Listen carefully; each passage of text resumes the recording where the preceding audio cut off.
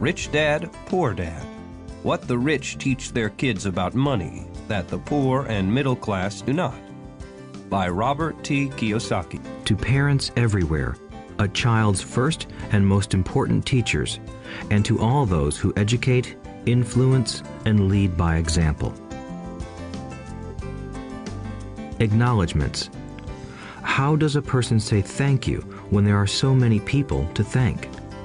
Obviously, this book is a thank you to my two fathers, who were powerful role models, and to my mom, who taught me love and kindness. The person most responsible for this book becoming a reality is my wife, Kim, my partner in marriage, business, and in life. She makes my life complete. Introduction. Rich Dad, Poor Dad. Having two dads offered me the choice of contrasting points of view, one of a rich man and one of a poor man. I had two fathers, a rich one and a poor one. One was highly educated and intelligent. He had a PhD and completed 4 years of undergraduate work in less than 2 years. He then went on to Stanford University, the University of Chicago, and Northwestern University to do his advanced studies, all on full financial scholarships. The other father never finished the 8th grade. Both men were successful in their careers, working hard all their lives. Both earned substantial incomes, yet one always struggled financially. The other would become one of the richest men in Hawaii. One died, leaving tens of millions of dollars to his family, charities, and his church. The other left bills to be paid. Both men were strong, charismatic, and influential. Both men offered me advice, but they did not advise the same things. Both men believed strongly in education, but did not recommend the same course of study. If I had had only one dad, I would have had to accept or reject his advice. Having two dads offered me the choice of contrasting points of view, one of a rich man and one of a poor man. Instead of simply accepting or rejecting one or the other, I found myself thinking more, comparing, and then choosing for myself. The problem was that the rich man was not rich yet, and the poor man was not yet poor. Both were just starting out on their careers, and both were struggling with money and families. But they had very different points of view about money. For example, one dad would say, "The love of money is the root of all evil." The other said, "The lack of money is the root of all evil." As a young boy, having two strong fathers, both influencing me, was difficult. I wanted to be a good son and listen, but the two fathers did not say the same things. The contrast in their points of view, particularly about money, was so extreme that I grew curious and intrigued. I began to start thinking for long periods of time about what each was saying. Much of my private time was spent reflecting, asking myself questions such as, "Why does he say that?" and then asking the same question of the other dad's statement. It would have been much easier to simply say, "Yeah, he's right, I agree with that," or to simply reject the point of view by saying, "The old man doesn't know what he's talking about." Instead, having two dads whom I loved forced me to think and ultimately choose a way of thinking for myself. As a process, choosing for myself turned out to be much more valuable in the long run than simply accepting or rejecting a single point of view.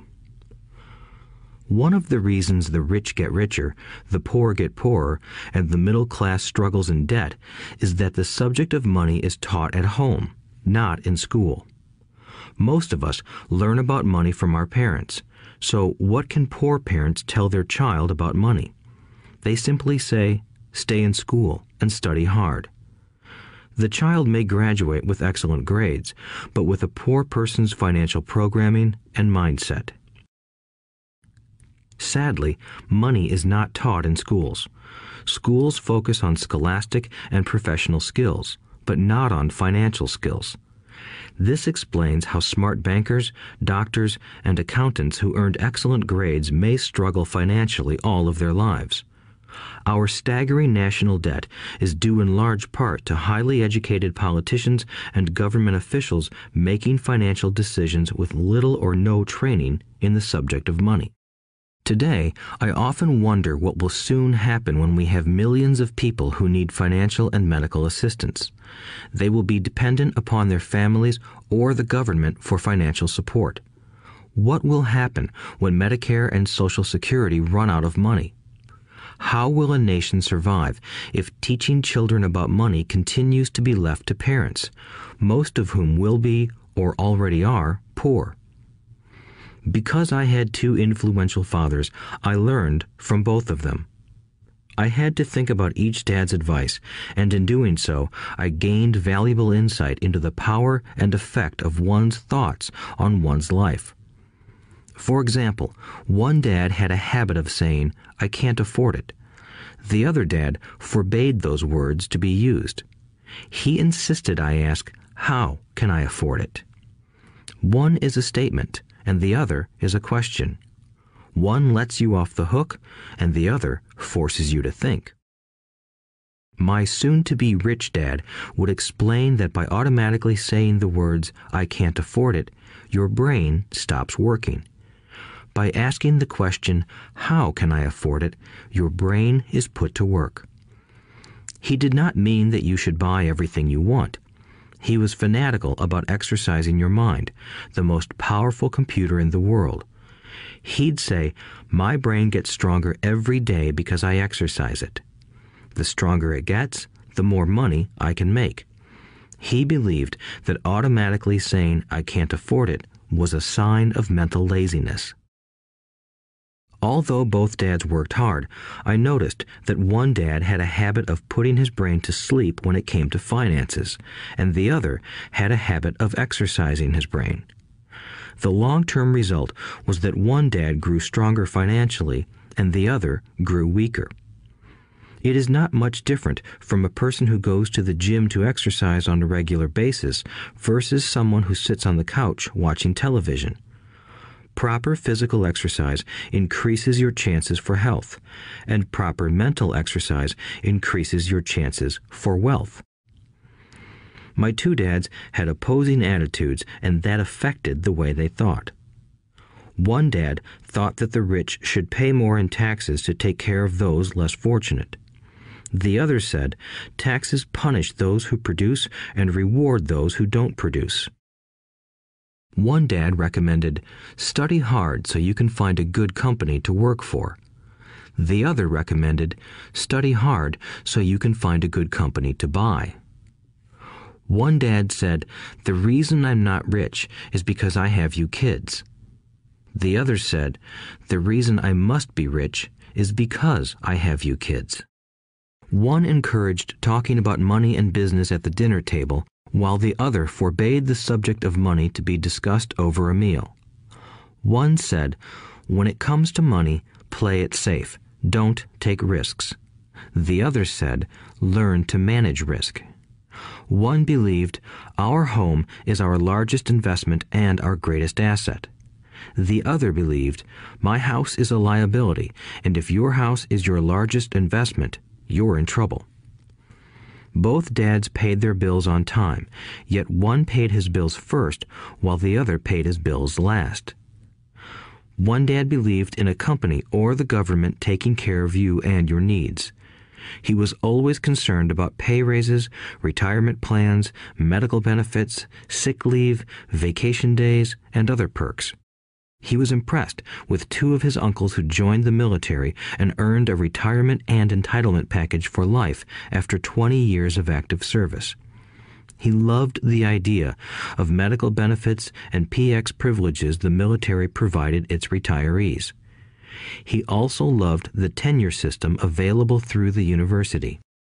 The idea of job protection for life and job benefits seemed more important at times than the job. He would often say, I've worked hard for the government and I'm entitled to these benefits. The other believed in total financial self-reliance.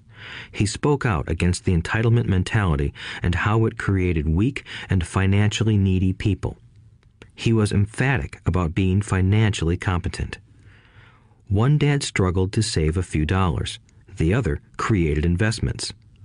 One dad taught me how to write an impressive resume so I could find a good job. The other taught me how to write strong business and financial plans so I could create jobs. Being a product of two strong dads allowed me the luxury of observing the effects different thoughts have on one's life. I noticed that people really do shape their lives through their thoughts.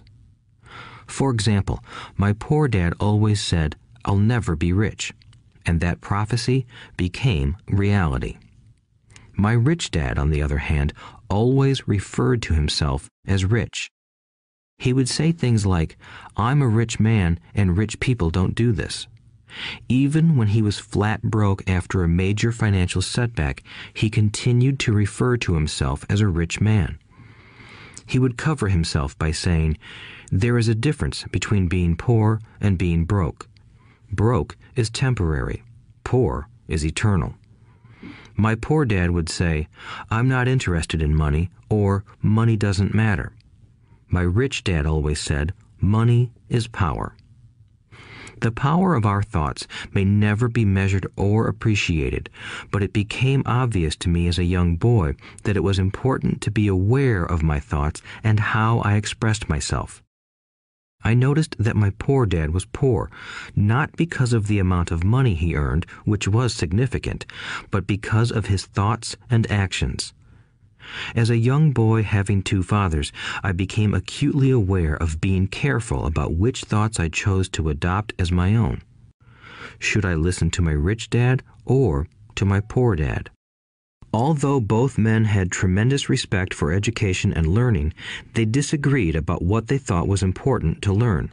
One wanted me to study hard, earn a degree, and get a good job to earn money. He wanted me to study to become a professional, an attorney or an accountant, and to go to business school for my MBA. The other encouraged me to study to be rich, to understand how money works, and to learn how to have it work for me. "I don't work for money" were words he would repeat over and over.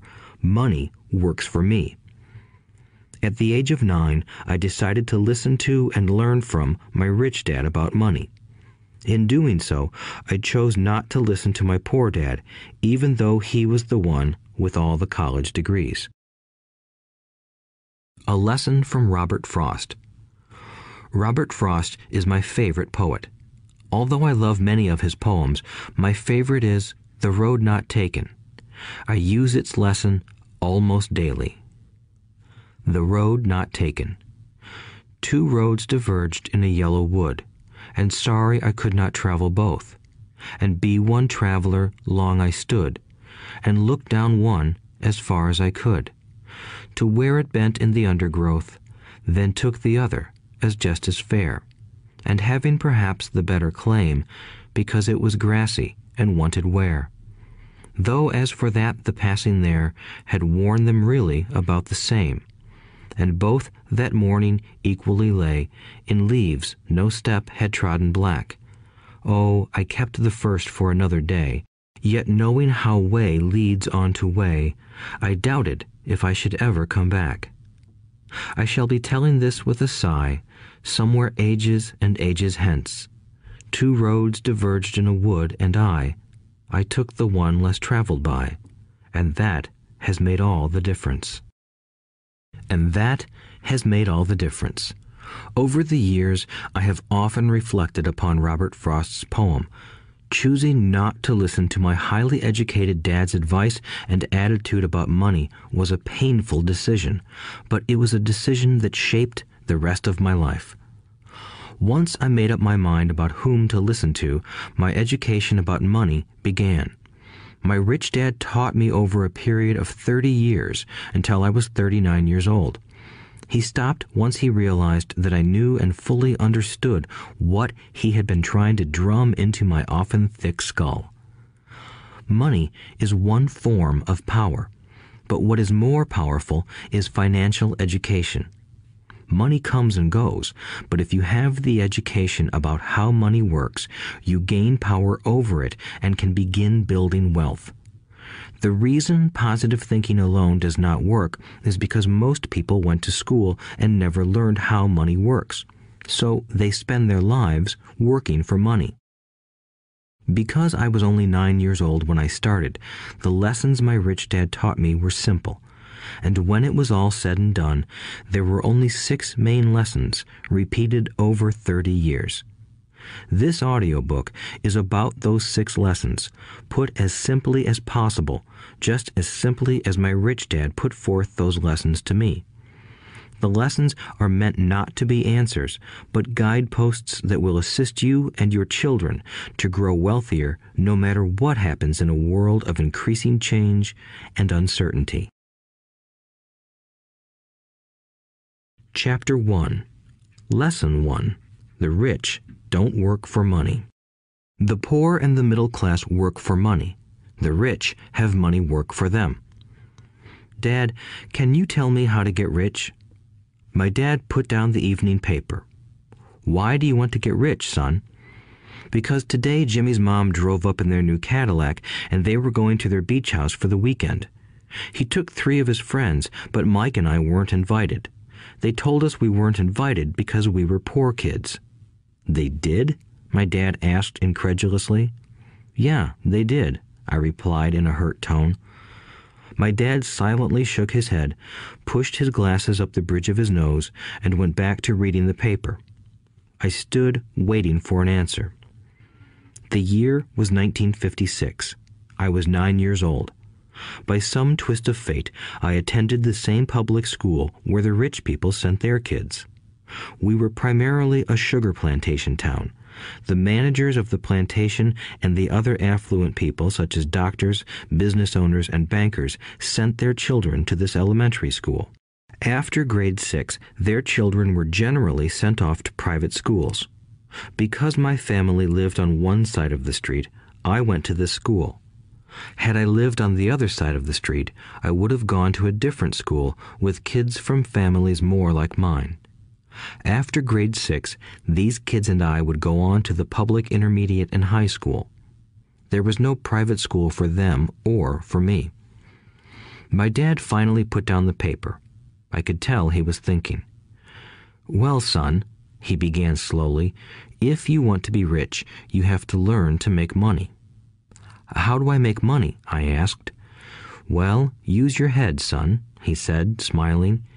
Even then, I knew that really meant, that's all I'm going to tell you, or, I don't know the answer, so don't embarrass me. A partnership is formed. The next morning, I told my best friend, Mike, what my dad had said. As best as I could tell, Mike and I were the only poor kids in this school. Mike was also in this school by a twist of fate. Someone had drawn a jog in the line for the school district, and we wound up in school with the rich kids. We weren't really poor, but we felt as if we were because all the other boys had new baseball gloves, new bicycles, new everything.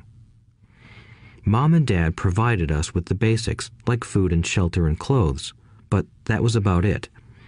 My dad used to say, if you want something, work for it. We wanted things, but there was not much work available for 9-year-old boys. So what do we do to make money? Mike asked. I don't know, I said, but do you want to be my partner? He agreed, and so on that Saturday morning, Mike became my first business partner. We spent all morning coming up with ideas on how to make money. Occasionally, we talked about all the cool guys at Jimmy's beach house having fun. It hurt a little, but that hurt was good, because it inspired us to keep thinking of a way to make money. Finally, that afternoon, a bolt of lightning struck. It was an idea Mike got from a science book he had read. Excitedly, we shook hands, and the partnership now had a business. For the next several weeks, Mike and I ran around our neighborhood, knocking on doors and asking our neighbors if they would save their toothpaste tubes for us. With puzzled looks, most adults consented with a smile. Some asked us what we were doing, to which we replied, "We can't tell you. It's a business secret." My mom grew distressed as the weeks wore on. We had selected a site next to her washing machine as the place we would stockpile our raw materials. In a brown cardboard box that at one time held ketchup bottles, our little pile of used toothpaste tubes began to grow. Finally, my mom put her foot down. The sight of her neighbor's messy, crumpled used toothpaste tubes had gotten to her. "What are you boys doing?" she asked, "and I don't want to hear again that it's a business secret. Do something with this mess or I'm going to throw it out."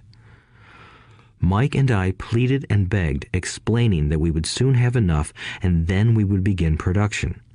We informed her that we were waiting on a couple of neighbors to finish their toothpaste so we could have their tubes. Mom granted us a 1-week extension. The date to begin production was moved up, and the pressure was on. My first partnership was already being threatened with an eviction notice by my own mom. It became Mike's job to tell the neighbors to quickly use up their toothpaste, saying their dentist wanted them to brush more often anyway. I began to put together the production line. One day, my dad drove up with a friend to see 2 9-year-old boys in the driveway with a production line operating at full speed. There was fine white powder everywhere. On a long table were small milk cartons from school, and our family's hibachi grill was glowing with red-hot coals at maximum heat. Dad walked up cautiously, having to park the car at the base of the driveway since the production line blocked the carport. As he and his friend got closer, they saw a steel pot sitting on top of the coals in which the toothpaste tubes were being melted down. In those days, toothpaste did not come in plastic tubes. The tubes were made of lead, so once the paint was burned off, the tubes were dropped in the small steel pot. They melted until they became liquid, and with my mom's pot holders, we poured the lead through a small hole in the top of the milk cartons. The milk cartons were filled with plaster of Paris. White powder was everywhere. In my haste, I had knocked the bag over, and the entire area looked like it had been hit by a snowstorm. The milk cartons were the outer containers for plaster of Paris molds. My dad and his friend watched as we carefully poured the molten lead through a small hole in the top of the plaster of Paris cube. "Careful," my dad said. I nodded without looking up. Finally, once the pouring was through, I put the steel pot down and smiled at my dad. "What are you boys doing?" he asked with a cautious smile. "We're doing what you told me to do. We're going to be rich," I said. "Yup," said Mike, grinning and nodding his head. "We're partners." "And what is in those plaster molds?" my dad asked. "Watch," I said. "This should be a good batch." With a small hammer, I tapped at the seal that divided the cube in half. Cautiously, I pulled up the top half of the plaster mold, and a lead nickel fell out. "Oh my God," my dad said, "you're casting nickels out of lead." "That's right," Mike said. "We're doing as you told us to do. We're making money." My dad's friend turned and burst into laughter. My dad smiled and shook his head. Along with a fire and a box of spent toothpaste tubes, in front of him were 2 little boys covered with white dust, smiling from ear to ear. He asked us to put everything down and sit with him on the front step of our house.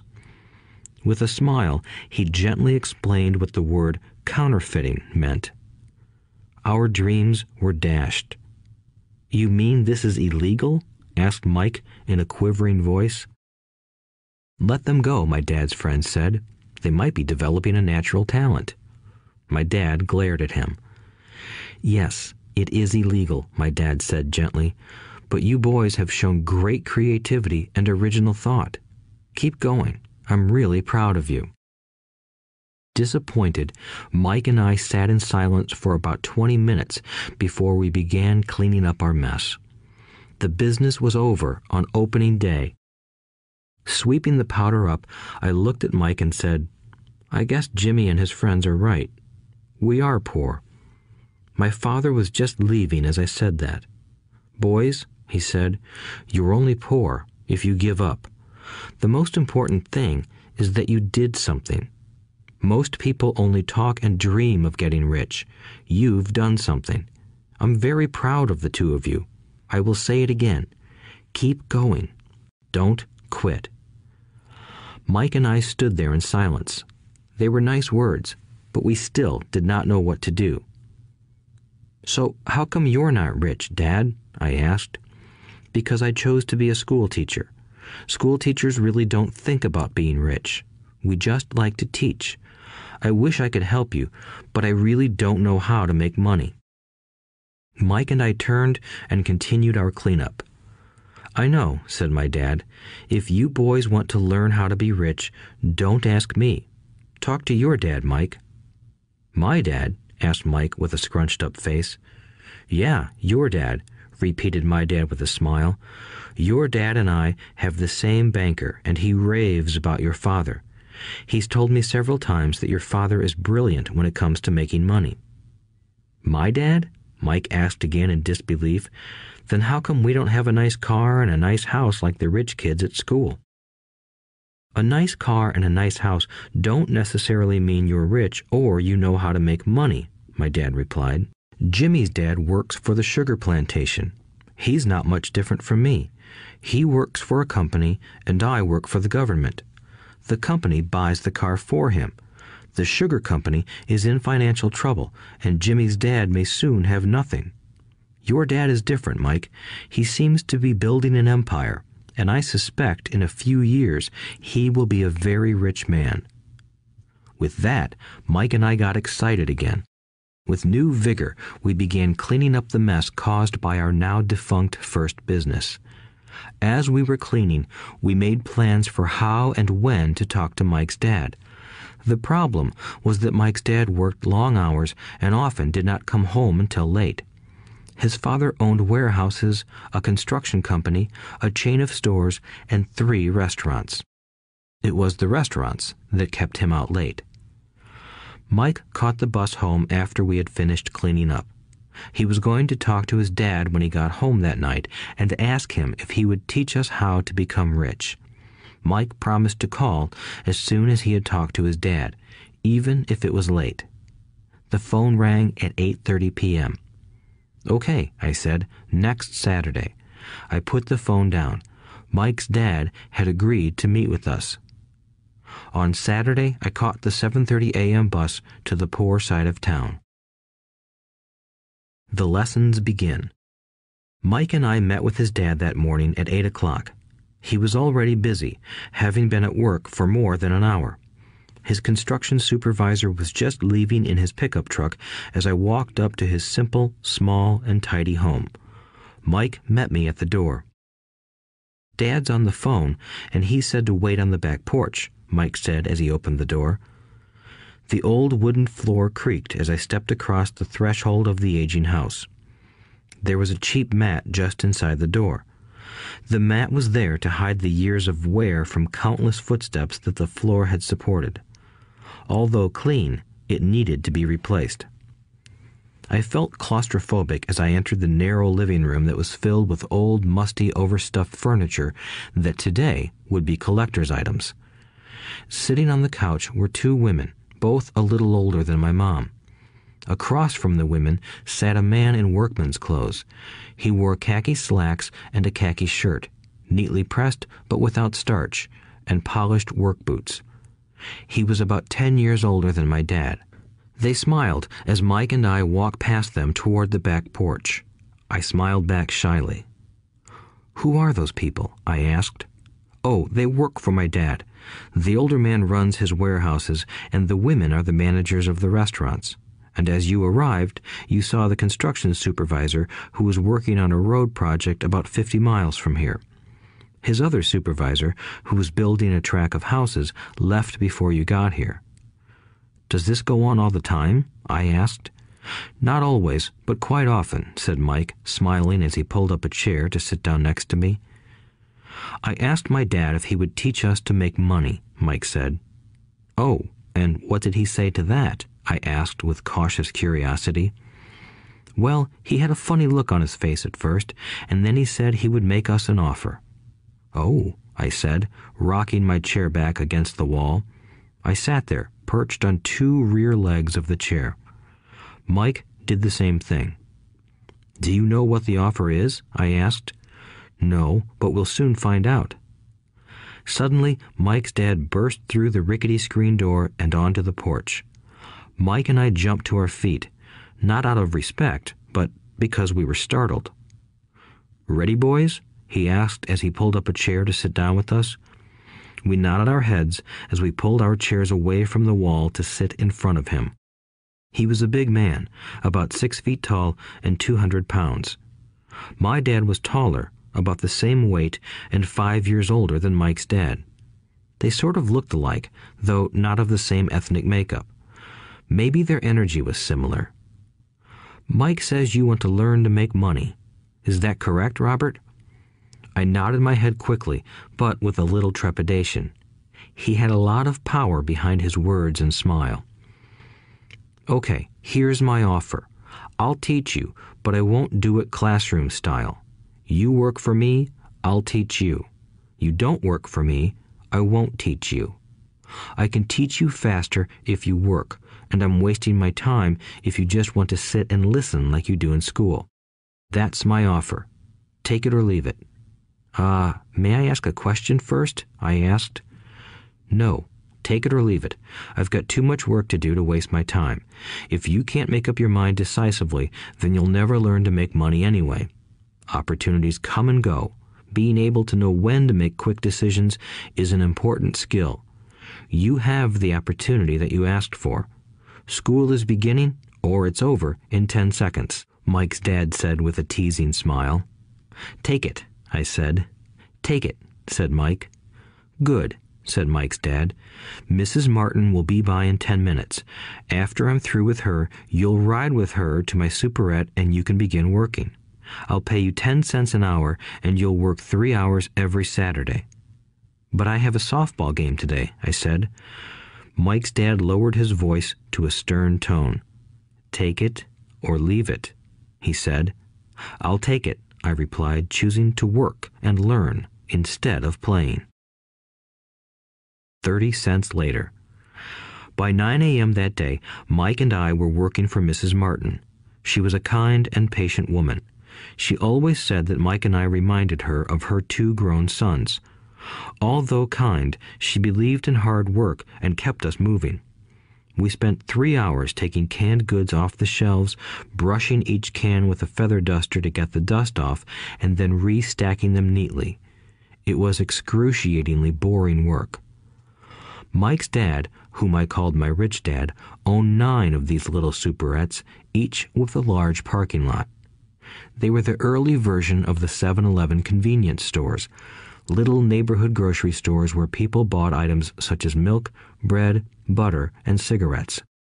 The problem was that this was Hawaii before air conditioning was widely used, and the stores could not close their doors because of the heat. On 2 sides of the store, the doors had to be wide open to the road and parking lot. Every time a car drove by or pulled into the parking lot, dust would swirl and settle in the store. We knew we had a job as long as there was no air conditioning. For 3 weeks, Mike and I reported to Mrs. Martin and worked our 3 hours. By noon, our work was over, and she dropped 3 little dimes in each of our hands. Now, even at the age of 9 in the mid-1950s, 30 cents was not too exciting. Comic books cost 10 cents back then, so I usually spent my money on comic books and went home. By Wednesday of the 4th week, I was ready to quit. I had agreed to work only because I wanted to learn to make money from Mike's dad, and now I was a slave for 10 cents an hour. On top of that, I had not seen Mike's dad since that first Saturday. "I'm quitting," I told Mike at lunchtime. School was boring, and now I did not even have my Saturdays to look forward to. But it was the 30 cents that really got to me. This time, Mike smiled. "What are you laughing at?" I asked with anger and frustration. "Dad said this would happen. He said to meet with him when you were ready to quit." "What?" I said indignantly. "He's been waiting for me to get fed up?" Sort of, Mike said. Dad's kind of different. He doesn't teach like your dad. Your mom and dad lecture a lot. My dad is quiet and a man of few words. You just wait till this Saturday. I'll tell him you're ready. You mean I've been set up? No, not really. But maybe. Dad will explain on Saturday. Waiting in line on Saturday. I was ready to face Mike's dad. Even my real dad was angry with him. My real dad, the one I called the poor one, thought that my rich dad was violating child labor laws and should be investigated.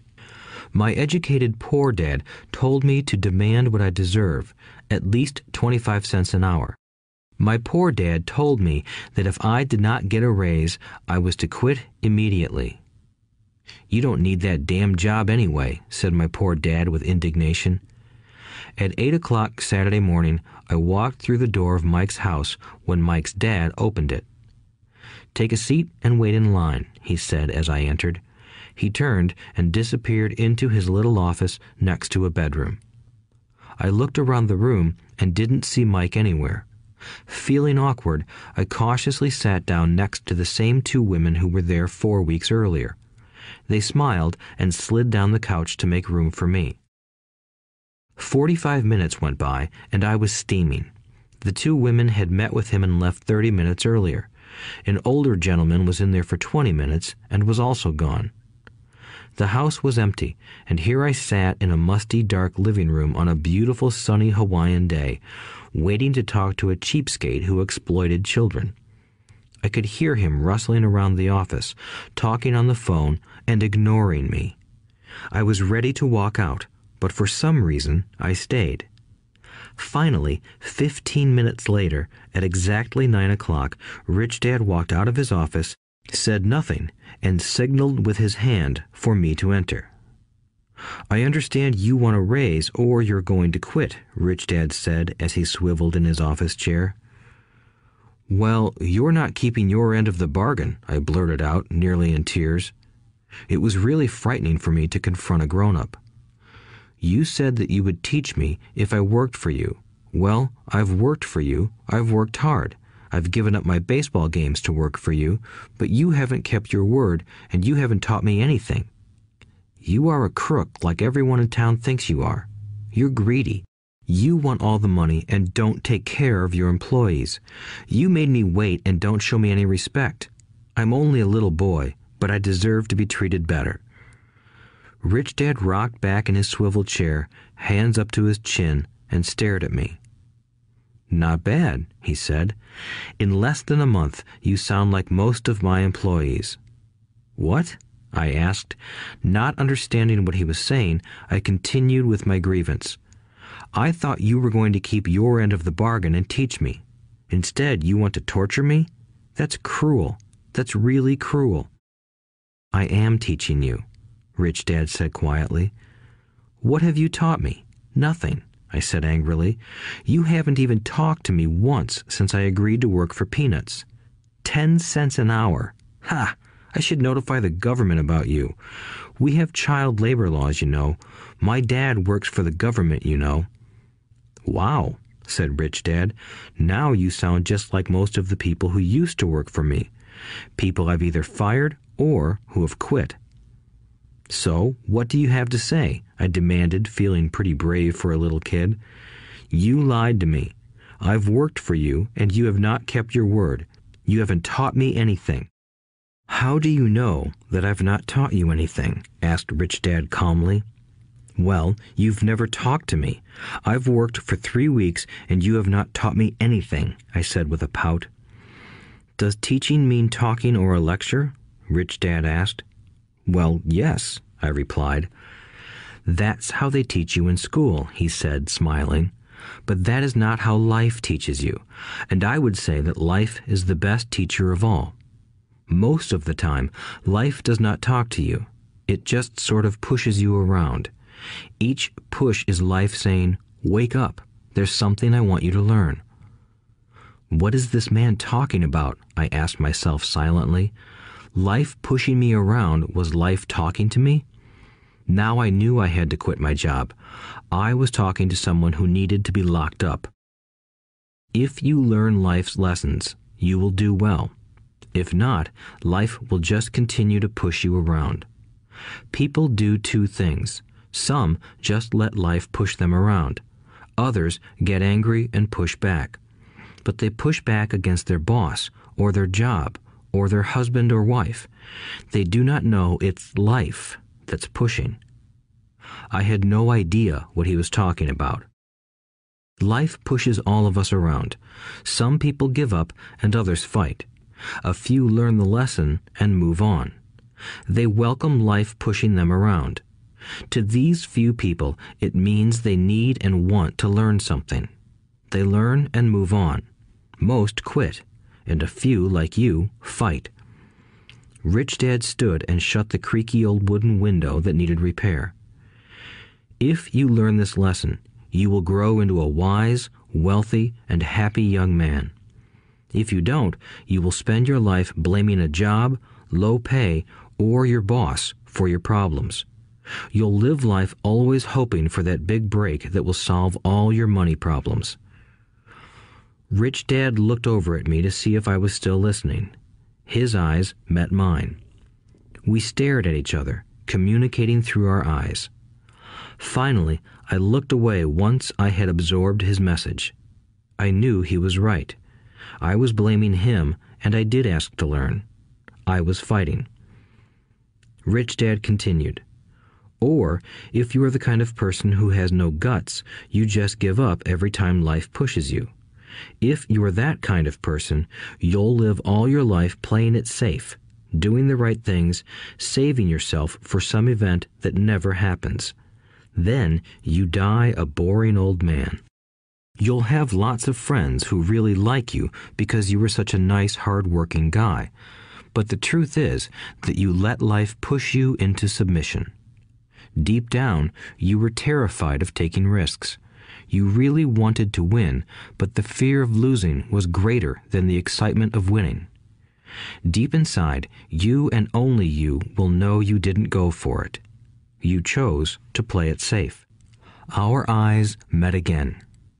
"You've been pushing me around?" I asked.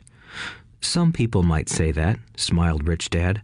"I would say that I just gave you a taste of life." "What taste of life?" I asked, still angry, but now curious and ready to learn. "You boys are the first people that have ever asked me to teach them how to make money.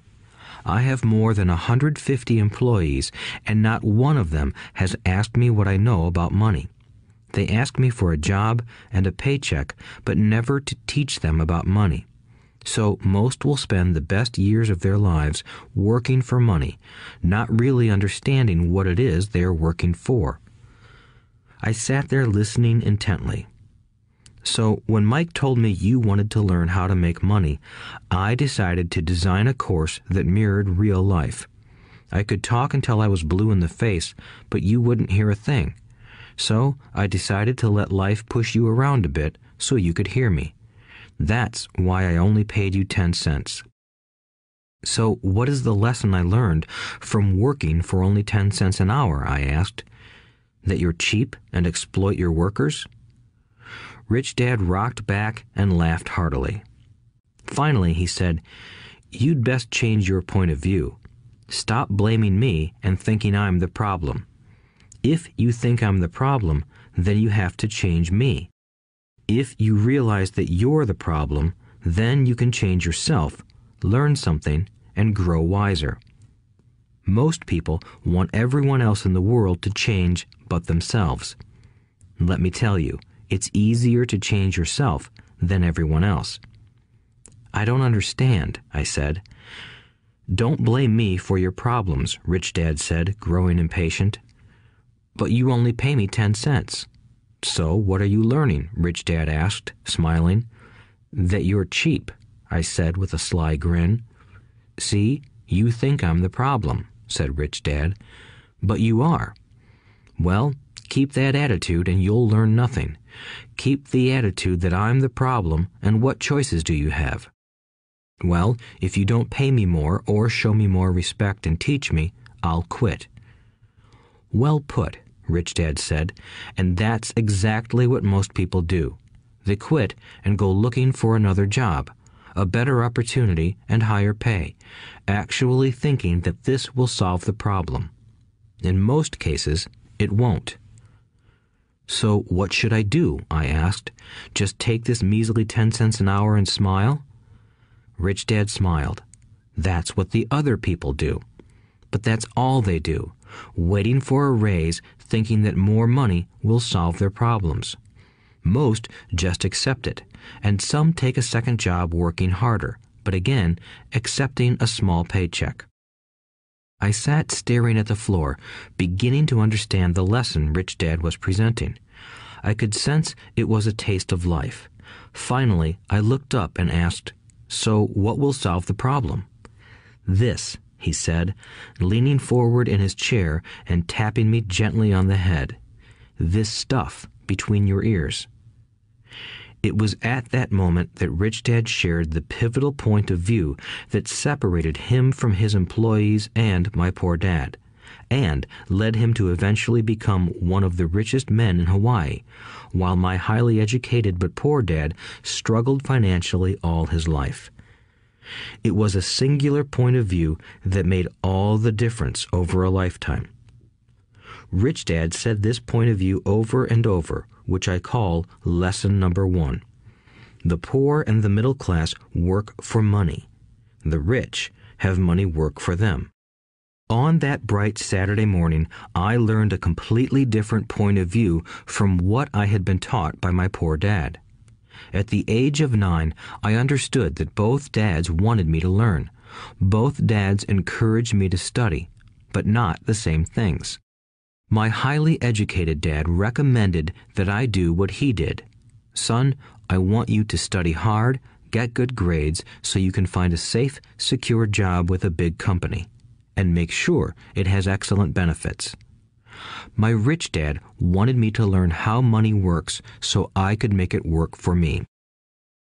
These lessons I would learn through life with his guidance, not because of a classroom. My rich dad continued my first lesson.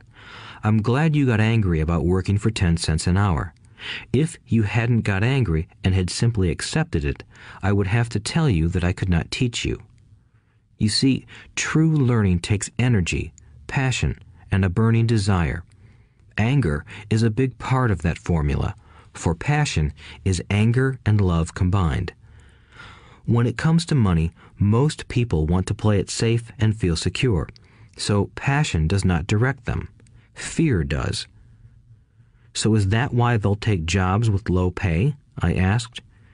Yes, said Rich Dad. Some people say I exploit people because I don't pay as much as the sugar plantation or the government.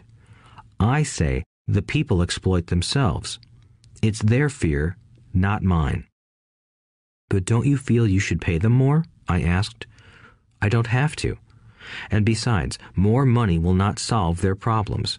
Just look at your dad. He makes a lot of money, and he still can't pay his bills.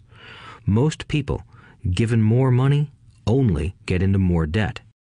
So that's why the 10 cents an hour, I said, smiling. It's part of the lesson. That's right, smiled Rich Dad. You see, your dad went to school and got an excellent education so he could get a high-paying job.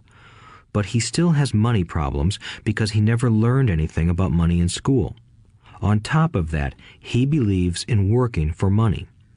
And you don't? I asked. No, not really, said Rich Dad. If you want to learn to work for money, then stay in school. That is a great place to learn to do that. But if you want to learn how to have money work for you, then I will teach you that. But only if you want to learn.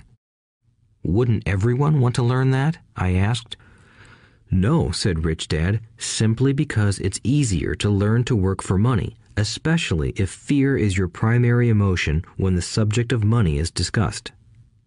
I don't understand, I said with a frown. Don't worry about that for now. Just know that it's fear that keeps most people working at a job. The fear of not paying their bills, the fear of being fired, the fear of not having enough money, and the fear of starting over. That's the price of studying to learn a profession or trade and then working for money. Most people become a slave to money and then get angry at their boss. Learning to have money work for you is a completely different course of study? I asked. Absolutely, Rich Dad answered. Absolutely. We sat in the silence on that beautiful Hawaiian Saturday morning. My friends had just started their Little League baseball game, but for some reason I was now thankful I had decided to work for 10 cents an hour. I sensed that I was about to learn something my friends wouldn't learn in school. Ready to learn? Asked Rich Dad. Absolutely, I said with a grin. I have kept my promise. I've been teaching you from afar, my Rich Dad said. At 9 years old, you've gotten a taste of what it feels like to work for money. Just multiply your last month by 50 years, and you will have an idea of what most people spend their life doing. I don't understand, I said. How did you feel waiting in line to see me, once to get hired and once to ask for more money? Terrible, I said. If you choose to work for money, that is what life will be like, said Rich Dad. And how did you feel when Mrs. Martin dropped 3 dimes in your hand for 3 hours of work? I felt like it wasn't enough. It seemed like nothing. I was disappointed, I said. And that is how most employees feel when they look at their paychecks, especially after all the tax and other deductions are taken out. At least you got 100%. You mean most workers don't get paid everything? I asked with amazement. Heavens no, said Rich Dad. The government always takes its share first. How do they do that? I asked. Taxes, said Rich Dad. You're taxed when you earn. You're taxed when you spend. You're taxed when you save. You're taxed when you die. Why do people let the government do that to them? The rich don't, said Rich Dad with a smile. The poor and the middle class do. I'll bet you that I earn more than your dad, yet he pays more in taxes. How can that be? I asked. At my age, that made no sense to me. Why would someone let the government do that to them? Rich Dad rocked slowly and silently in his chair, just looking at me. Ready to learn? He asked. I nodded my head slowly. As I said, there is a lot to learn. Learning how to have money work for you is a lifetime study. Most people go to college for 4 years and their education ends. I already know that my study of money will continue over my lifetime, simply because the more I find out I need to know. Most people never study the subject. They go to work, get their paycheck, balance their checkbooks, and that's it. Then they wonder why they have money problems. They think that more money will solve the problem, and don't realize that it's their lack of financial education that is the problem. So my dad has tax problems because he doesn't understand money? I asked, confused. Look, said Rich Dad, taxes are just one small section on learning how to have money work for you. Today, I just wanted to find out if you still have the passion to learn about money. Most people don't. They want to go to school, learn a profession, have fun at their work, and earn lots of money. One day they wake up with big money problems, and then they can't stop working. That's the price of only knowing how to work for money instead of studying how to have money work for you. So, do you still have the passion to learn? Asked Rich Dad. I nodded my head. Good, said Rich Dad. Now get back to work. This time, I will pay you nothing. What? I asked in amazement. You heard me. Nothing.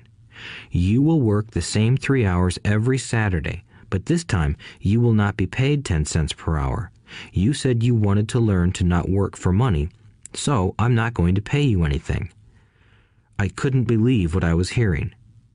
I've already had this conversation with Mike, and he's already working, dusting and stacking canned goods for free. You better hurry and get back there.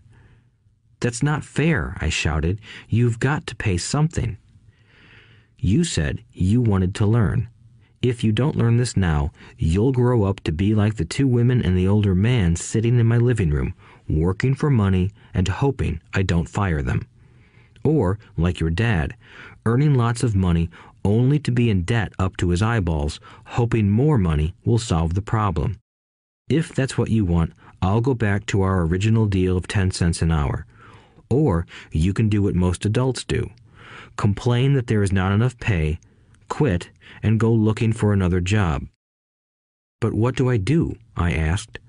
Rich Dad tapped me on the head. Use this, he said. If you use it well, you will soon thank me for giving you an opportunity, and you will grow into a rich man. I stood there, still not believing what a raw deal I was handed. I came to ask for a raise, and somehow I was instead working for nothing. Rich Dad tapped me on the head again and said, "Use this. Now, get out of here and get back to work." Lesson number 1. The rich don't work for money. I didn't tell my poor dad I wasn't being paid. He wouldn't have understood, and I didn't want to try to explain something I didn't understand myself. For 3 more weeks, Mike and I worked 3 hours every Saturday for nothing. The work didn't bother me, and the routine got easier. But it was the missed baseball games and not being able to afford to buy a few comic books that got to me. Rich Dad stopped by at noon on the 3rd week. We heard his truck pull up in the parking lot and sputter when the engine was turned off. He entered the store and greeted Mrs. Martin with a hug. After finding out how things were going in the store, he reached into the ice cream freezer, pulled out 2 bars, paid for them, and signaled to Mike and me. "Let's go for a walk, boys." We crossed the street, dodging a few cars, and walked across a large grassy field where a few adults were playing softball. Sitting down at a lone picnic table, he handed Mike and me the treats. "How's it going, boys?" "Okay," Mike said. I nodded in agreement. "Learn anything yet?" Rich Dad asked. Mike and I looked at each other, shrugged our shoulders, and shook our heads in unison. Avoiding one of life's biggest traps. Well, you boys had better start thinking. You're staring at one of life's biggest lessons. If you learn it, you'll enjoy a life of great freedom and security. If you don't, you'll wind up like Mrs. Martin and most of the people playing softball in this park. They work very hard for little money, clinging to the illusion of job security and looking forward to a 3-week vacation each year and maybe a skimpy pension after 45 years of service. If that excites you, I'll give you a raise to 25 cents an hour. But these are good, hard-working people.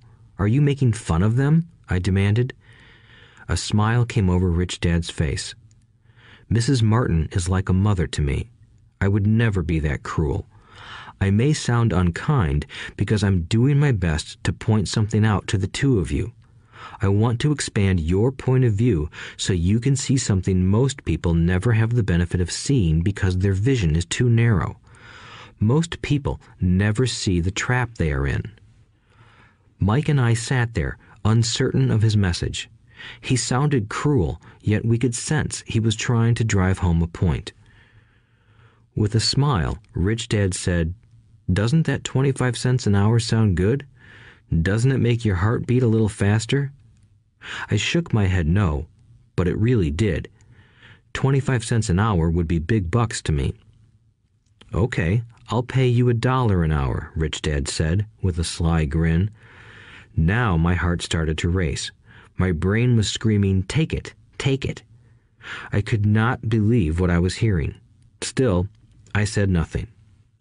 "Okay, $2 an hour." My little brain and heart nearly exploded. After all, it was 1956, and being paid $2 an hour would have made me the richest kid in the world. I couldn't imagine earning that kind of money. I wanted to say yes. I wanted the deal. I could picture a new bicycle, new baseball glove, and the adoration of my friends when I flashed some cash. On top of that, Jimmy and his rich friends could never call me poor again. But somehow, my mouth stayed shut. The ice cream had melted and was running down my hand. Rich Dad was looking at two boys staring back at him, eyes wide open and brains empty. He was testing us, and he knew there was a part of our emotions that wanted to take the deal. He understood that every person has a weak and needy part of their soul that can be bought, and he knew that every individual also had a part of their soul that was resilient and could never be bought. It was only a question of which one was stronger. Okay, $5 an hour. Suddenly, I was silent. Something had changed. The offer was too big and ridiculous.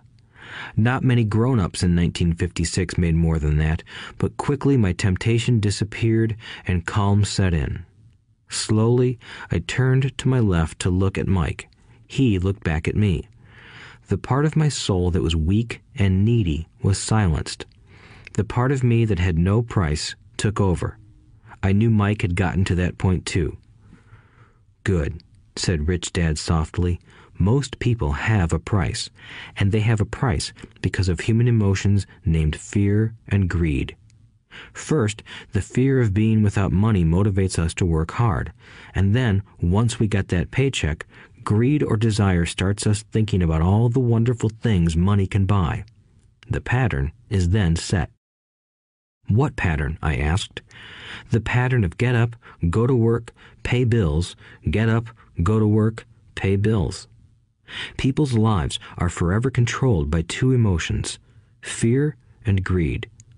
Offer them more money, and they continue the cycle by increasing their spending. This is what I call the rat race. "There is another way?" Mike asked. "Yes," said Rich Dad slowly, "but only a few people find it." "And what is that way?" Mike asked. "That's what I hope you boys will learn as you work and study with me. That is why I took away all forms of pay."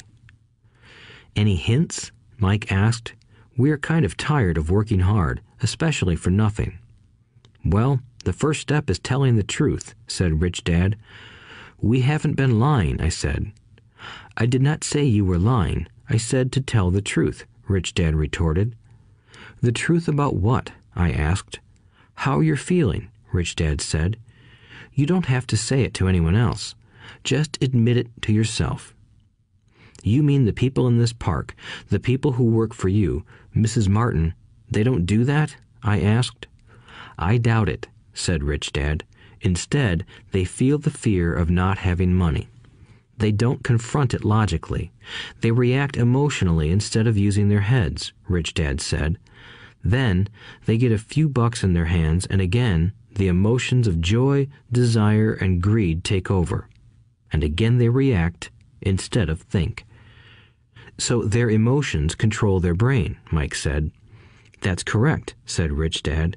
"Instead of admitting the truth about how they feel, they react to their feelings and fail to think.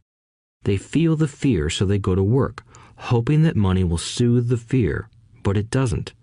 It continues to haunt them, and they return to work, hoping again that money will calm their fears, and again it doesn't. Fear keeps them in this trap of working, earning money, hoping the fear will go away. But every day they get up, and that old fear wakes up with them. For millions of people, that old fear keeps them awake all night, causing a night of turmoil and worry. So they get up and go to work, hoping that a paycheck will kill that fear gnawing at their souls. Money is running their lives, and they refuse to tell the truth about that. Money is in control of their emotions and their souls." Rich Dad sat quietly, letting his words sink in. Mike and I had heard what he said, but didn't understand fully what he was talking about. I just knew that I often wondered why grown-ups hurried off to work. It did not seem like much fun, and they never looked that happy, but something kept them going. Realizing we had absorbed as much as possible of what he was talking about, Rich Dad said, "I want you boys to avoid that trap. That is really what I want to teach you. Not just to be rich, because being rich does not solve the problem." "It doesn't?" I asked, surprised. No, it doesn't. Let me explain the other emotion, desire. Some call it greed, but I prefer desire. It's perfectly normal to desire something better, prettier, more fun, or exciting. So people also work for money because of desire. They desire money for the joy they think it can buy. But the joy that money brings is often short-lived, and they soon need more money for more joy, more pleasure, more comfort, and more security. So they keep working, thinking money will soothe their souls that are troubled by fear and desire. But money can't do that. Even rich people do this? Mike asked. Rich people included, said Rich Dad. In fact, the reason many rich people are rich isn't because of desire, but because of fear. They believe that money can eliminate the fear of being poor, so they amass tons of it, only to find the fear gets worse. Now they fear losing the money. I have friends who keep working even though they have plenty. I know people who have millions who are more afraid now than when they were poor. They're terrified of losing it all. The fears that drove them to get rich got worse. That weak and needy part of their soul is actually screaming louder. They don't want to lose the big houses, the cars, and the high life money has bought them. They worry about what their friends would say if they lost all their money. Many are emotionally desperate and neurotic, although they look rich and have more money. So, is a poor man happier? I asked. No, I don't think so, replied Rich Dad. The avoidance of money is just as psychotic as being attached to money. As if on cue, the town derelict went past our table, stopping by the large rubbish can and rummaging around in it. The three of us watched him with great interest, when before we probably would have just ignored him. Rich Dad pulled $1 out of his wallet and gestured to the older man. Seeing the money, the derelict came over immediately, took the bill, thanked Rich Dad profusely, and hurried off, ecstatic with his good fortune. He's not much different from most of my employees, said Rich Dad. I've met so many people who say, "Oh, I'm not interested in money," yet they'll work at a job for 8 hours a day. That's a denial of truth. If they weren't interested in money, then why are they working? That kind of thinking is probably more psychotic than a person who hoards money. As I sat there listening to my Rich Dad, my mind flashed back to the countless times my own dad said, "I'm not interested in money." He said those words often. He also covered himself by always saying, "I work because I love my job." So, what do we do? I asked. Not work for money until all traces of fear and greed are gone? No, that would be a waste of time, said Rich Dad. Emotions are what make us human. The word emotion stands for energy in motion. Be truthful about your emotions and use your mind and emotions in your favor, not against yourself. Whoa, said Mike. Don't worry about what I just said. It will make more sense in years to come. Just be an observer, not a reactor to your emotions. Most people do not know that it's their emotions that are doing the thinking. Your emotions are your emotions, but you have got to learn to do your own thinking. Can you give me an example? I asked. Sure, replied Rich Dad. When a person says, "I need to find a job," it's most likely an emotion doing the thinking. Fear of not having money generates that thought. But people do need money if they have bills to pay, I said. Sure they do, smiled Rich Dad. All I'm saying is that it's fear that is all too often doing the thinking. I don't understand, said Mike. For example, said Rich Dad, if the fear of not having enough money arises, instead of immediately running out to get a job, they instead might ask themselves this question. Will a job be the best solution to this fear over the long run? In my opinion, the answer is no. A job is really a short-term solution to a long-term problem. But my dad is always saying, stay in school and get good grades so you can find a safe, secure job, I interjected, somewhat confused. Yes, I understand he says that, said Rich Dad, smiling. Most people recommend that, and it's a good path for most people. But people make that recommendation primarily out of fear. You mean my dad says that because he's afraid? Yes, said Rich Dad. He's terrified that you won't earn enough money and won't fit into society. Don't get me wrong. He loves you and wants the best for you. I, too, believe an education and a job are important, but it won't handle the fear. You see, that same fear that makes him get up in the morning to earn a few bucks is the fear that is causing him to be so fanatical about your going to school. So what do you recommend? I asked. I want to teach you to master the power of money instead of being afraid of it.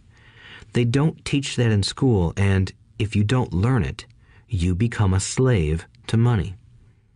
It was finally making sense. He wanted us to widen our views and to see what the Mrs. Martins of this world couldn't see. He used examples that sounded cruel at the time, but I've never forgotten them. My vision widened that day, and I began to see the trap that lay ahead for most people. You see, we're all employees ultimately. We just work at different levels, said Rich Dad. I just want you boys to have a chance to avoid the trap caused by those two emotions, fear and desire. Use them in your favor, not against you. That's what I want to teach you. I'm not interested in just teaching you to make a pile of money. That won't handle the fear or desire. If you don't first handle fear and desire, and you get rich, you'll only be a highly paid slave. So how do we avoid the trap? I asked. The main cause of poverty or financial struggle is fear and ignorance, not the economy or the government or the rich. It's self-inflicted fear and ignorance that keep people trapped. So you boys go to school and get your college degrees, and I'll teach you how to stay out of the trap. The pieces of the puzzle were appearing. My highly educated dad had a great education and a great career, but school never told him how to handle money or his fear of it. It became clear that I could learn different and important things from two fathers. So you've been talking about the fear of not having money. How does the desire for money affect our thinking? Mike asked. How did you feel when I tempted you with a pay raise? Did you notice your desires rising? We nodded our heads. By not giving in to your emotions, you were able to delay your reactions and think. That is important. We will always have emotions of fear and greed. From here on in, it's imperative for you to use those emotions to your advantage, and for the long term to not let your emotions control your thinking. Most people use fear and greed against themselves. That's the start of ignorance. Most people live their lives chasing paychecks, pay raises, and job security because of the emotions of desire and fear, not really questioning where those emotion-driven thoughts are leading them. It's just like the picture of a donkey dragging a cart with its owner dangling a carrot just in front of its nose. The donkey's owner may be going where he wants to, but the donkey is chasing an illusion.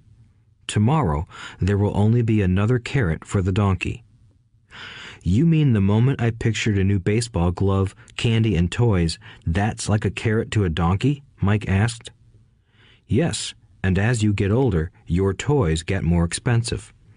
A new car, a boat, and a big house to impress your friends, said Rich Dad with a smile.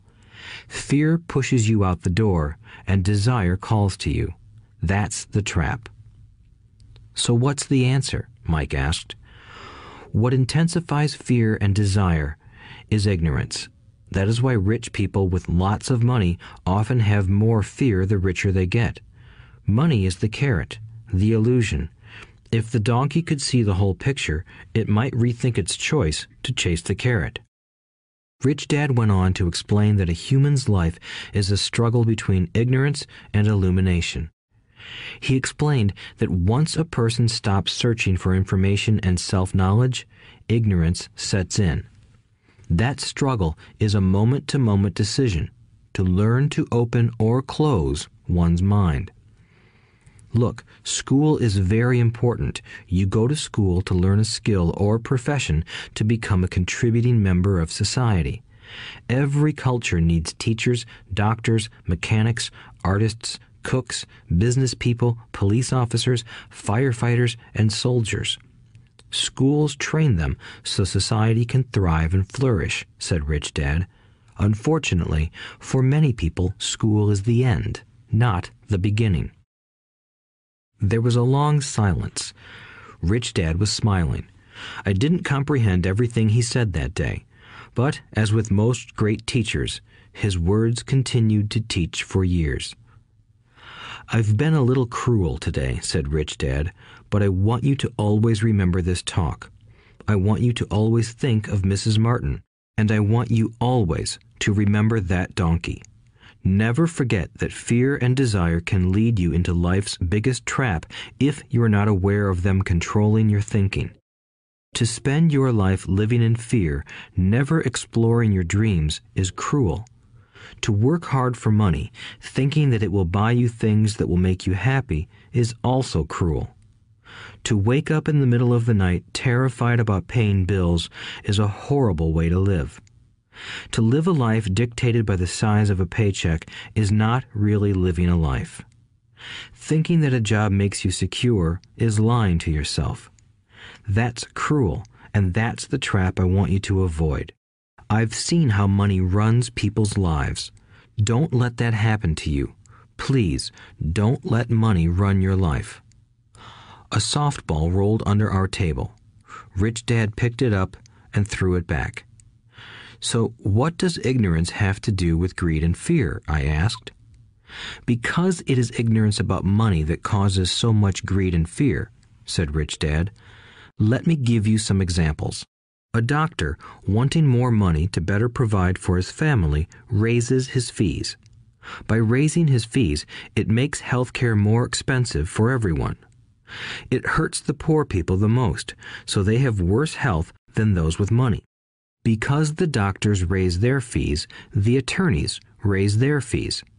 Because the attorneys' fees have gone up, school teachers want a raise, which raises our taxes, and on and on and on.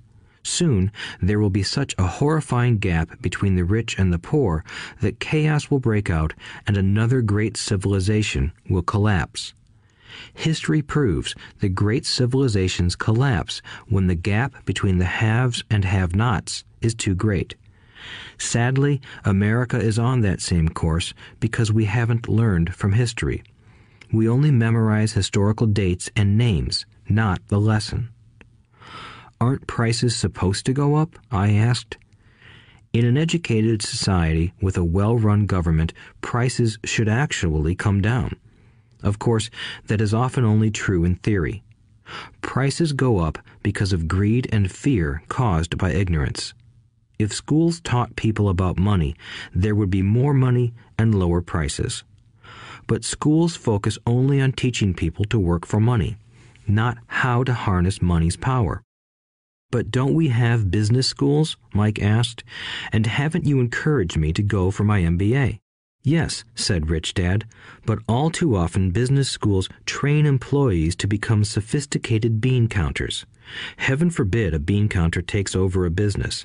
All they do is look at the numbers, fire people, and kill the business.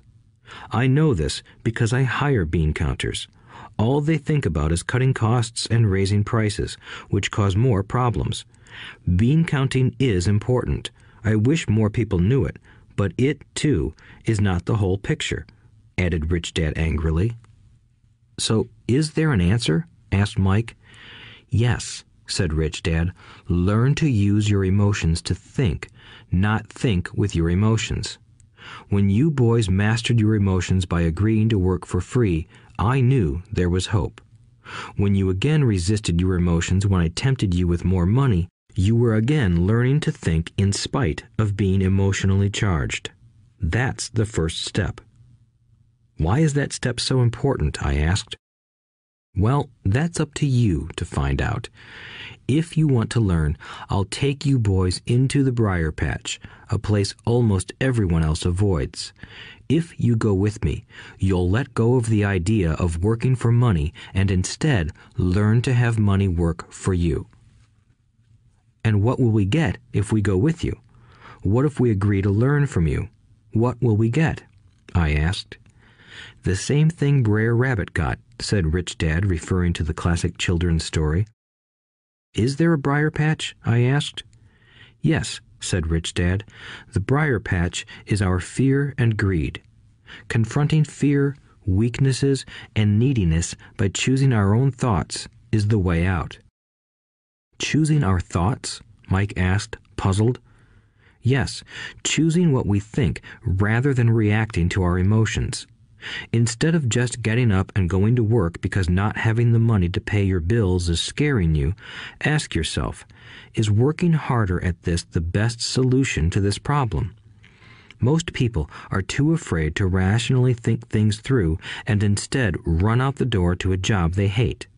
The tar baby is in control. That's what I mean by choosing your thoughts. And how do we do that? Mike asked. That's what I will teach you. I'll teach you to have a choice of thoughts rather than a knee-jerk reaction, like gulping down your morning coffee and running out the door. Remember what I said before. A job is only a short-term solution to a long-term problem. Most people have only one problem in mind, and it's short-term. It's the bills at the end of the month, the tar baby. Money controls their lives, or should I say the fear and ignorance about money controls it. So they do as their parents did. They get up every day and go work for money, not taking the time to ask the question, is there another way? Their emotions now control their thinking, not their heads. Can you tell the difference between emotions thinking and the head thinking? Mike asked. Oh yes, I hear it all the time, said Rich Dad.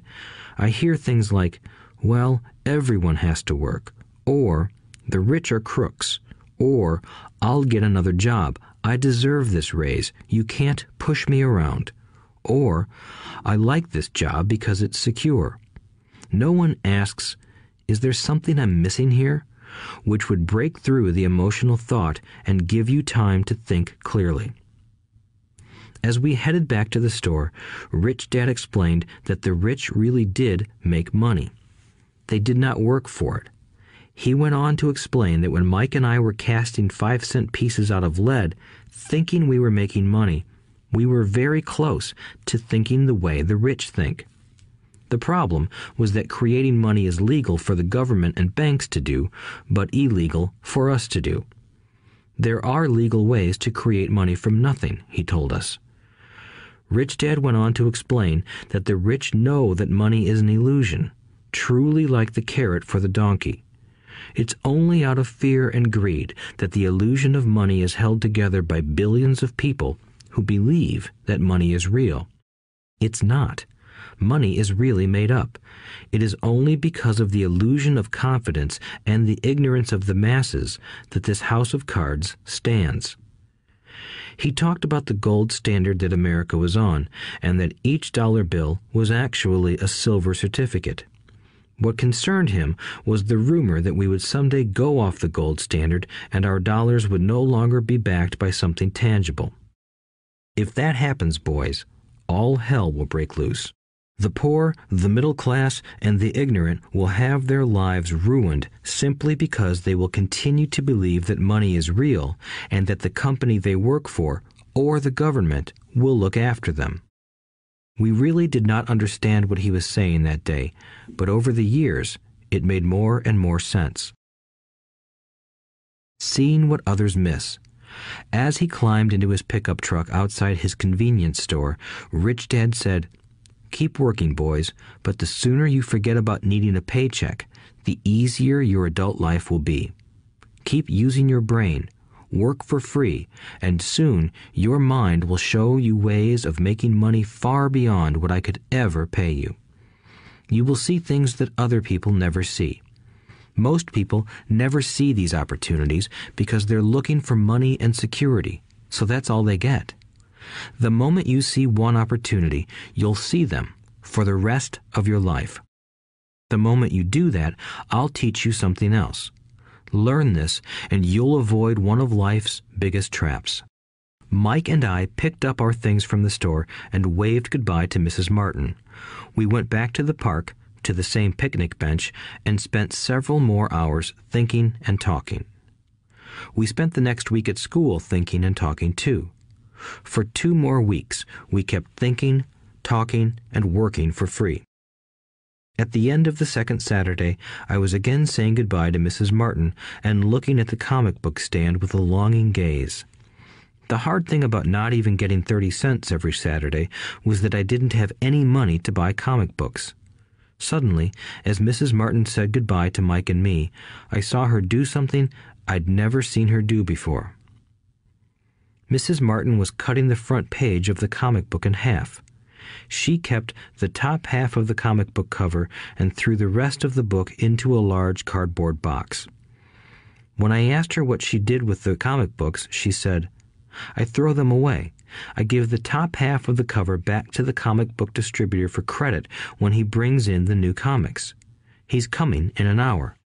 Mike and I waited for an hour. Soon the distributor arrived, and I asked him if we could have the comic books. To my delight, he said, "You can have them if you work for this store and do not resell them." Remember our old business partnership?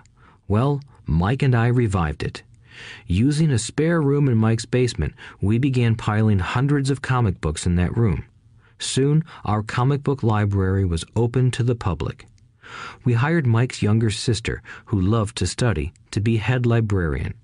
She charged each child 10 cents admission to the library, which was open from 2:30 p.m. to 4:30 p.m. every day after school. The customers, the children of the neighborhood, could read as many comics as they wanted in 2 hours. It was a bargain for them since a comic cost 10 cents each, and they could read 5 or 6 in 2 hours. Mike's sister would check the kids as they left to make sure they weren't borrowing any comic books. She also kept the books, logging in how many kids showed up each day, who they were, and any comments they might have. Mike and I averaged $9.50 per week over a 3-month period. We paid his sister $1 a week and allowed her to read the comics for free, which she rarely did since she was always studying. Mike and I kept our agreement by working in the store every Saturday and collecting all the comic books from the different stores. We kept our agreement to the distributor by not selling any comic books. We burned them once they got too tattered. We tried opening a branch office, but we could never quite find someone as trustworthy and dedicated as Mike's sister. At an early age, we found out how hard it was to find good staff. 3 months after the library first opened, a fight broke out in the room. Some bullies from another neighborhood pushed their way in, and Mike's dad suggested we shut down the business. So our comic book business shut down, and we stopped working on Saturdays at the convenience store. But Rich Dad was excited because he had new things he wanted to teach us. He was happy because we had learned our first lessons so well. We learned to make money work for us. By not getting paid for our work at the store, we were forced to use our imaginations to identify an opportunity to make money. By starting our own business, the comic book library, we were in control of our own finances, not dependent on an employer. The best part was that our business generated money for us even when we weren't physically there. Our money worked for us. Instead of paying us money, Rich Dad had given us so much more. Chapter 2. Lesson 2. Why teach financial literacy? It's not how much money you make, it's how much money you keep. In 1990, Mike took over his father's empire and is, in fact, doing a better job than his dad did. We see each other once or twice a year on the golf course. He and his wife are wealthier than you can imagine.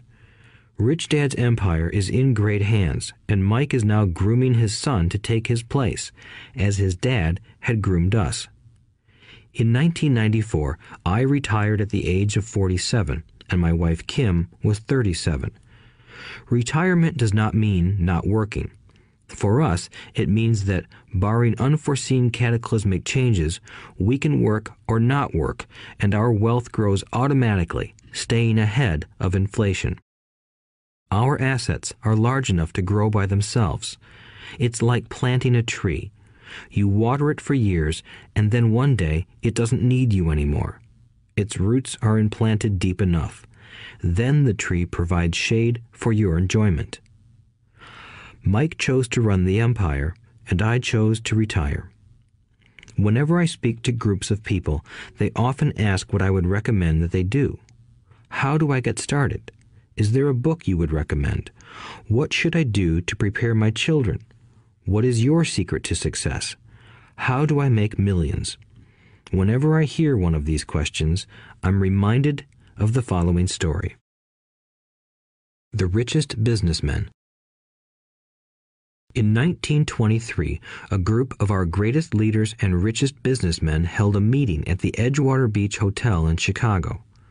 Among them were Charles Schwab, head of the largest independent steel company; Samuel Insull, president of the world's largest utility; Howard Hobson, head of the largest gas company; Ivar Kruger, president of International Match Company, one of the world's largest companies at that time; Leon Fraser, president of the Bank of International Settlements; Richard Whitney, president of the New York Stock Exchange; Arthur Cotton and Jesse Livermore, two of the biggest stock speculators; and Albert Fall, a member of President Harding's cabinet. 25 years later, 9 of these titans ended their lives as follows. Schwab died penniless after living for 5 years on borrowed money. Insull died broke in a foreign land, and Kruger and Cotton also died broke. Hobson went insane. Whitney and Albert Fall were released from prison, and Fraser and Livermore committed suicide. I doubt if anyone can say what really happened to these men. If you look at the date, 1923, it was just before the 1929 market crash and the Great Depression, which I suspect had a great impact on these men and their lives. The point is this. Today, we live in times of greater and faster change than these men did. I suspect there will be many booms and busts in the coming years that will parallel the ups and downs these men faced. I am concerned that too many people are too focused on money and not on their greatest wealth, their education. If people are prepared to be flexible, keep an open mind and learn, they will grow richer and richer despite tough changes. If they think money will solve problems, they will have a rough ride. Intelligence solves problems and produces money. Money without financial intelligence is money soon gone. Most people fail to realize that in life, it's not how much money you make, it's how much money you keep. We've all heard stories of lottery winners who are poor, then suddenly rich, and then poor again. They win millions, yet are soon back where they started. Or stories of professional athletes who at the age of 24 are earning millions but are sleeping under a bridge 10 years later. I remember a story of a young basketball player who a year ago had millions. Today, at just 29, he claims his friends, attorney, and accountant took his money and he was forced to work at a car wash for minimum wage. He was fired from the car wash because he refused to take off his championship ring as he was wiping off the cars. His story made national news, and he is appealing his termination, claiming hardship and discrimination. He claims that the ring is all he has left, and if it was stripped away, he'll crumble. I know so many people who became instant millionaires, and while I am glad some people have become richer and richer, I caution them that in the long run, it's not how much money you make, it's how much you keep and how many generations you keep it. So when people ask, where do I get started, or tell me how to get rich quick, they often are greatly disappointed with my answer. I simply say to them what my rich dad said to me when I was a little kid. If you want to be rich, you need to be financially literate. That idea was drummed into my head every time we were together. As I said, my educated dad stressed the importance of reading books, while my rich dad stressed the need to master financial literacy. If you are going to build the Empire State Building, the first thing you need to do is dig a deep hole and pour a strong foundation. If you are going to build a home in the suburbs, all you need to do is pour a 6-inch slab of concrete. Most people, in their drive to get rich, are trying to build an Empire State Building on a 6-inch slab. Our school system, created in the agrarian age, still believes in homes with no foundation. Dirt floors are still the rage, so kids graduate from school with virtually no financial foundation. One day, sleepless and deep in debt in suburbia, living the American dream, they decide that the answer to their financial problems is to find a way to get rich quick. Construction on the skyscraper begins. It goes up quickly, and soon, instead of the Empire State Building, we have the Leaning Tower of suburbia. The sleepless nights return. As for Mike and me in our adult years, both of our choices were possible because we were taught to pour a strong financial foundation when we were just kids. Accounting is possibly the most confusing, boring subject in the world, but if you want to be rich long term, it could be the most important subject. For Rich Dad, the question was how to take a boring and confusing subject and teach it to kids. The answer he found was to make it simple by teaching it in pictures. My rich dad poured a strong financial foundation for Mike and me. Since we were just kids, he created a simple way to teach us. For years, he only drew pictures and used few words. Mike and I understood the simple drawings, the jargon, the movement of money, and then in later years, Rich Dad began adding numbers. Today, Mike has gone on to master much more complex and sophisticated accounting analysis because he had to in order to run his empire. I am not as sophisticated because my empire is smaller, yet we come from the same simple foundation. Over the following pages, we will discuss those same simple line drawings Mike's dad created for us. Though basic, those drawings helped guide two little boys in building great sums of wealth on a solid and deep foundation. Rule number 1. You must know the difference between an asset and a liability, and buy assets. If you want to be rich, this is all you need to know. It is rule number 1. It is the only rule. This may sound absurdly simple, but most people have no idea how profound this rule is. Most people struggle financially because they do not know the difference between an asset and a liability. Rich people acquire assets. The poor and middle class acquire liabilities that they think are assets, said Rich Dad. When Rich Dad explained this to Mike and me, we thought he was kidding. Here we were, nearly teenagers, and waiting for the secret to getting rich. And this was his answer. It was so simple that we stopped for a long time to think about it. "What is an asset?" asked Mike.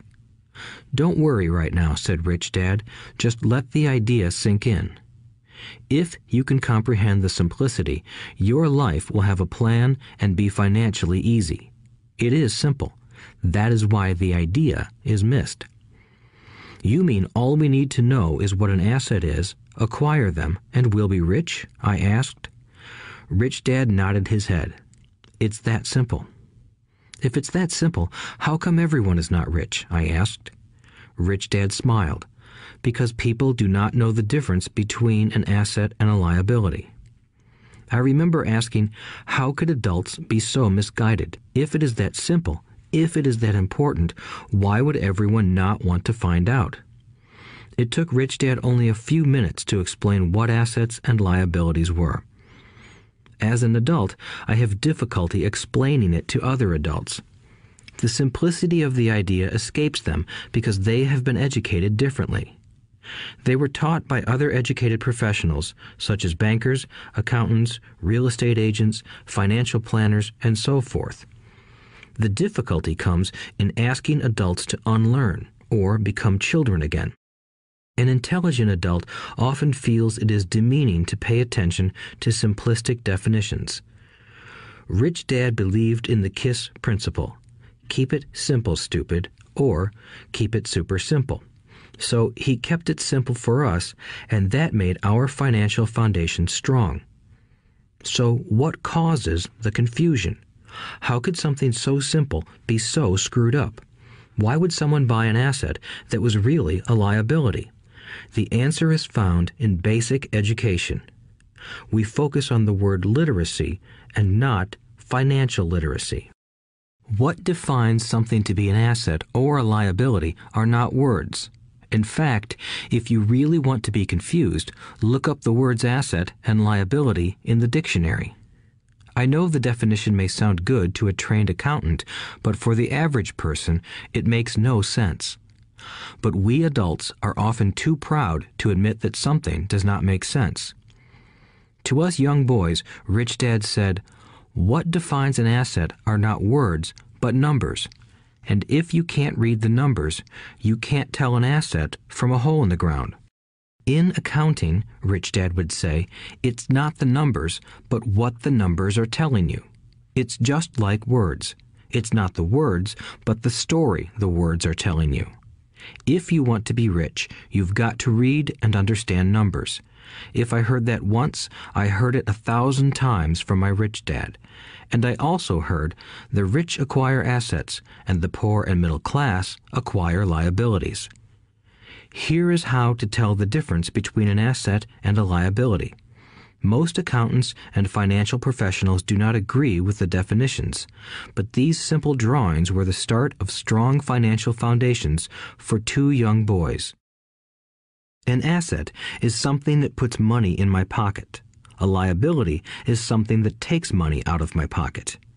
This is really all you need to know. If you want to be rich, simply spend your life buying assets. If you want to be poor or middle class, spend your life buying liabilities. Illiteracy, both in words and numbers, is the foundation of financial struggle. If people are having difficulties financially, there is something that they don't understand, either in words or numbers. The rich are rich because they are more literate in different areas than people who struggle financially. So if you want to be rich and maintain your wealth, it's important to be financially literate in words as well as numbers. Numbers alone mean little, just as words out of context mean little. It's the story that counts. In financial reporting, reading numbers is looking for the plot, the story of where the cash is flowing. In 80% of most families, the financial story paints a picture of hard work to get ahead. However, this effort is for naught because they spend their lives buying liabilities instead of assets. Everyone has living expenses, the need for food, shelter, and clothing. It is the cash flow that tells the story of how a person handles their money. The reason I started with the story of the richest men in America is to illustrate the flaw in believing that money will solve all problems. That is why I cringe whenever I hear people ask me how to get rich quicker or where they should start. I often hear, "I'm in debt, so I need to make more money." But more money will often not solve the problem. In fact, it may compound the problem. Money often makes obvious our tragic human flaws, putting a spotlight on what we don't know. That is why, all too often, a person who comes into a sudden windfall of cash, let's say an inheritance, a pay raise, or lottery winnings, soon returns to the same financial mess, if not worse than the mess they were in before. Money only accentuates the cash flow pattern running in your head. If your pattern is to spend everything you get, most likely an increase in cash will just result in an increase in spending. Thus the saying, "A fool and his money is one big party." I have said many times that we go to school to gain scholastic and professional skills, both of which are important. We learn to make money with our professional skills. In the 1960s, when I was in high school, if someone did well academically, people assumed this bright student would go on to be a medical doctor because it was the profession with the promise of the greatest financial reward. Today, doctors face financial challenges I wouldn't wish on my worst enemy. Insurance companies taking control of the business, managed health care, government intervention, and malpractice suits. Today, kids want to be famous athletes, movie stars, rock stars, beauty queens, or CEOs because that is where the fame, money, and prestige are. That is the reason it is so hard to motivate kids in school today. They know that professional success is no longer solely linked to academic success, as it once was. Because students leave school without financial skills, millions of educated people pursue their profession successfully, but later find themselves struggling financially. They work harder, but don't get ahead. What is missing from their education is not how to make money, but how to manage money. It's called financial aptitude, what you do with the money once you make it, how to keep people from taking it from you, how to keep it longer, and how to make that money work hard for you. Most people don't understand why they struggle financially because they don't understand cash flow. A person can be highly educated, professionally successful, and financially illiterate. These people often work harder than they need to because they learned how to work hard, but not how to have their money work hard for them. The story of how the quest for a financial dream turns into a financial nightmare. The classic story of hardworking people has set a pattern. Recently married, the happy, highly educated young couple moves into one of their cramped, rented apartments. Immediately, they realize that they are saving money because two can live as cheaply as one. The problem is the apartment is cramped. They decide to save money to buy their dream home so they can have kids. They now have two incomes, and they begin to focus on their careers. Their incomes begin to increase. As their incomes go up, their expenses go up as well. The number one expense for most people is taxes. Many people think it's income tax, but for most Americans, their highest tax is Social Security. As an employee, it appears as if the Social Security tax combined with the Medicare tax rate is roughly 7.5%, but it's really 15% since the employer must match the Social Security amount. In essence, it is money the employer can't pay you. On top of that, you still have to pay income tax on the amount deducted from your wages for Social Security tax. Income you never received because it went directly to Social Security through withholding. Going back to the young couple, as a result of their incomes increasing, they decide to buy the house of their dreams. Once in their house, they have a new tax called property tax. Then they buy a new car, new furniture, and new appliances to match their new house. All of a sudden, they wake up and their liabilities column is full of mortgage and credit card debt. Their liabilities go up. They're now trapped in the rat race. Pretty soon, a baby comes along and they work harder. The process repeats itself. Higher incomes cause higher taxes, also called bracket creep. A credit card comes in the mail. They use it. It maxes out. A loan company calls and says their greatest asset, their home, has appreciated in value. Because their credit is so good, the company offers a bill consolidation loan and tells them the intelligent thing to do is clear off the high-interest consumer debt by paying off their credit card. And besides, interest on their home is a tax deduction. They go for it and pay off those high-interest credit cards. They breathe a sigh of relief. Their credit cards are paid off. They've now folded their consumer debt into their home mortgage. Their payments go down because they extend their debt over 30 years. It is the smart thing to do. Their neighbor calls to invite them to go shopping. The Memorial Day sale is on. They promise themselves they'll just window shop, but they take a credit card, just in case. I run into this young couple all the time. Their names change, but their financial dilemma is the same. They come to one of my talks to hear what I have to say. They ask me, "Can you tell us how to make more money?" They don't understand that their trouble is really how they choose to spend the money they do have. It is caused by financial illiteracy and not understanding the difference between an asset and a liability. More money seldom solves someone's money problems. Intelligence solves problems. There is a saying a friend of mine says over and over to people in debt. If you find you have dug yourself into a hole, stop digging. As a child, my dad often told us that the Japanese were aware of 3 powers: the power of the sword, the jewel, and the mirror. The sword symbolizes the power of weapons.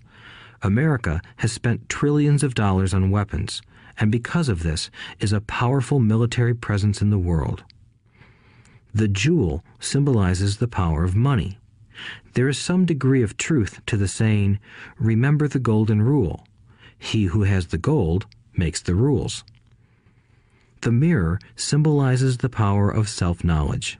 This self-knowledge, according to Japanese legend, was the most treasured of the 3.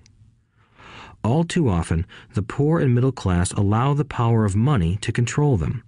By simply getting up and working harder, failing to ask themselves if what they do makes sense, they shoot themselves in the foot as they leave for work every morning. By not fully understanding money, the vast majority of people allow its awesome power to control them. If they used the power of the mirror, they would have asked themselves, "Does this make sense?" All too often, instead of trusting their inner wisdom, that genius inside, most people follow the crowd. They do things because everybody else does them. They conform rather than question. Often, they mindlessly repeat what they have been told. Diversify. Your home is an asset. Your home is your biggest investment. You get a tax break for going into greater debt. Get a safe job. Don't make mistakes. Don't take risks. It is said that the fear of public speaking is a fear greater than death for most people. According to psychiatrists, the fear of public speaking is caused by the fear of ostracism, the fear of standing out, the fear of criticism, the fear of ridicule, and the fear of being an outcast. The fear of being different prevents most people from seeking new ways to solve their problems. That is why my educated dad said the Japanese valued the power of the mirror the most, for it is only when we look into it that we find truth. Fear is the main reason that people say, "Play it safe." That goes for anything, be it sports, relationships, careers, or money. It is that same fear, the fear of ostracism, that causes people to conform to, and not question, commonly accepted opinions or popular trends. Your home is an asset. Get a bill consolidation loan and get out of debt. Work harder. It's a promotion. Someday I'll be a vice president. Save money. When I get a raise, I'll buy us a bigger house. Mutual funds are safe. Many financial problems are caused by trying to keep up with the Joneses. Occasionally, we all need to look in the mirror and be true to our inner wisdom rather than our fears. By the time Mike and I were 16 years old, we began to have problems in school. We were not bad kids. We just began to separate from the crowd. We worked for Mike's dad after school and on weekends. Mike and I often spent hours after work just sitting at a table with his dad while he held meetings with his bankers, attorneys, accountants, brokers, investors, managers, and employees. Here was a man who had left school at 13, who was now directing, instructing, ordering, and asking questions of educated people. They came at his beck and call and cringed when he didn't approve of them. Here was a man who had not gone along with the crowd. He was a man who did his own thinking and detested the words, "We have to do it this way because that's the way everyone else does it." He also hated the word can't. If you wanted him to do something, just say, "I don't think you can do it." Mike and I learned more sitting in on his meetings than we did in all our years of school, college included. Mike's dad was not book smart, but he was financially educated and successful as a result. He told us over and over again, an intelligent person hires people who are more intelligent than he is. So Mike and I had the benefit of spending hours listening to and learning from intelligent people. But because of this, Mike and I couldn't go along with the standard dogma our teachers preached, and that caused problems. Whenever the teacher said, "If you don't get good grades, you won't do well in the real world," Mike and I just raised our eyebrows. When we were told to follow set procedures and not deviate from the rules, we could see how school discouraged creativity. We started to understand why our rich dad told us that schools were designed to produce good employees instead of employers. Occasionally, Mike or I would ask our teachers how what we studied was applicable to the real world, or why we never studied money and how it worked. To the latter question, we often got the answer that money was not important, that if we excelled in our education, the money would follow. The more we knew about the power of money, the more distant we grew from the teachers and our classmates. My highly educated dad never pressured me about my grades, but we did begin to argue about money. By the time I was 16, I probably had a far better foundation with money than both my parents. I could keep books, I listened to tax accountants, corporate attorneys, bankers, real estate brokers, investors, and so forth. By contrast, my dad talked to other teachers. One day, my dad told me that our home was his greatest investment. A not too pleasant argument took place when I showed him why I thought a house was not a good investment. I showed him the ancillary expenses that went along with owning the home. A bigger home meant bigger expenses, and the cash flow kept going out through the expense column. Today, people still challenge me on the idea of a house not being an asset. I know that for many people, it is their dream as well as their largest investment. And owning your own home is better than nothing. I simply offer an alternative way of looking at this popular dogma. If my wife and I were to buy a bigger, flashier house, we realize it wouldn't be an asset. It would be a liability since it would take money out of our pocket. So here is the argument I put forth. I really don't expect most people to agree with it because your home is an emotional thing, and when it comes to money, high emotions tend to lower financial intelligence. I know from personal experience that money has a way of making every decision emotional. 1. When it comes to houses, most people work all their lives paying for a home they never own. In other words, most people buy a new house every few years, each time incurring a new 30-year loan to pay off the previous one. 2. Even though people receive a tax deduction for interest on mortgage payments, they pay for all their other expenses with after-tax dollars, even after they pay off their mortgage. 3.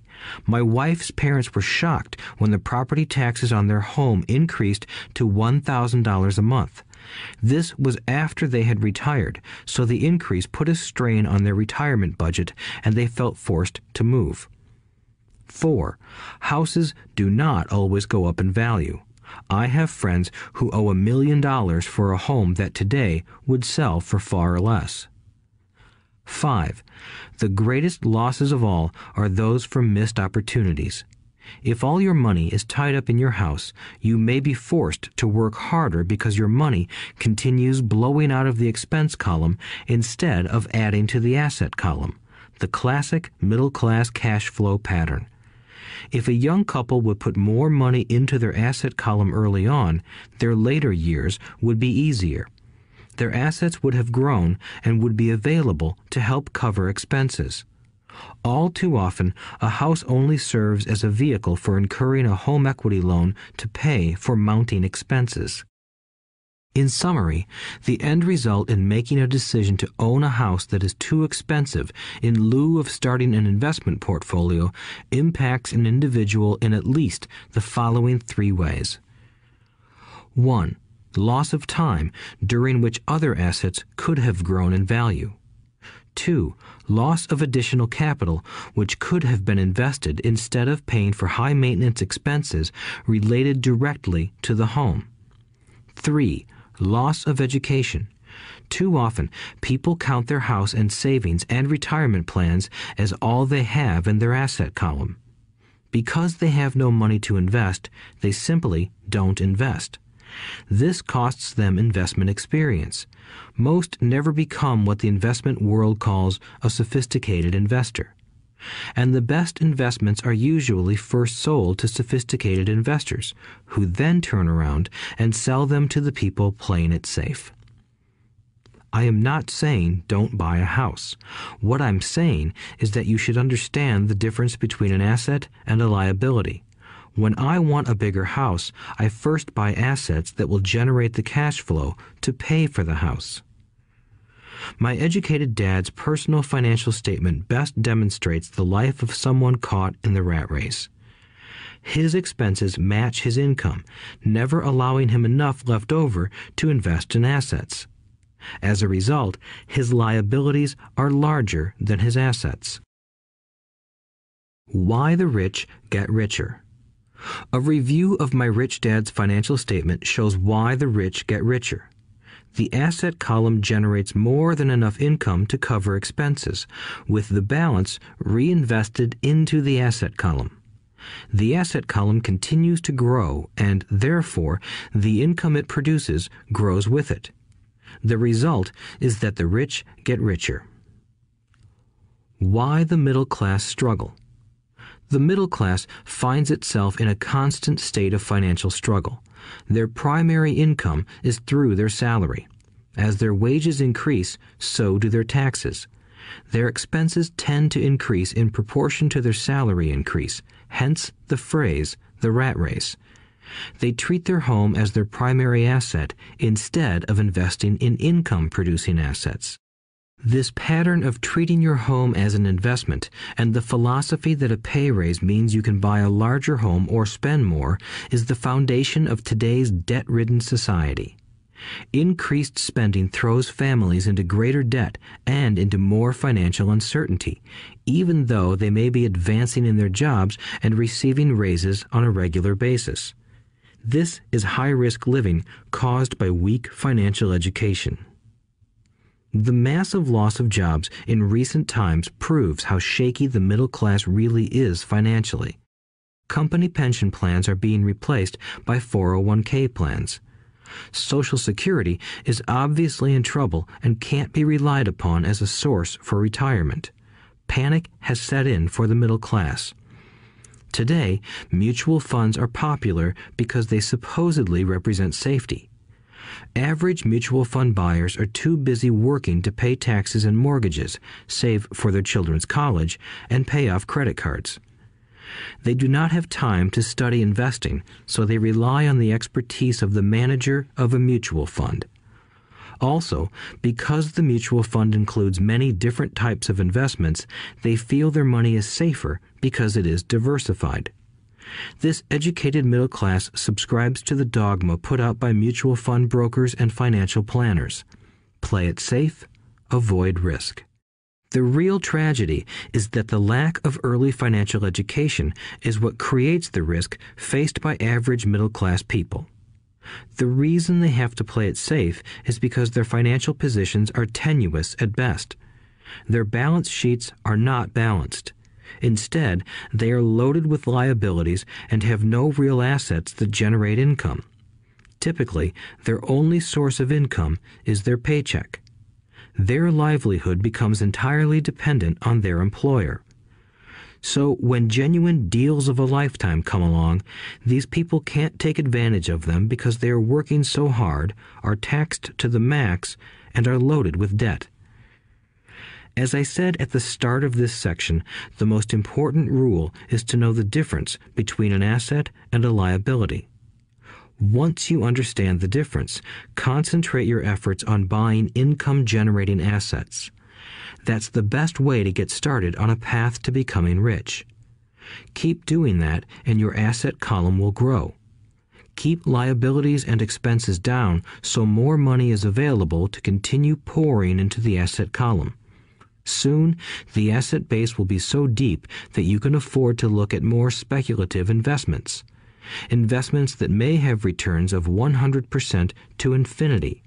$5,000 investments that are soon turned into $1 million or more. Investments that the middle class calls too risky. The investment is not risky for the financially literate. As an employee who is also a homeowner, your working efforts are generally as follows. 1. You work for the company. Employees make their business owner or the shareholders rich, not themselves. Your efforts and success will help provide for the owner's success and retirement. 2. You work for the government. The government takes its share from your paycheck before you even see it. By working harder, you simply increase the amount of taxes taken by the government. Most people work from January to May just for the government. 3. You work for the bank. After taxes, your next largest expense is usually your mortgage and credit card debt. The problem with simply working harder is that each of these 3 levels takes a greater share of your increased efforts. You need to learn how to have your increased efforts benefit you and your family directly. Once you have decided to concentrate on minding your own business, focusing your efforts on acquiring assets instead of a bigger paycheck, how do you set your goals? Most people must keep their job and rely on their wages to fund their acquisition of assets. As their assets grow, how do they measure the extent of their success? When does someone know that they are rich, that they have wealth? As well as having my own definitions for assets and liabilities, I also have my own definition for wealth. Actually, I borrowed it from a man named R. Buckminster Fuller. Some call him a quack, and others call him a genius. Years ago, he got architects buzzing because he applied for a patent for something he called a geodesic dome. But in the application, Fuller also said something about wealth. It was pretty confusing at first, but after reading it, it began to make some sense. Wealth is a person's ability to survive so many number of days forward, or, if I stopped working today, how long could I survive? Unlike net worth, the difference between your assets and liabilities, which is often filled with a person's expensive junk and opinions of what things are worth, this definition creates the possibility for developing a truly accurate measurement. I could now measure and know where I was in terms of my goal to become financially independent. Although net worth often includes non-cash producing assets, like stuff you bought that now sits in your garage, wealth measures how much money your money is making and, therefore, your financial survivability. Wealth is the measure of the cash flow from the asset column compared with the expense column. Let's use an example. Let's say I have cash flow from my asset column of $1,000 a month, and I have monthly expenses of $2,000 a month. What is my wealth? Let's go back to Buckminster Fuller's definition. Using his definition, how many days forward can I survive? Assuming a 30-day month, I have enough cash flow for half a month. When I achieve $2,000 a month cash flow from my assets, then I will be wealthy. So, while I'm not yet rich, I am wealthy.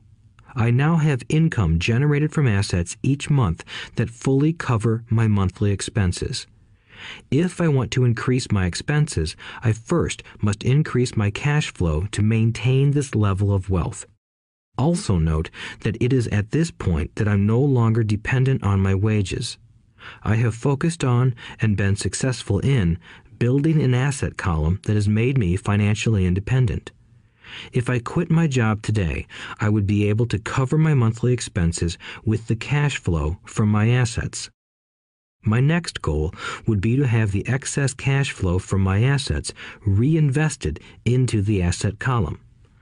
The more money that goes into my asset column, the more my asset column grows. The more my assets grow, the more my cash flow grows. And as long as I keep my expenses less than the cash flow from these assets, I grow richer with more and more income from sources other than my physical labor. As this reinvestment process continues, I am well on my way to becoming rich. Just remember this simple observation. The rich buy assets. The poor only have expenses. The middle class buy liabilities they think are assets. So how do I start minding my own business? What is the answer? Listen to the founder of McDonald's in the next chapter. Chapter 3. Lesson 3. Mind your own business. The rich focus on their asset columns while everyone else focuses on their income statements.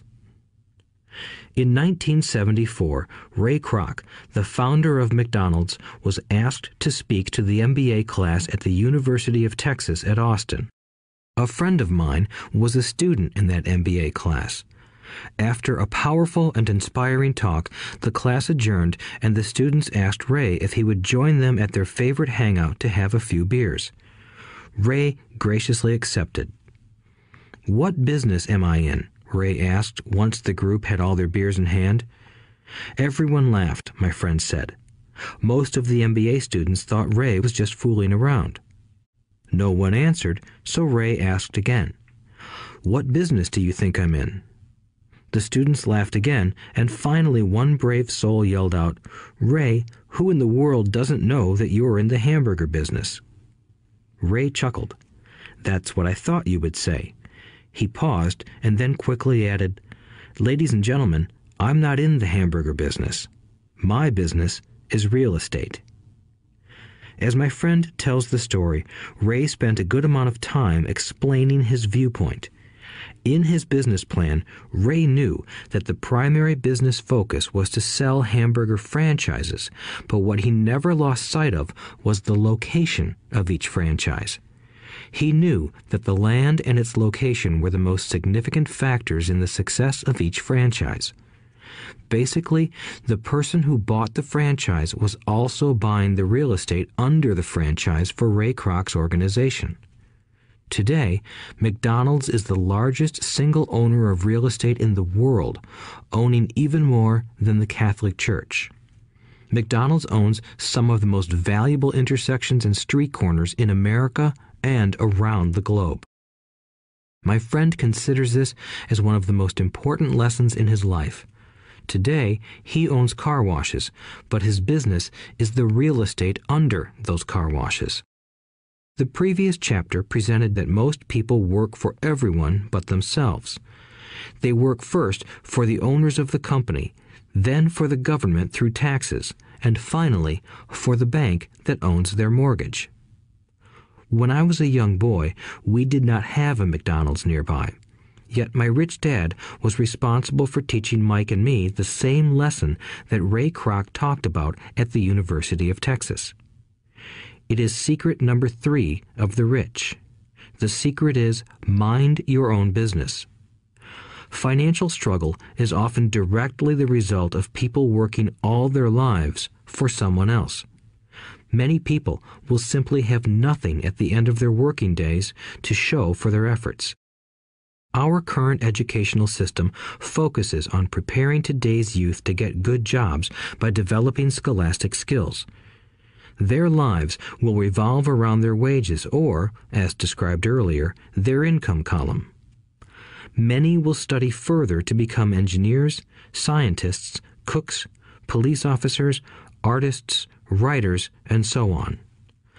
These professional skills allow them to enter the workforce and work for money. But there is a big difference between your profession and your business. Often I ask people, "What is your business?" And they will say, "Oh, I'm a banker." Then I ask them if they own the bank, and they usually respond, "No, I work there." In that instance, they have confused their profession with their business. Their profession may be a banker, but they still need their own business. A problem with school is that you often become what you study. So if you study cooking, you become a chef. If you study the law, you become an attorney. And a study of auto mechanics makes you a mechanic. The mistake in becoming what you study is that too many people forget to mind their own business. They spend their lives minding someone else's business and making that person rich. To become financially secure, a person needs to mind their own business. Your business revolves around your asset column, not your income column. As stated earlier, the number one rule is to know the difference between an asset and a liability and to buy assets. The rich focus on their asset columns, while everyone else focuses on their income statements. That is why we hear so often, "I need a raise. If only I had a promotion. I am going back to school to get more training so I can get a better job. I am going to work overtime. Maybe I can get a second job." In some circles, these are sensible ideas, but you are still not minding your own business. These ideas all still focus on the income column and will only help a person become more financially secure if the additional money is used to purchase income-generating assets. The primary reason the majority of the poor and middle class are fiscally conservative, which means I can't afford to take risks, is that they have no financial foundation. They have to cling to their jobs and play it safe.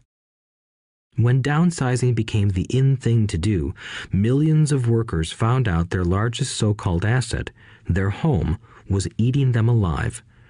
Their asset was costing them money every month. Their car, another asset, was eating them alive. The golf clubs in the garage that cost $1,000 were not worth $1,000 anymore. Without job security, they had nothing to fall back on. What they thought were assets could not help them survive in a time of financial crisis. I assume most of us have filled out a credit application to buy a house or a car.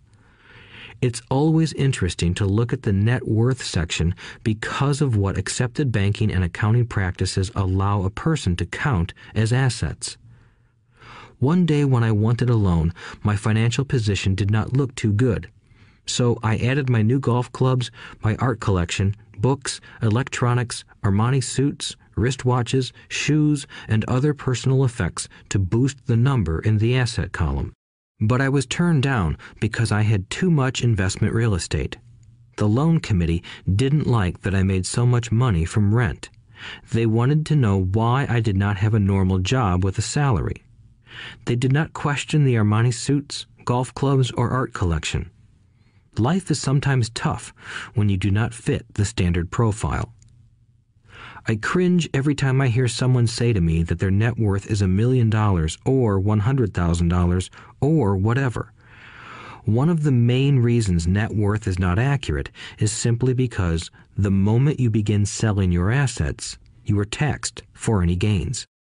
So many people have put themselves in deep financial trouble when they run short of income. To raise cash, they sell their assets, but their personal assets can generally be sold for only a fraction of the value that is listed on their personal balance sheet. Or, if there is a gain on the sale of the assets, they are taxed on the gain. So again, the government takes its share, thus reducing the amount available to help them out of debt. That is why I say someone's net worth is often worth less than they think. Start minding your own business.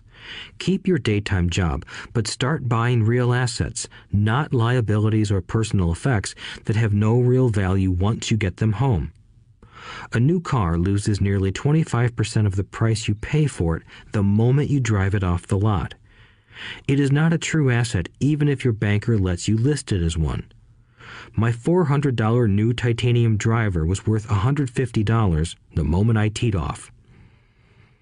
Keep expenses low, reduce liabilities, and diligently build a base of solid assets. For young people who have not yet left home, it is important for parents to teach them the difference between an asset and a liability. Get them to start building a solid asset column before they leave home, get married, buy a house, have kids, and get stuck in a risky financial position, clinging to a job and buying everything on credit. I see so many young couples who get married and trap themselves into a lifestyle that will not let them get out of debt for most of their working years. For many people, just as the last child leaves home, the parents realize they have not adequately prepared for retirement and they begin to scramble to put some money away. Then their own parents become ill and they find themselves with new responsibilities. So, what kind of assets am I suggesting that you or your children acquire? In my world, real assets fall into the following categories. Businesses that do not require my presence. I own them, but they are managed or run by other people. If I have to work there, it's not a business. It becomes my job. Stocks, bonds, income-generating real estate, notes, IOUs, royalties from intellectual property such as music, scripts, and patents.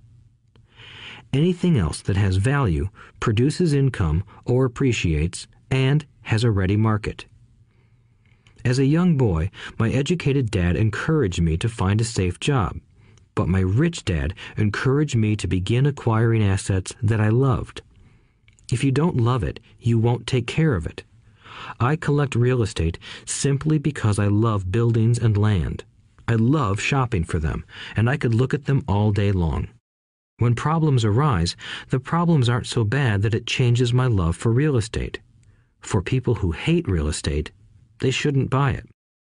I also love stocks of small companies, especially startups, because I am an entrepreneur, not a corporate person. In my early years, I worked in large organizations such as Standard Oil of California, the U.S. Marine Corps, and Xerox Corporation.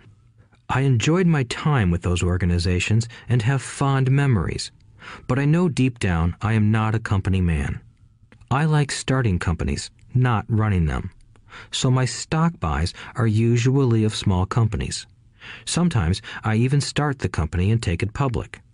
Fortunes are made in new stock issues, and I love the game. Many people are afraid of small cap companies and call them risky, and they are. But that risk is diminished if you love what the investment is, understand it, and know the game. With small companies, my investment strategy is to be out of the stock in a year. On the other hand, my real estate strategy is to start small and keep trading up for bigger properties, and, therefore, delay paying taxes on the gain. This allows the value to increase dramatically. I generally hold real estate less than 7 years. For years, even while I was with the Marine Corps and Xerox, I did what my rich dad recommended. I kept my day job, but I still minded my own business. I was active in my asset column trading real estate and small stocks. Rich Dad always stressed the importance of financial literacy. The better I was at understanding the accounting and cash management, the better I would be at analyzing investments and eventually starting and building my own company. I don't encourage anyone to start a company unless they really want to. Knowing what I know about running a company, I wouldn't wish that task on anyone. There are times when people can't find employment and starting a company seems like the best solution.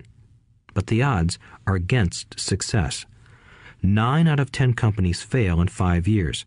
Of those that survive the first 5 years, 9 out of every 10 of those eventually fail as well. So only if you really have the desire to own your own company do I recommend it. Otherwise, keep your day job and mind your own business. When I say mind your own business, I mean to build and keep your asset column strong. Once a dollar goes into it, never let it come out. Think of it this way. Once a dollar goes into your asset column, it becomes your employee. The best thing about money is that it works 24 hours a day and can work for generations. Keep your day job, be a great hard-working employee, but keep building that asset column. As your cash flow grows, you can indulge in some luxuries. An important distinction is that rich people buy luxuries last, while the poor and middle class tend to buy luxuries first. The poor and the middle class often buy luxury items like big houses, diamonds, furs, jewelry, or boats because they want to look rich. They look rich, but in reality they just get deeper in debt on credit. The old money people, the long-term rich, build their asset column first. Then the income generated from the asset column buys their luxuries. The poor and middle class buy luxuries with their own sweat, blood, and children's inheritance. A true luxury is a reward for investing in and developing a real asset. For example, when my wife Kim and I had extra money coming from our apartment houses, she went out and bought her Mercedes. It didn't take any extra work or risk on her part because the apartment house bought the car. She did, however, have to wait 4 years while the real estate investment portfolio grew and began generating enough extra cash flow to pay for the car. But the luxury, the Mercedes, was a true reward because she proved she knew how to grow her asset column. That car now means a lot more to her than simply another pretty car. It means she used her financial intelligence to afford it. Instead, most people impulsively go out and buy a new car or some other luxury on credit. They may feel bored and just want a new toy. Buying a luxury on credit often causes a person to eventually resent that luxury because the debt becomes a financial burden. After you've taken the time and invested in and built your own business, you are now ready to learn the biggest secret of the rich, the secret that puts the rich way ahead of the pack. Chapter 4. Lesson 4. The History of Taxes and the Power of Corporations. My rich dad just played the game smart, and he did it through corporations, the biggest secret of the rich. I remember in school being told the story of Robin Hood and his merry men. My teacher thought it was a wonderful story of a romantic hero who robbed from the rich and gave to the poor. My rich dad did not see Robin Hood as a hero. He called Robin Hood a crook. Robin Hood may be long gone, but his followers live on. I often still hear people say, "Why don't the rich pay for it?" Or, "The rich should pay more in taxes and give it to the poor." It is this Robin Hood fantasy, or taking from the rich to give to the poor, that has caused the most pain for the poor and the middle class. The reason the middle class is so heavily taxed is because of the Robin Hood ideal. The reality is that the rich are not taxed. It's the middle class who pays for the poor, especially the educated, upper-income middle class. Again, to understand fully how things happen, we need to look at the history of taxes. Although my highly educated dad was an expert on the history of education, my rich dad fashioned himself an expert on the history of taxes. Rich Dad explained to Mike and me that originally in England and America, there were no taxes. Occasionally, there were temporary taxes levied in order to pay for wars. The king or the president would put the word out and ask everyone to chip in. Taxes were levied in Britain for the fight against Napoleon from 1799 to 1816, and in America to pay for the Civil War from 1861 to 1865. In 1874, England made income tax a permanent levy on its citizens. In 1913, an income tax became permanent in the United States with the adoption of the 16th Amendment to the U.S. Constitution. At one time, Americans were anti-tax. It had been the tax on tea that led to the famous Tea Party in Boston Harbor, an incident that helped ignite the Revolutionary War. It took approximately 50 years in both England and the United States to sell the idea of a regular income tax. What these historical dates fail to reveal is that both of these taxes were initially levied against only the rich. It was this point that Rich Dad wanted Mike and me to understand. He explained that the idea of taxes was made popular and accepted by the majority by telling the poor and the middle class that taxes were created only to punish the rich. This is how the masses voted for the law, and it became constitutionally legal. Although it was intended to punish the rich, in reality it wound up punishing the very people who voted for it, the poor and middle class. Once government got a taste of money, its appetite grew, said Rich Dad. Your dad and I are exactly opposite. He's a government bureaucrat, and I am a capitalist. We get paid, and our success is measured on opposite behaviors. He gets paid to spend money and hire people. The more he spends and the more people he hires, the larger his organization becomes. In the government, a large organization is a respected organization.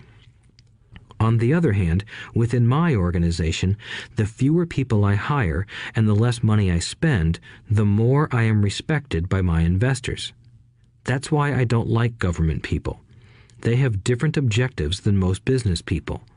As the government grows, more and more tax dollars are needed to support it. My educated dad sincerely believed that government should help people. He loved John F. Kennedy and especially the idea of the Peace Corps.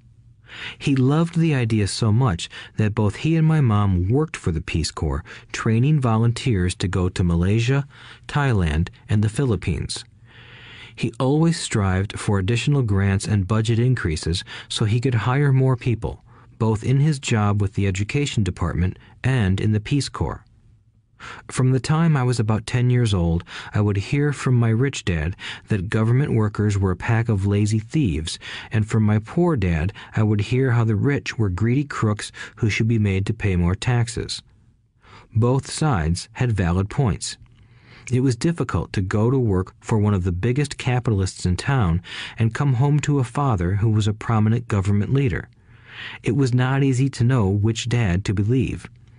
Yet, when you study the history of taxes, an interesting perspective emerges. As I said, the passage of taxes was only possible because the masses believed in the Robin Hood theory of economics. Take from the rich and give to everyone else.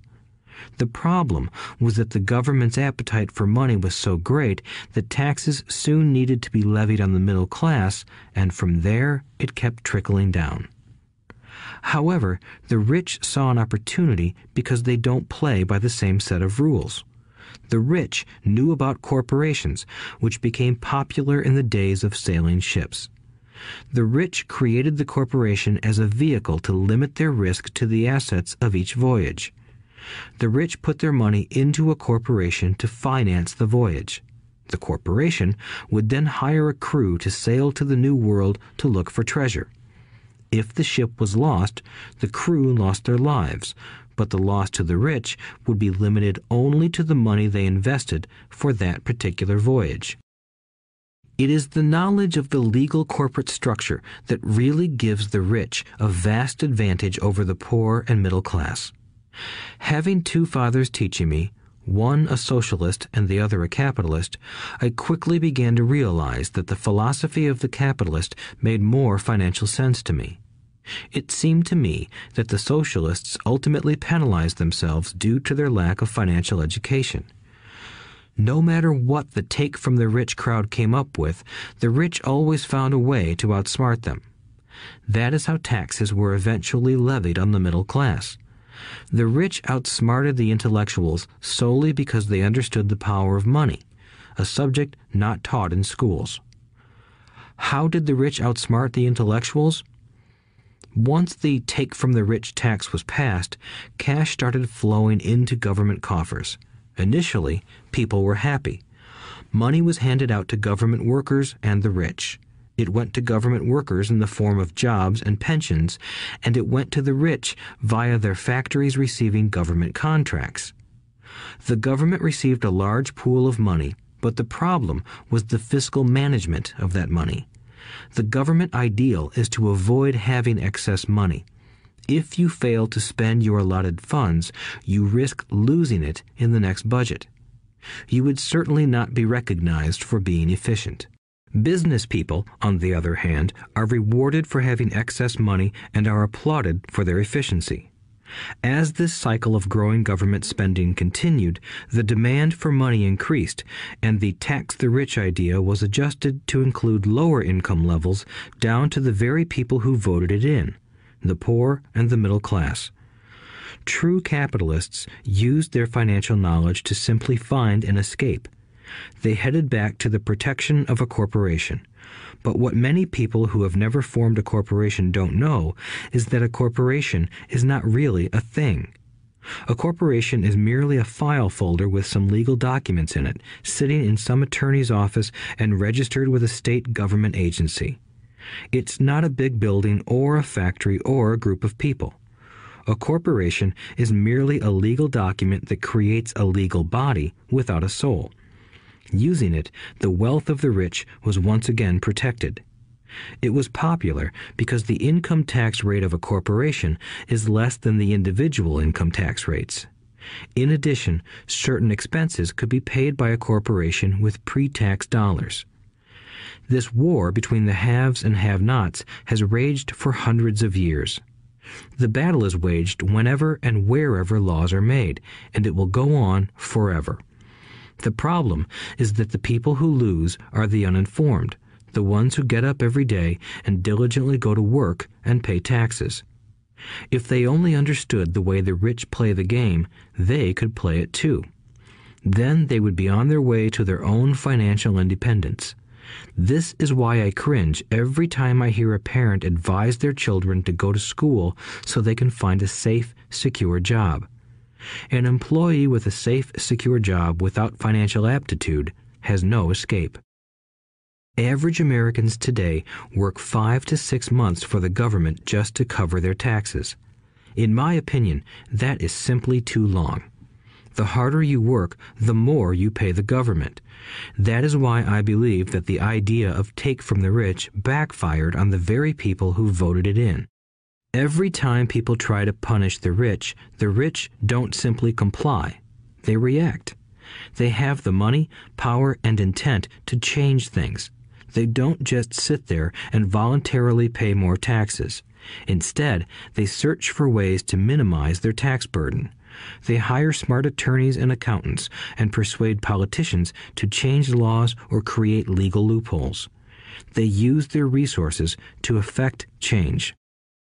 The tax code of the United States also allows other ways to reduce taxes. Most of these vehicles are available to anyone, but it is the rich who find them because they are minding their own business. For example, 1031 is jargon for Section 1031 of the Internal Revenue Code, which allows a seller to delay paying taxes on a piece of real estate that is sold for a capital gain through an exchange for a more expensive piece of real estate. Real estate is one investment vehicle that has a great tax advantage. As long as you keep trading up in value, you will not be taxed on the gains until you liquidate. People who don't take advantage of these legal tax savings are missing a great opportunity to build their asset columns. The poor and middle class don't have the same resources. They sit there and let the government's needles enter their arm and allow the blood donation to begin. Today, I am constantly shocked at the number of people who pay more taxes or take fewer deductions simply because they are afraid of the government. I have friends who have had their businesses shut down and destroyed, only to find out it was a mistake on the part of the government. I realize all that, but the price of working from January to May is a high price to pay for that intimidation. My poor dad never fought back. My rich dad didn't either. He just played the game smarter, and he did it through corporations, the biggest secret of the rich. You may remember the first lesson I learned from my rich dad.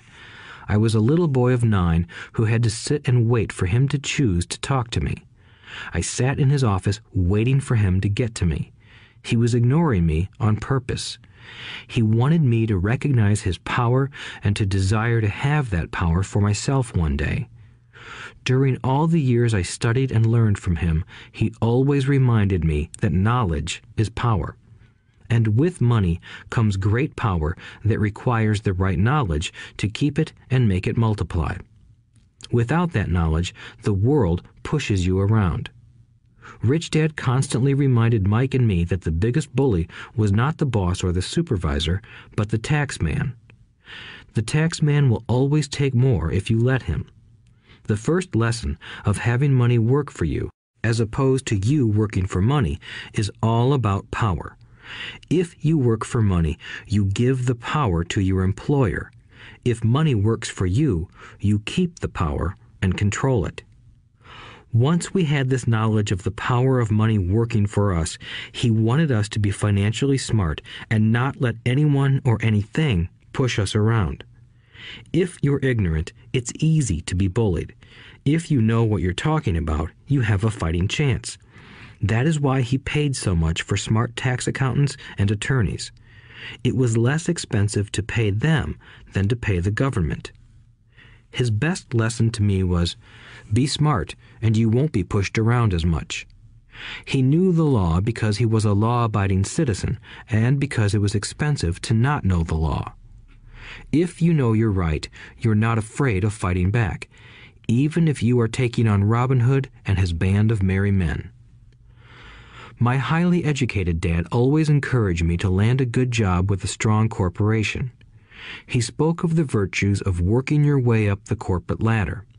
He didn't understand that, by relying solely on a paycheck from a corporate employer, I would be a docile cow ready for milking. When I told my rich dad of my father's advice, he only chuckled. "Why not own the ladder?" was all he said. As a young boy, I did not understand what Rich Dad meant by owning my own corporation. It was an idea that seemed impossible and intimidating. Although I was excited by the idea, my inexperience wouldn't let me envision the possibility that grown-ups would someday work for a company I would own.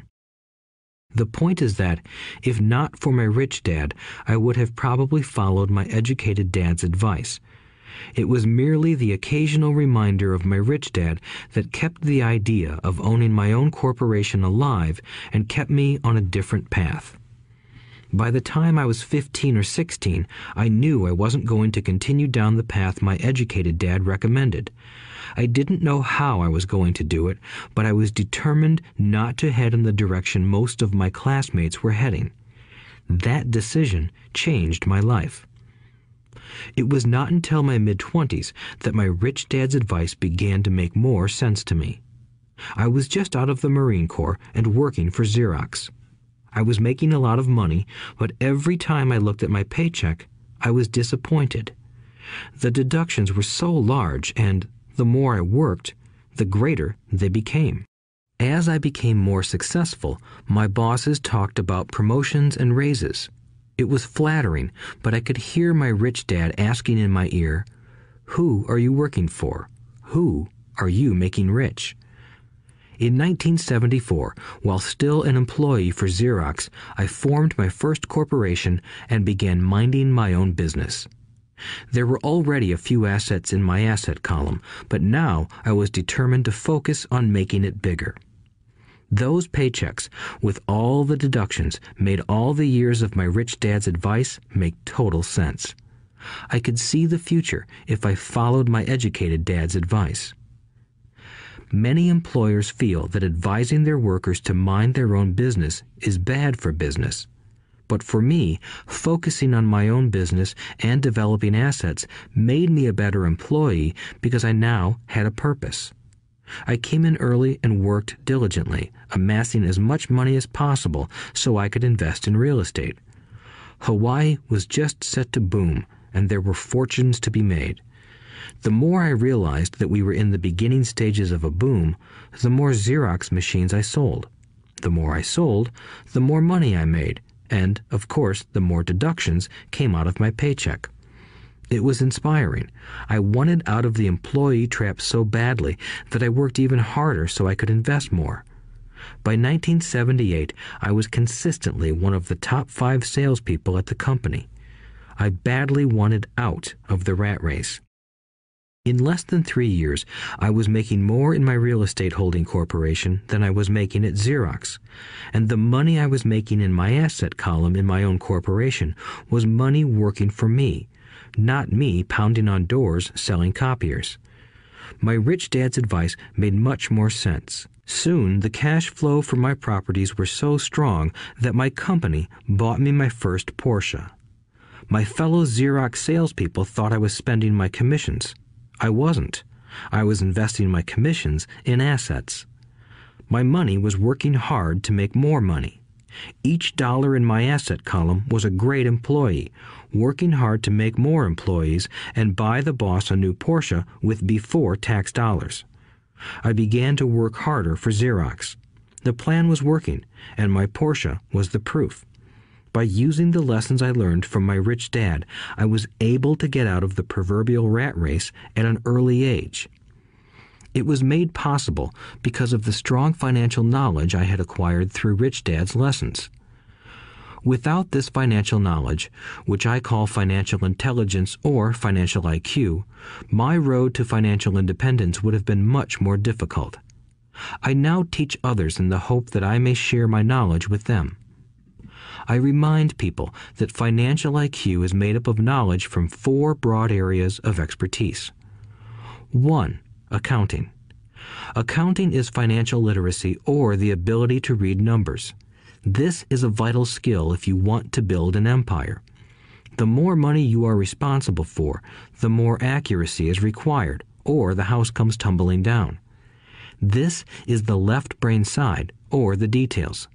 Financial literacy is the ability to read and understand financial statements, which allows you to identify the strengths and weaknesses of any business. 2. Investing. Investing is the science of money making money. This involves strategies and formulas which use the creative right brain side. 3. Understanding markets. Understanding markets is the science of supply and demand. You need to know the technical aspects of the market, which are emotion-driven, in addition to the fundamental or economic aspects of an investment. Does an investment make sense or does it not make sense based on current market conditions? 4. The law. A corporation wrapped around the technical skills of accounting, investing, and markets can contribute to explosive growth. A person who understands the tax advantages and protections provided by a corporation can get rich so much faster than someone who is an employee or a small business sole proprietor. It's like the difference between someone walking and someone flying. The difference is profound when it comes to long-term wealth. Tax advantages. A corporation can do many things that an employee cannot, like pay expenses before paying taxes. That is a whole area of expertise that is very exciting. Employees earn and get taxed and then try to live on what is left. A corporation earns, spends everything it can, and is taxed on anything that is left. It's one of the biggest legal tax loopholes that the rich use. They're easy to set up and are not expensive if you own investments that are producing good cash flow. For example, by owning your own corporation, your vacations can be board meetings in Hawaii. Car payments, insurance, repairs, and health club memberships are company expenses. Most restaurant meals are partial expenses, and on. But it's done legally with pre-tax dollars. Protection from lawsuits. We live in a litigious society. Everybody wants a piece of your action.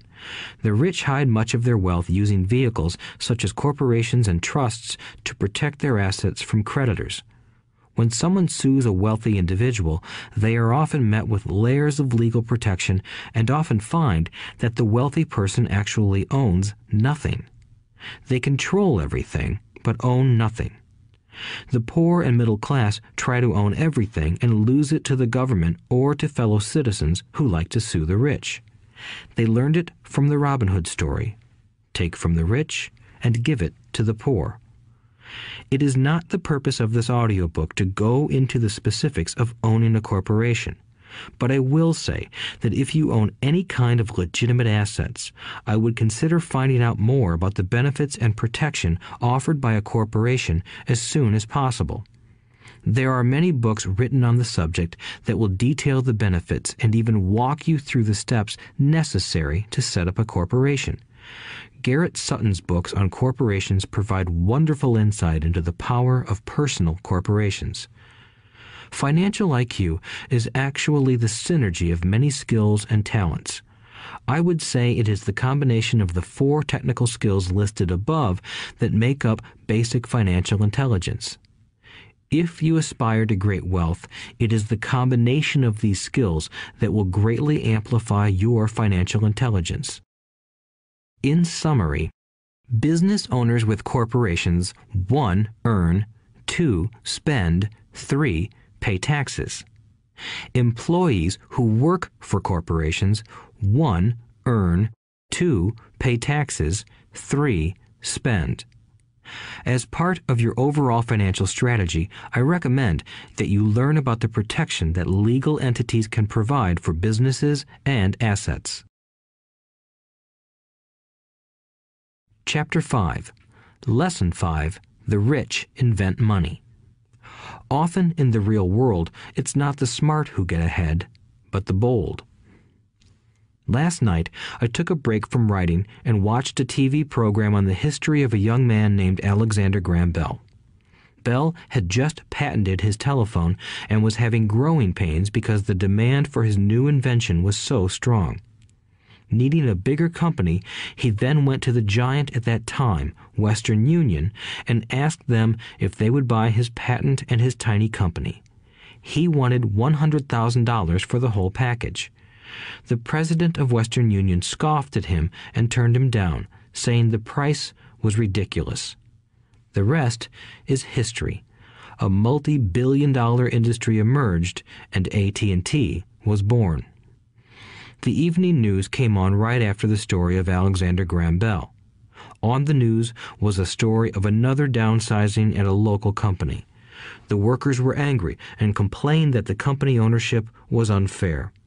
A terminated manager of about 45 years of age had his wife and 2 babies at the plant and was begging the guards to let him talk to the owners to ask if they would reconsider his termination.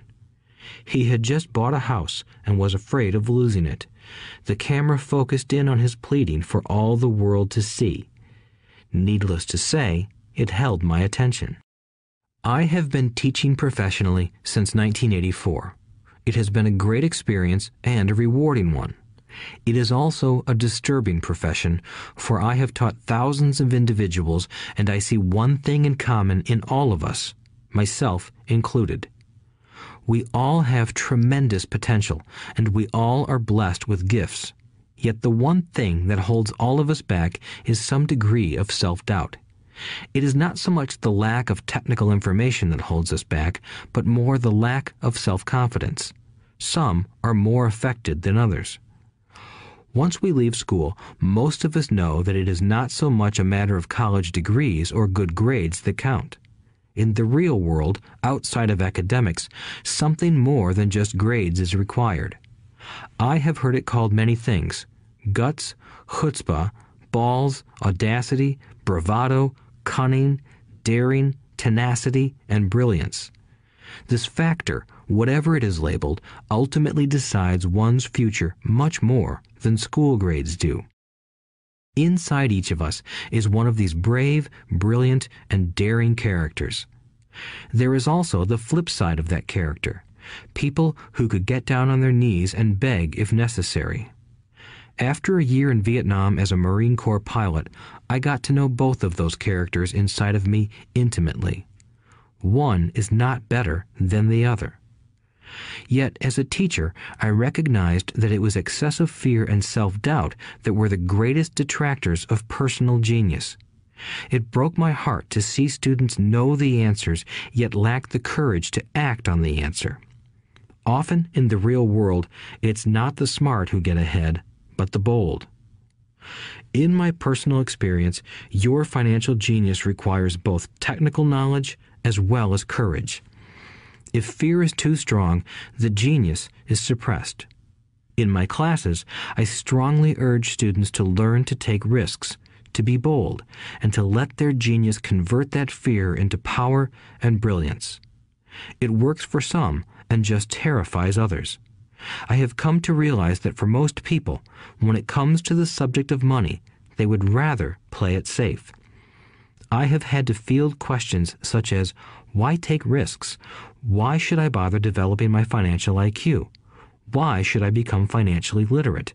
And I answer, just to have more options. There are huge changes up ahead. In the coming years, there will be more people just like the young inventor Alexander Graham Bell. There will be 100 people like Bill Gates and hugely successful companies like Microsoft created every year all over the world. And there will also be many more bankruptcies, layoffs, and downsizings.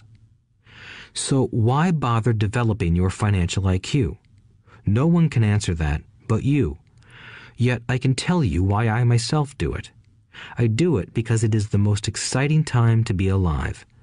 I'd rather be welcoming change than dreading change. I'd rather be excited about making millions than worrying about not getting a raise. This period we are in now is a most exciting time, unprecedented in our world's history. Generations from now, people will look back at this period of time and remark at what an exciting era it must have been. It was the death of the old and birth of the new. It was full of turmoil, and it was exciting. So why bother developing your financial IQ? Because if you do, you will prosper greatly. And if you don't, this period of time will be a frightening one. It will be a time of watching some people move boldly forward while others cling to worn-out life preservers. Land was wealth 300 years ago, so the person who owned the land owned the wealth. Later, wealth was in factories and production, and America rose to dominance. The industrialist owned the wealth. Today, wealth is in information, and the person who has the most timely information owns the wealth. The problem is that information flies around the world at the speed of light. The new wealth cannot be contained by boundaries and borders as land and factories were. The changes will be faster and more dramatic. There will be a dramatic increase in the number of new multimillionaires. There also will be those who are left behind. I find so many people struggling today, often working harder, simply because they cling to old ideas. They want things to be the way they were, and they resist change. I know people who are losing their jobs or their houses, and they blame technology or the economy or their boss. Sadly, they fail to realize that they might be the problem. Old ideas are their biggest liability. It is a liability simply because they fail to realize that while that idea or way of doing something was an asset yesterday, yesterday is gone. One afternoon, I was teaching how to invest using a board game I had invented, Cash Flow, as a teaching tool. A friend had brought someone along to attend the class. This friend of a friend was recently divorced, had been badly burned in the divorce settlement, and was now searching for some answers. Her friend thought the class might help. The game was designed to help people learn how money works. In playing the game, they learn about the interaction of the income statement with the balance sheet. They learn how cash flows between the two and how the road to wealth is through striving to increase your monthly cash flow from the asset column to the point that it exceeds your monthly expenses. Once you accomplish this, you are able to get out of the rat race and out onto the fast track. As I have said, some people hate the game, some love it, and others miss the point. This woman missed a valuable opportunity to learn something. In the opening round, she drew a doodad card with the boat on it. At first, she was happy. "Oh, I've got a boat." Then, as her friend tried to explain how the numbers worked on her income statement and balance sheet, she got frustrated because she had never liked math. The rest of her table waited while her friend continued explaining the relationship between the income statement, balance sheet, and monthly cash flow. Suddenly, when she realized how the numbers worked, it dawned on her that her boat was eating her alive. Later on in the game, she was also downsized and had a child. It was a horrible game for her. After the class, her friend came by and told me that she was upset. She had come to the class to learn about investing and did not like the idea that it took so long to play a silly game. Her friend attempted to tell her to look within herself to see if the game reflected her in any way. With that suggestion, the woman demanded her money back. She said that the very idea that a game could be a reflection of her was ridiculous. Her money was promptly refunded, and she left. Since 1984, I have made millions simply by doing what the school system does not do. In school, most teachers lecture. I hated lectures as a student. I was soon bored, and my mind would drift. In 1984, I began teaching via games and simulations, and I still rely on these tools today. I always encourage adult students to look at games as reflecting back to them what they know and what they need to learn. Most importantly, games reflect behavior. They are instant feedback systems. Instead of the teacher lecturing you, the game is giving you a personalized lecture, one that is custom-made just for you. The friend of the woman who left later called to give me an update. She said her friend was fine and had calmed down. In her cooling-off period, she could see some slight relationship between the game and her life. Although she and her husband did not own a boat, they did own everything else imaginable. She was angry after their divorce, both because he had run off with a younger woman and because, after 20 years of marriage, they had accumulated little in the way of assets. There was virtually nothing for them to split. Their 20 years of married life had been incredible fun, but all they had accumulated was a ton of doodads. She realized that her anger at doing the numbers, the income statement and balance sheet, came from her embarrassment about not understanding them. She believed that finances were the man's job. She maintained the house and did the entertaining, and he handled the finances. She was now quite certain that in the last 5 years of their marriage, he had hidden money from her. She was angry at herself for not being more aware of where the money was going, as well as for not knowing about the other woman. Just like a board game, the world is always providing us with instant feedback. We could learn a lot if we tuned in more. One day, not long ago, I complained to my wife that the cleaners must have shrunk my pants. My wife gently smiled and poked me in the stomach to inform me that the pants had not shrunk. Something else had expanded. Me. The cash flow game was designed to give every player personal feedback. Its purpose is to give you options. If you draw the boat card and it puts you into debt, the question is, now what can you do? How many different financial options can you come up with? That is the purpose of the game, to teach players to think and create new and various financial options. Thousands of people throughout the world have played this game. The players who get out of the rat race the quickest are the people who understand numbers and have creative financial minds. They recognize different financial options. Rich people are often creative and take calculated risks. People who take the longest are people who are not familiar with numbers and often do not understand the power of investing. Some people playing cash flow gain lots of money in the game, but they don't know what to do with it. Even though they have money, everyone else seems to be getting ahead of them. And that is true in real life. There are a lot of people who have a lot of money and do not get ahead financially. Limiting your options is the same as hanging on to old ideas. I have a friend from high school who now works at 3 jobs. Years ago, he was the richest of all my classmates. When the local sugar plantation closed, the company he worked for went down with the plantation. In his mind, he had but one option, and that was the old option: work hard.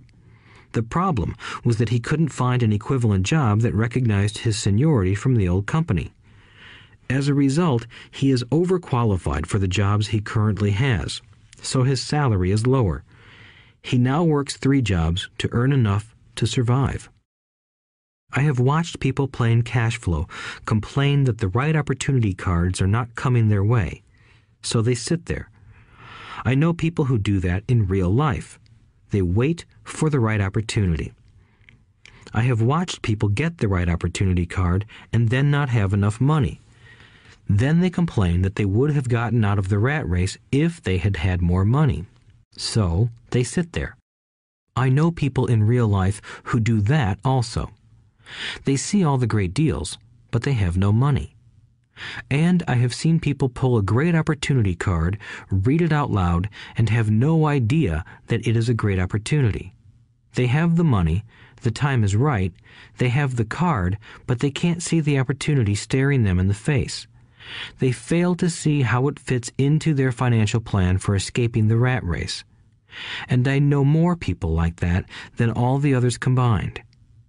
Most people have an opportunity of a lifetime flash right in front of them, and they fail to see it. A year later, they find out about it, after everyone else got rich. Financial intelligence is simply having more options. If the opportunities aren't coming your way, what else can you do to improve your financial position? If an opportunity lands in your lap and you have no money and the bank won't talk to you, what else can you do to get the opportunity to work in your favor? If your hunch is wrong and what you've been counting on doesn't happen, how can you turn a lemon into millions? That is financial intelligence. It is not so much what happens, but how many different financial solutions you can think of to turn a lemon into millions. It is how creative you are in solving financial problems. Most people only know one solution: work hard, save, and borrow. So why would you want to increase your financial intelligence? Because you want to be the kind of person who creates your own luck. You take whatever happens and make it better. Few people realize that luck is created, just as money is. And if you want to be luckier and create money instead of working hard, then your financial intelligence is important. If you are the kind of person who is waiting for the right thing to happen, you might wait for a long time. It's like waiting for all the traffic lights to be green for 5 miles before you'll start your trip. As young boys, Mike and I were constantly told by my rich dad that money is not real. Rich Dad occasionally reminded us of how close we came to the secret of money on that first day we got together and began making money out of plaster of Paris. The poor and middle class work for money, he would say. The rich make money. The more real you think money is, the harder you will work for it. If you can grasp the idea that money is not real, you will grow richer faster. What is it? Was a question Mike and I often came back with. What is money if it is not real? What we agree it is, was all Rich Dad would say. The single most powerful asset we all have is our mind. If it is trained well, it can create enormous wealth seemingly instantaneously. An untrained mind can also create extreme poverty that can crush a family for generations. In the information age, money is increasing exponentially. A few individuals are getting ridiculously rich from nothing, just ideas and agreements. If you ask many people who trade stocks or other investments for a living, they see it done all the time. Often, millions can be made instantaneously from nothing. And by nothing, I mean no money was exchanged. It is done via agreement, a hand signal in a trading pit, a blip on a trader's screen in Lisbon from a trader's screen in Toronto and back to Lisbon, a call to my broker to buy and a moment later to sell. Money did not change hands. Agreements did. So why develop your financial genius? Only you can answer that. I can tell you why I have been developing this area of my intelligence. I do it because I want to make money fast. Not because I need to, but because I want to. It is a fascinating learning process. I develop my financial IQ because I want to participate in the fastest game and biggest game in the world. And, in my own small way, I would like to be part of this unprecedented evolution of humanity, the era where humans work purely with their minds and not with their bodies. Besides, it is where the action is. It is what is happening. It's hip, it's scary, and it's fun. That is why I invest in my financial intelligence, developing the most powerful asset I have. I want to be with people moving boldly forward. I do not want to be with those left behind. I will give you a simple example of creating money. In the early 1990s, the economy of Phoenix, Arizona was horrible. I was watching a TV show when a financial planner came on and began forecasting doom and gloom. His advice was to save money. Put $100 away every month, he said. In 40 years, you will be a multimillionaire. Well, putting money away every month is a sound idea. It is one option, the option most people subscribe to. The problem is this. It blinds the person to what is really going on. It causes them to miss major opportunities for much more significant growth of their money. The world is passing them by.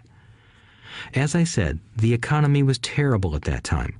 For investors, this is the perfect market condition. A chunk of my money was in the stock market and in apartment houses. I was short of cash. Because people were giving properties away, I was buying. I was not saving money. I was investing. Kim and I had more than $1 million in cash working in a market that was rising fast. It was the best opportunity to invest. The economy was terrible. I just could not pass up these small deals.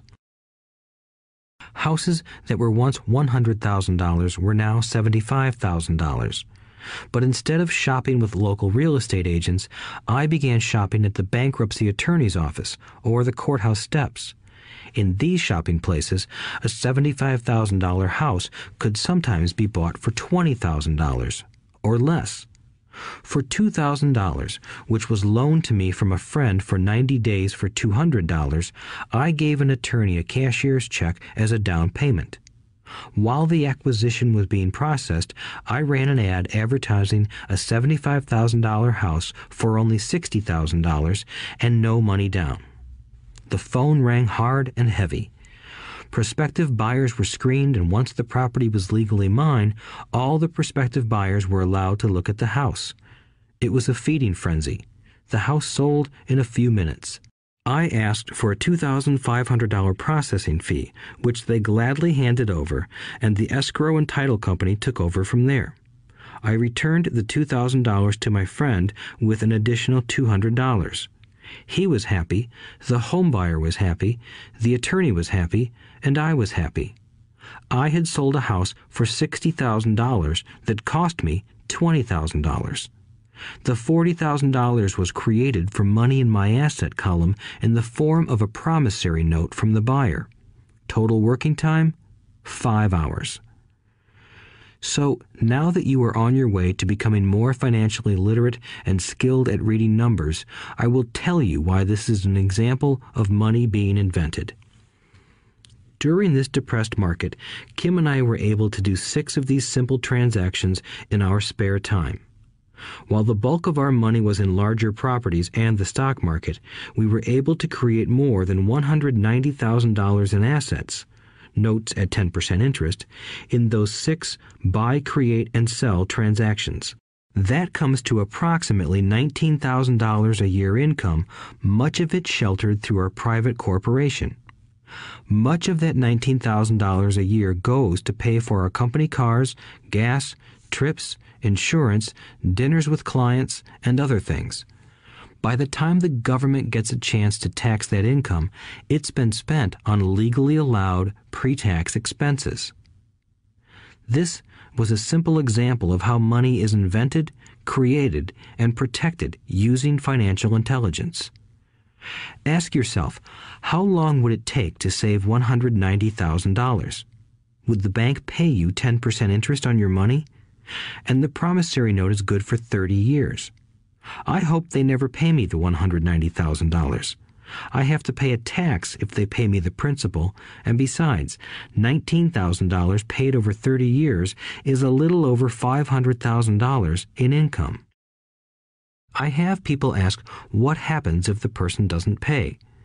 That does happen, and it's good news.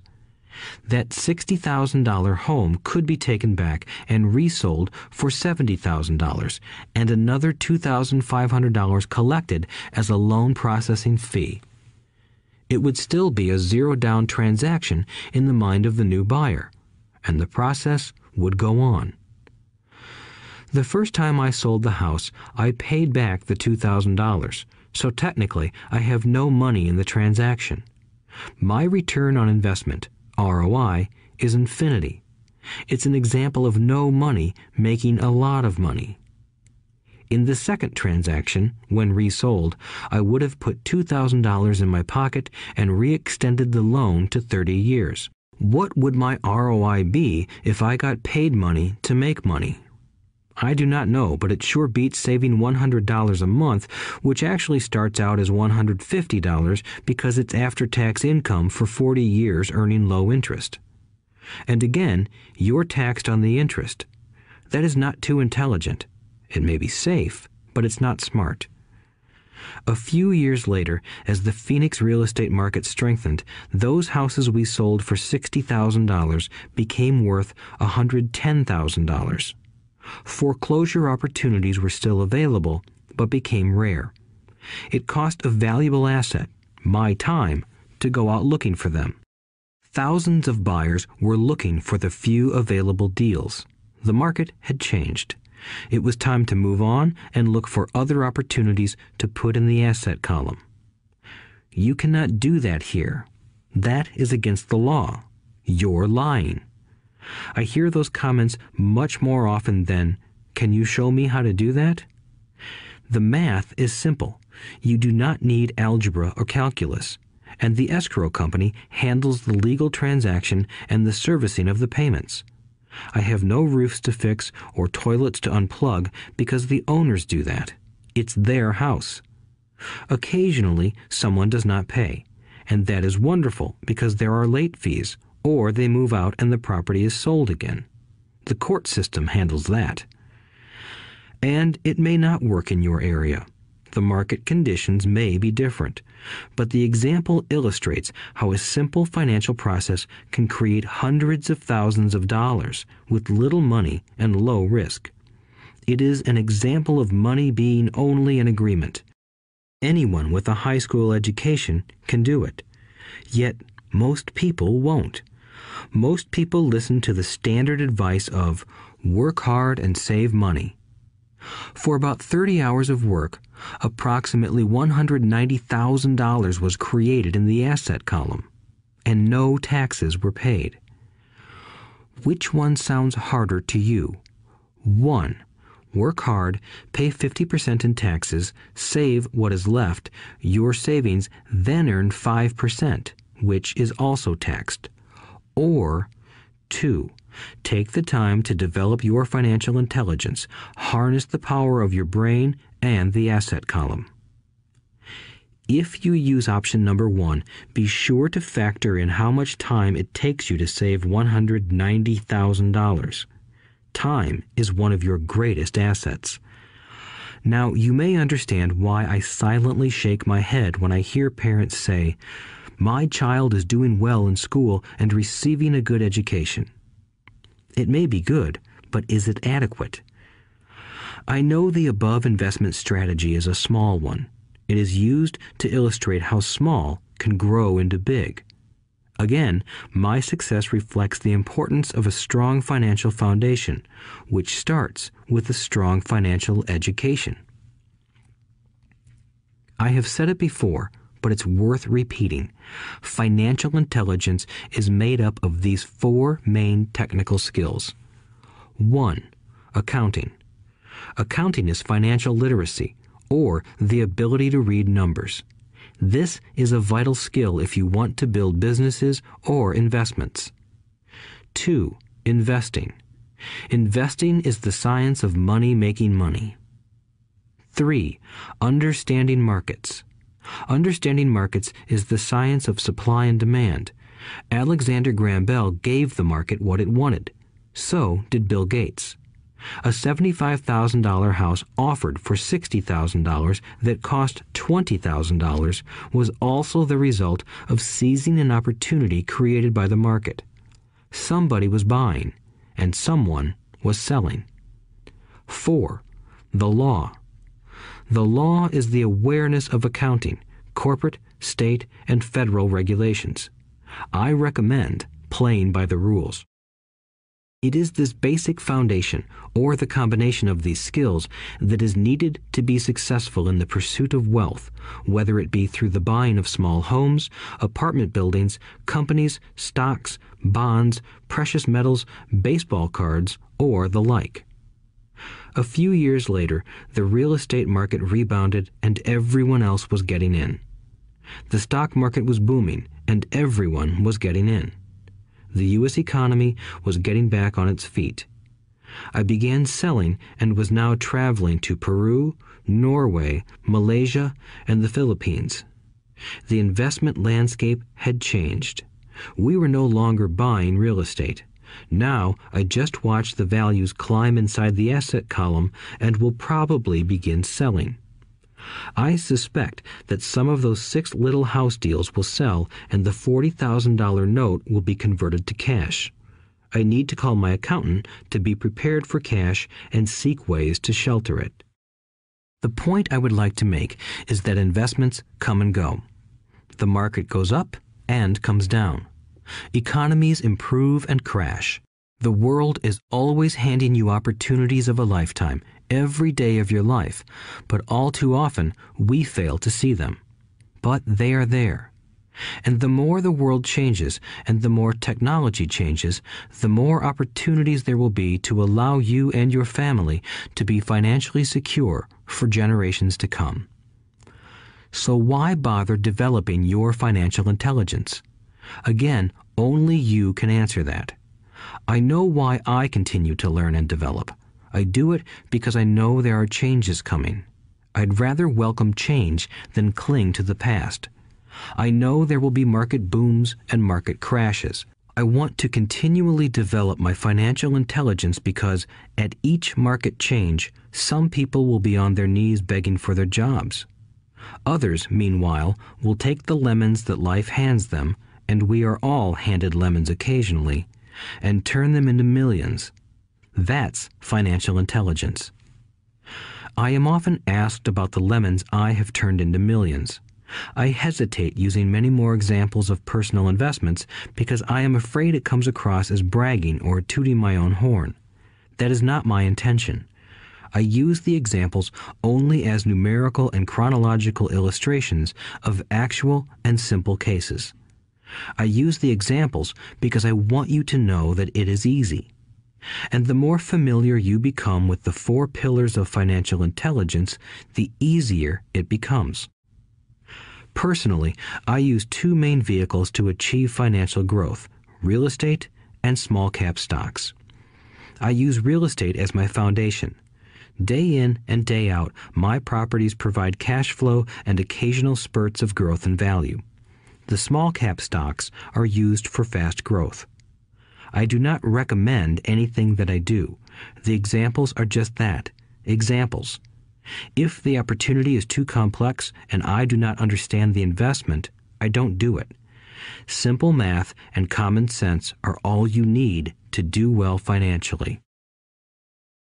There are 5 reasons for using examples. 1. To inspire people to learn more. 2. To let people know it is easy if the foundation is strong. 3. To show that anyone can achieve great wealth. 4. To show that there are millions of ways to achieve your goals. 5. To show that it's not rocket science. In 1989, I used to jog through a lovely neighborhood in Portland, Oregon. It was a suburb that had little gingerbread houses. They were small and cute. I almost expected to see Little Red Riding Hood skipping down the sidewalk on her way to Granny's. There were for sale signs everywhere. The timber market was terrible. The stock market had just crashed, and the economy was depressed. On one street, I noticed a for sale sign that was up longer than most. It looked old. Jogging past it one day, I ran into the owner, who looked troubled. "What are you asking for your house?" I asked. The owner turned and smiled weakly. "Make me an offer," he said. "It's been for sale for over a year. Nobody even comes by anymore to look at it." "I'll look," I said, and I bought the house a half hour later for $20,000 less than his asking price. It was a cute little 2-bedroom home with gingerbread trim on all the windows.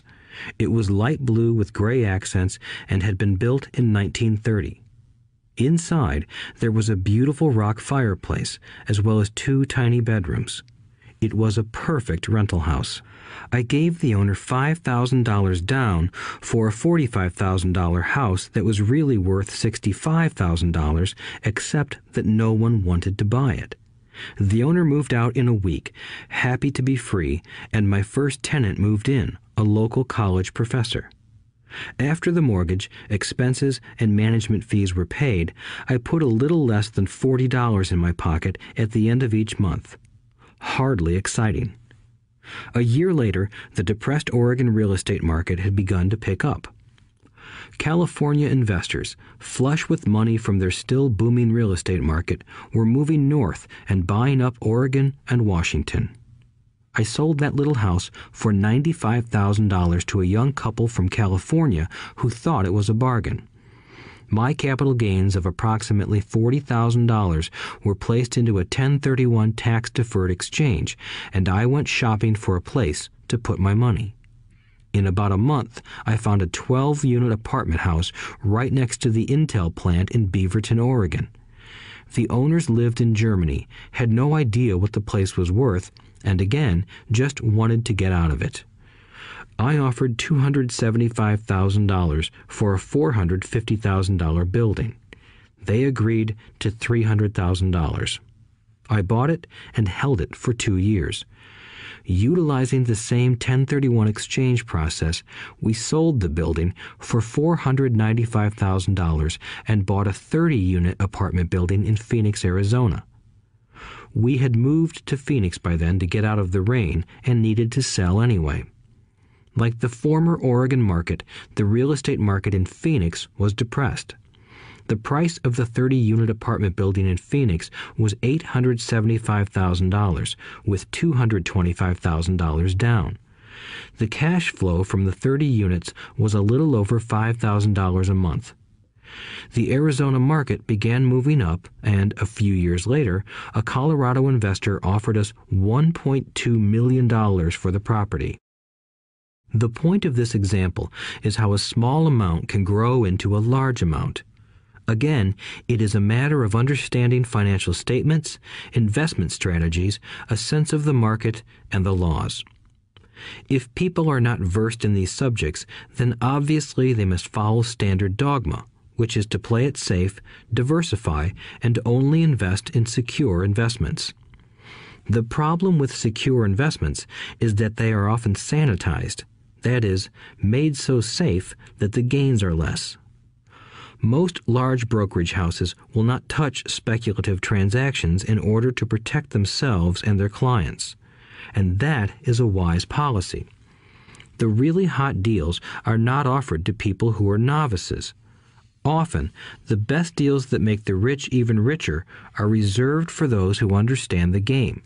It is technically illegal to offer speculative deals to someone who is considered not sophisticated, but of course, it happens. The more sophisticated I get, the more opportunities come my way. Another case for developing your financial intelligence over a lifetime is simply that more opportunities are presented to you. And the greater your financial intelligence, the easier it is to tell whether a deal is good. It's your intelligence that can spot a bad deal or make a bad deal good. The more I learn, and there is a lot to learn, the more money I make simply because I gain experience and wisdom as the years go on. I have friends who are playing it safe, working hard at their profession and failing to gain financial wisdom, which does take time to develop. My overall philosophy is to plant seeds inside my asset column. That is my formula. I start small and plant seeds. Some grow, some don't. Inside our real estate corporation, we have property worth several $1 million. It is our own right, or real estate investment trust. The point I'm making is that most of those millions started out as little $5,000 to $10,000 investments. All of those down payments were fortunate to catch a fast-rising market and increase tax-free. We traded in and out several times over a number of years. We also own a stock portfolio, surrounded by a corporation that Kim and I call our personal mutual fund. We have friends who deal specifically with investors like us who have extra money each month to invest. We buy high-risk, speculative private companies that are just about to go public on a stock exchange in the United States or Canada. An example of how fast gains can be made are 100,000 shares purchased for 25 cents each before the company goes public. 6 months later, the company is listed, and the 100,000 shares now are worth $2 each. If the company is well managed, the price keeps going up, and the stock may go to $20 or more per share. There are years when our $25,000 has gone to $1 million in less than a year. It is not gambling if you know what you're doing. It is gambling if you're just throwing money into a deal and praying. The idea in anything is to use your technical knowledge, wisdom, and love of the game to cut the odds down, to lower the risk. Of course, there is always risk. It is financial intelligence that improves the odds. Thus, what is risky for one person is less risky to someone else. That is the primary reason I constantly encourage people to invest more in their financial education than in stocks, real estate, or other markets. The smarter you are, the better chance you have of beating the odds. The stock plays I personally invested in were extremely high risk for most people and absolutely not recommended. I have been playing that game since 1979 and have paid more than my share in dues. But if you will review why investments such as these are high risk for most people, you may be able to set your life up differently, so that the ability to take $25,000 and turn it into $1 million in a year is low risk for you. As stated earlier, nothing I have written is a recommendation. It is only used as an example of what is simple and possible. What I do is small potatoes in the grand scheme of things. Yet, for the average individual, a passive income of more than $100,000 a year is nice and not hard to achieve. Depending on the market and how smart you are, it could be done in 5 to 10 years. If you keep your living expenses modest, $100,000 coming in as additional income is pleasant, regardless of whether you work. You can work if you like, or take time off if you choose, and use the government tax system in your favor rather than against you. My personal basis is real estate. I love real estate because it's stable and slow-moving. I keep the base solid. The cash flow is fairly steady and, if properly managed, has a good chance of increasing in value. The beauty of a solid base of real estate is that it allows me to take greater risks, as I do with speculative stocks. If I make great profits in the stock market, I pay my capital gains tax on the gain and then reinvest what's left in real estate, again further securing my asset foundation. A last word on real estate. I have traveled all over the world and taught investing. In every city, I hear people say you cannot buy real estate cheap. That is not my experience. Even in New York or Tokyo, or just on the outskirts of the city, prime bargains are overlooked by most people. In Singapore, with their high real estate prices, there are still bargains to be found within a short driving distance. So whenever I hear someone say, "You can't do that here," pointing at me, I remind them that maybe the real statement is, "I don't know how to do that here. Yet." Great opportunities are not seen with your eyes. They are seen with your mind. Most people never get wealthy simply because they are not trained financially to recognize opportunities right in front of them. I am often asked, how do I start? In the final chapter of this audiobook, I offer 10 steps that I followed on the road to my financial freedom. But always remember to have fun. When you learn the rules and the vocabulary of investing and begin to build your asset column, I think you'll find that it's as fun a game as you've ever played. Sometimes you win, and sometimes you learn. But have fun. Most people never win because they're more afraid of losing. That is why I found school so silly. In school, we learn that mistakes are bad, and we are punished for making them. Yet if you look at the way humans are designed to learn, we learn by making mistakes. We learn to walk by falling down. If we never fell down, we would never walk. The same is true for learning to ride a bike. I still have scars on my knees, but today I can ride a bike without thinking. The same is true for getting rich. Unfortunately, the main reason most people are not rich is because they are terrified of losing. Winners are not afraid of losing, but losers are. Failure is part of the process of success. People who avoid failure also avoid success.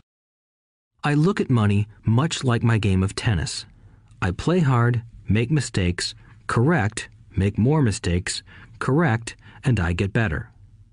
If I lose the game, I reach across the net, shake my opponent's hand, smile, and say, "See you next Saturday." There are two kinds of investors. One, the first and most common type is a person who buys a packaged investment. They call a retail outlet, such as a real estate company, a stockbroker, or a financial planner, and they buy something. It could be a mutual fund, a right, a stock, or bond. It is a clean and simple way of investing. An analogy would be a shopper who goes to a computer store and buys a computer right off the shelf. 2. The second type is an investor who creates investments. This investor usually assembles a deal in the same way a person who buys components builds a computer. I do not know the first thing about putting components of a computer together, but I do know how to put pieces of opportunities together, or know people who know how. It is this second type of investor who is the more professional investor. Sometimes it may take years for all the pieces to come together, and sometimes they never do. It is this second type of investor that my rich dad encouraged me to be. It is important to learn how to put the pieces together, because that is where the huge wins reside, and sometimes some huge losses if the tide goes against you. If you want to be the second type of investor, you need to develop 3 main skills. These skills are in addition to those required to become financially intelligent. 1. Find an opportunity that everyone else missed. You see with your mind what others miss with their eyes. For example, a friend bought this run-down old house. It was spooky to look at. Everyone wondered why he bought it. What he saw that we did not was that the house came with 4 extra empty lots. He discovered that after going to the title company. After buying the house, he tore the house down and sold the 5 lots to a builder for 3 times what he paid for the entire package. He made $75,000 for 2 months of work. It's not a lot of money, but it sure beats minimum wage, and it's not technically difficult. 2. Raise money. The average person only goes to the bank. This second type of investor needs to know how to raise capital, and there are many ways that don't require a bank. To get started, I learned how to buy houses without a bank. It was the learned skill of raising money more than the houses themselves that was priceless. All too often, I hear people say, "The bank won't lend me money," or "I don't have the money to buy it." If you want to be a Type 2 investor, you need to learn how to do that which stops most people. In other words, a majority of people let their lack of money stop them from making a deal. If you can avoid that obstacle, you will be millions ahead of those who don't learn those skills. There have been many times I have bought a house, a stock, or an apartment building without a penny in the bank. I once bought an apartment house for $1.2 million. I did what is called tying it up with a written contract between seller and buyer. I then raised the $100,000 deposit, which bought me 90 days to raise the rest of the money. Why did I do it? Simply because I knew it was worth $2 million. I never raised the money. Instead, the person who put up the $100,000 gave me $50,000 for finding the deal, took over my position, and I walked away. Total working time? 3 days. Again, it's what you know more than what you buy. Investing is not buying. It's more a case of knowing. 3. Organize smart people. Intelligent people are those who work with or hire a person who is more intelligent than they are. When you need advice, make sure you choose your advisor wisely. There is a lot to learn, but the rewards can be astronomical. If you do not want to learn those skills, then being a Type 1 investor is highly recommended. It is what you know that is your greatest wealth. It is what you do not know that is your greatest risk. There is always risk, so learn to manage risk instead of avoiding it. Chapter 6. Lesson 6. Work to learn, don't work for money. Job security meant everything to my educated dad. Learning meant everything to my rich dad. A few years ago, I granted an interview with a newspaper in Singapore. The young female reporter was on time, and the interview got underway immediately. We sat in the lobby of a luxurious hotel, sipping coffee and discussing the purpose of my visit to Singapore. I was to share the platform with Zig Ziglar. He was speaking on motivation, and I was speaking on the secrets of the rich. Someday, I would like to be a best-selling author like you, she said. I had seen some of the articles she had written for the paper, and I was impressed. She had a tough, clear style of writing. Her articles held a reader's interest. You have a great style, I said in reply. What holds you back from achieving your dream? My work does not seem to go anywhere, she said quietly. Everyone says that my novels are excellent, but nothing happens. So I keep my job with the paper. At least it pays the bills. Do you have any suggestions? Yes, I do, I said brightly. A friend of mine here in Singapore runs a school that trains people to sell. He runs sales training courses for many of the top corporations here in Singapore, and I think attending one of his courses would greatly enhance your career. She stiffened. Are you saying I should go to school to learn to sell? I nodded. You aren't serious, are you? Again, I nodded. What is wrong with that? I was now backpedaling. She was offended by something, and now I was wishing I had not said anything. In my attempt to be helpful, I found myself defending my suggestion. I have a master's degree in English literature. Why would I go to school to learn to be a salesperson? I am a professional. I went to school to be trained in a profession so I would not have to be a salesperson. I hate salespeople. All they want is money. So tell me why I should study sales. She was packing her briefcase. The interview was over. On the coffee table sat a copy of an earlier best-selling book I wrote. I picked it up as well as the notes she had jotted down on her legal pad. Do you see this? I said, pointing to her notes. She looked down at her notes. What? She said, confused. Again, I pointed deliberately to her notes. On her pad she had written, Robert Kiyosaki, best-selling author. It says best-selling author, not best writing author, I said quietly. Her eyes widened. I am a terrible writer, I said. You are a great writer. I went to sales school. You have a master's degree. Put them together, and you get a best-selling author and a best writing author. Anger flared from her eyes. I'll never stoop so low as to learn how to sell. People like you have no business writing. I'm a professionally trained writer, and you are a salesman. It is not fair, she fumed. She put the rest of her notes away and hurried out through the large glass doors into the humid Singapore morning. At least she gave me a fair and favorable write-up the next morning. The world is filled with smart, talented, educated, and gifted people. We meet them every day. They are all around us. A few days ago, my car was not running well. I pulled into a garage, and the young mechanic had it fixed in just a few minutes. He knew what was wrong by simply listening to the engine. I was amazed. I am constantly shocked at how little talented people earn. I have met brilliant, highly educated people who earn less than $20,000 a year.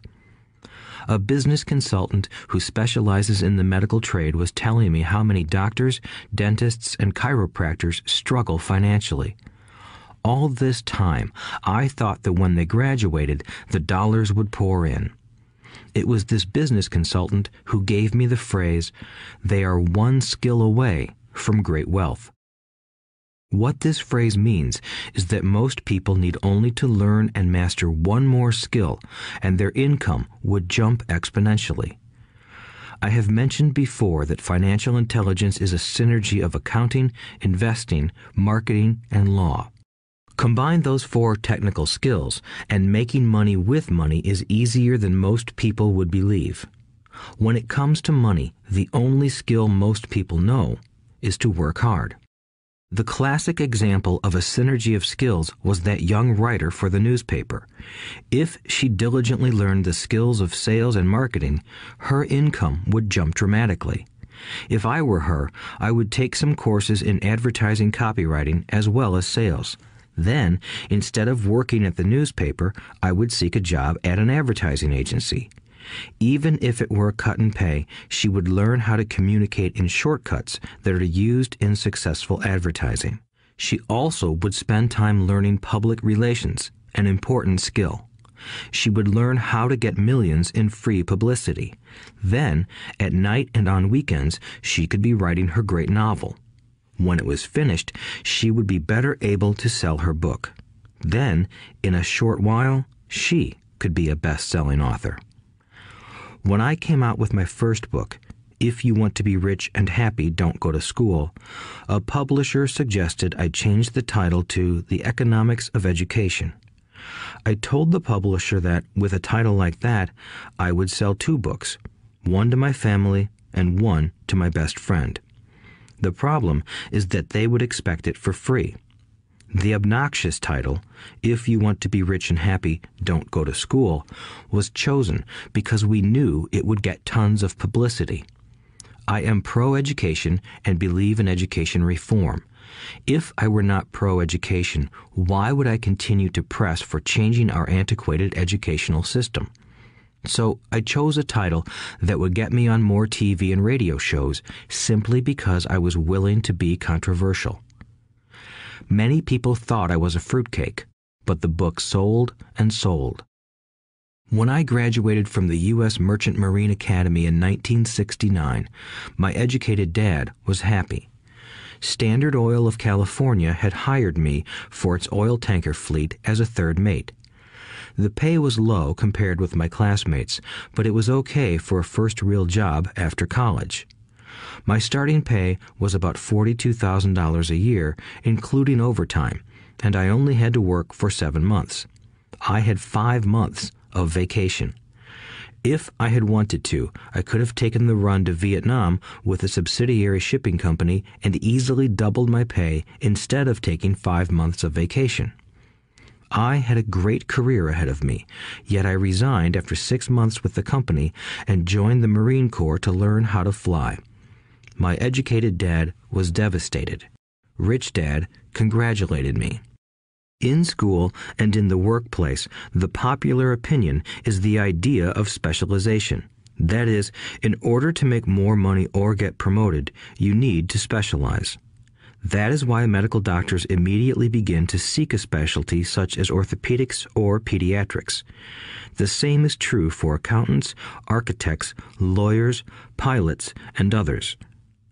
My educated dad believed in the same dogma. That is why he was thrilled when he eventually achieved his doctorate. He often admitted that schools reward people who study more and more about less and less. Rich Dad encouraged me to do exactly the opposite. You want to know a little about a lot, was his suggestion. That is why for years I worked in different areas of his companies. For a while, I worked in his accounting department. Although I would probably never have been an accountant, he wanted me to learn via osmosis. Rich Dad knew I would pick up jargon and a sense of what is important and what is not. I also worked as a busboy and construction worker as well as in sales, reservations, and marketing. He was grooming Mike and me. That is why he insisted we sit in on the meetings with his bankers, lawyers, accountants, and brokers. He wanted us to know a little about every aspect of his empire. When I quit my high-paying job with Standard Oil, my educated dad had a heart-to-heart talk with me. He was bewildered. He could not understand my decision to resign from a career that offered high pay, great benefits, lots of time off, and opportunity for promotion. When he asked me one evening, "Why did you quit?" I could not explain it to him, though I tried hard to.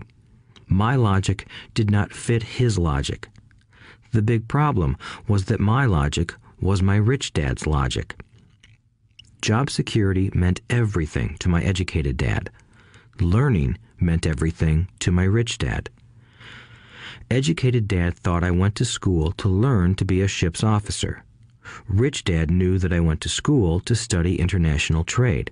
So as a student, I made cargo runs, navigating large freighters, oil tankers, and passenger ships to the Far East and the South Pacific. Rich Dad emphasized that I should stay in the Pacific instead of taking ships to Europe because he knew that the emerging nations were in Asia, not Europe. While most of my classmates, including Mike, were partying at their fraternity houses, I was studying trade, people, business styles, and cultures in Japan, Taiwan, Thailand, Singapore, Hong Kong, Vietnam, Korea, Tahiti, Samoa, and the Philippines. I was partying also, but it was not in any frat house. I grew up rapidly. Educated Dad just could not understand why I decided to quit and join the Marine Corps. I told him I wanted to learn to fly, but really I wanted to learn to lead troops. Rich Dad explained to me that the hardest part of running a company is managing people. He had spent 3 years in the Army. My educated dad was draft exempt. Rich Dad valued learning to lead men into dangerous situations. Leadership is what you need to learn next, he said. If you are not a good leader, you'll get shot in the back, just like they do in business.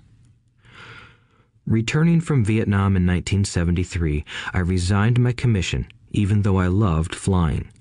I found a job with Xerox Corporation. I joined it for one reason, and it was not for the benefits. I was a shy person, and the thought of selling was the most frightening subject in the world. Xerox has one of the best sales trainings programs in America. Rich Dad was proud of me. My educated dad was ashamed. Being an intellectual, he thought that salespeople were below him. I worked with Xerox for 4 years until I overcame my fear of knocking on doors and being rejected. Once I could consistently be in the top 5 in sales, I again resigned and moved on, leaving behind another great career with an excellent company. In 1977, I formed my first company. Rich Dad had groomed Mike and me to take over companies, so I now had to learn to form them and put them together. My first product, the nylon and Velcro wallet, was manufactured in the Far East and shipped to a warehouse in New York, near where I had gone to school. My formal education was complete, and it was time to test my wings. If I failed, I would go broke. Rich Dad thought it best to go broke before 30. You still have time to recover, was his advice. On the eve of my 30th birthday, my first shipment left Korea for New York. Today, I still do business internationally, and as my rich dad encouraged me to do, I keep seeking the emerging nations. Today, my investment company invests in South American countries and Asian countries, as well as in Norway and Russia. There is an old cliche that goes, "Job is an acronym for just over broke." Unfortunately, I would say that applies to millions of people. Because school does not think financial intelligence is an intelligence, most workers live within their means. They work and they pay bills. There is another horrible management theory that goes, workers work hard enough to not be fired, and owners pay just enough so that workers won't quit. And if you look at the pay scales of most companies, again, I would say there is a degree of truth to that statement. The net result is that most workers never get ahead. They do what they've been taught to do, get a secure job. Most workers focus on working for pay and benefits that reward them in the short term, but are often disastrous in the long run. Instead, I recommend to young people to seek work for what they will learn more than what they will earn. Look down the road at what skills they want to acquire before choosing a specific profession and before getting trapped in the rat race. Once people are trapped in the lifelong process of bill paying, they become like those little hamsters running around in those metal wheels. Their little furry legs are spinning furiously, the wheel is turning furiously, but come tomorrow morning, they'll still be in the same cage. Great job. In the movie Jerry Maguire, starring Tom Cruise, there are many great one-liners. Probably the most memorable is, "Show me the money." But there is one line I thought most truthful. It comes from the scene where Tom Cruise is leaving the firm. He has just been fired, and he is asking the entire company, "Who wants to come with me?" And the whole place is silent and frozen. Only one woman speaks up and says, "I'd like to, but I'm due for a promotion in 3 months." That statement is probably the most truthful statement in the whole movie. It is the type of statement that people use to keep themselves busy, working away to pay bills. I know my educated dad looked forward to his pay raise every year, and every year he was disappointed. So he would go back to school to earn more qualifications so he could get another raise. Then, once again, there would be another disappointment. The question I often ask people is, where is this daily activity taking you? Just like the little hamster, I wonder if people look at where their hard work is taking them. What does the future hold? In his book, The Retirement Myth, Craig S. Carpel writes, "I visited the headquarters of a major national pension consulting firm and met with a managing director who specializes in designing lush retirement plans for top management.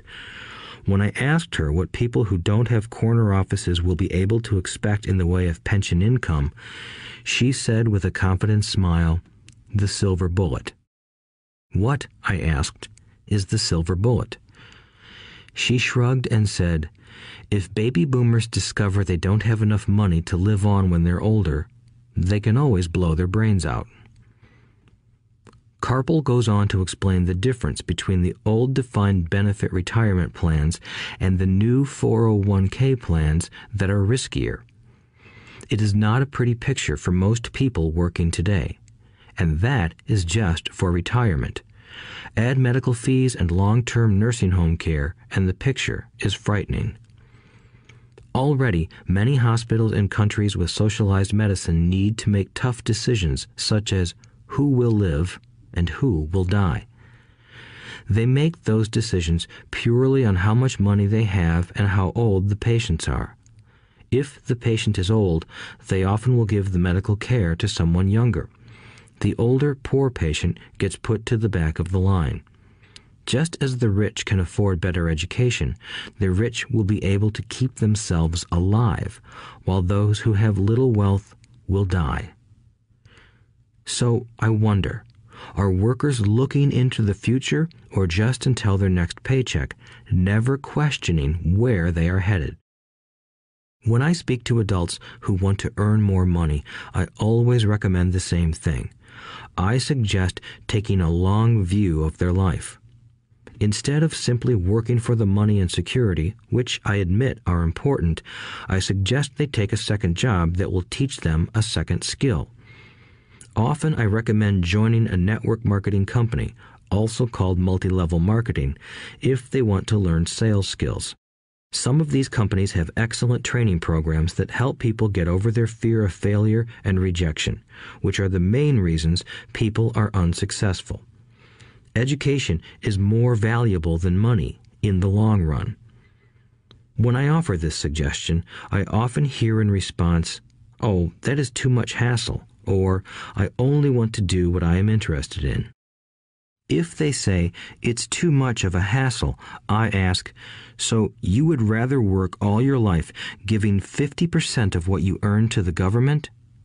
If they tell me, I only do what I am interested in, I say, I'm not interested in going to the gym, but I go because I want to feel better and live longer. Unfortunately, there is some truth to the old statement, you can't teach an old dog new tricks. Unless a person is used to changing, it's hard to change. But for those of you who might be on the fence when it comes to the idea of working to learn something new, I offer this word of encouragement. Life is much like going to the gym. The most painful part is deciding to go. Once you get past that, it's easy.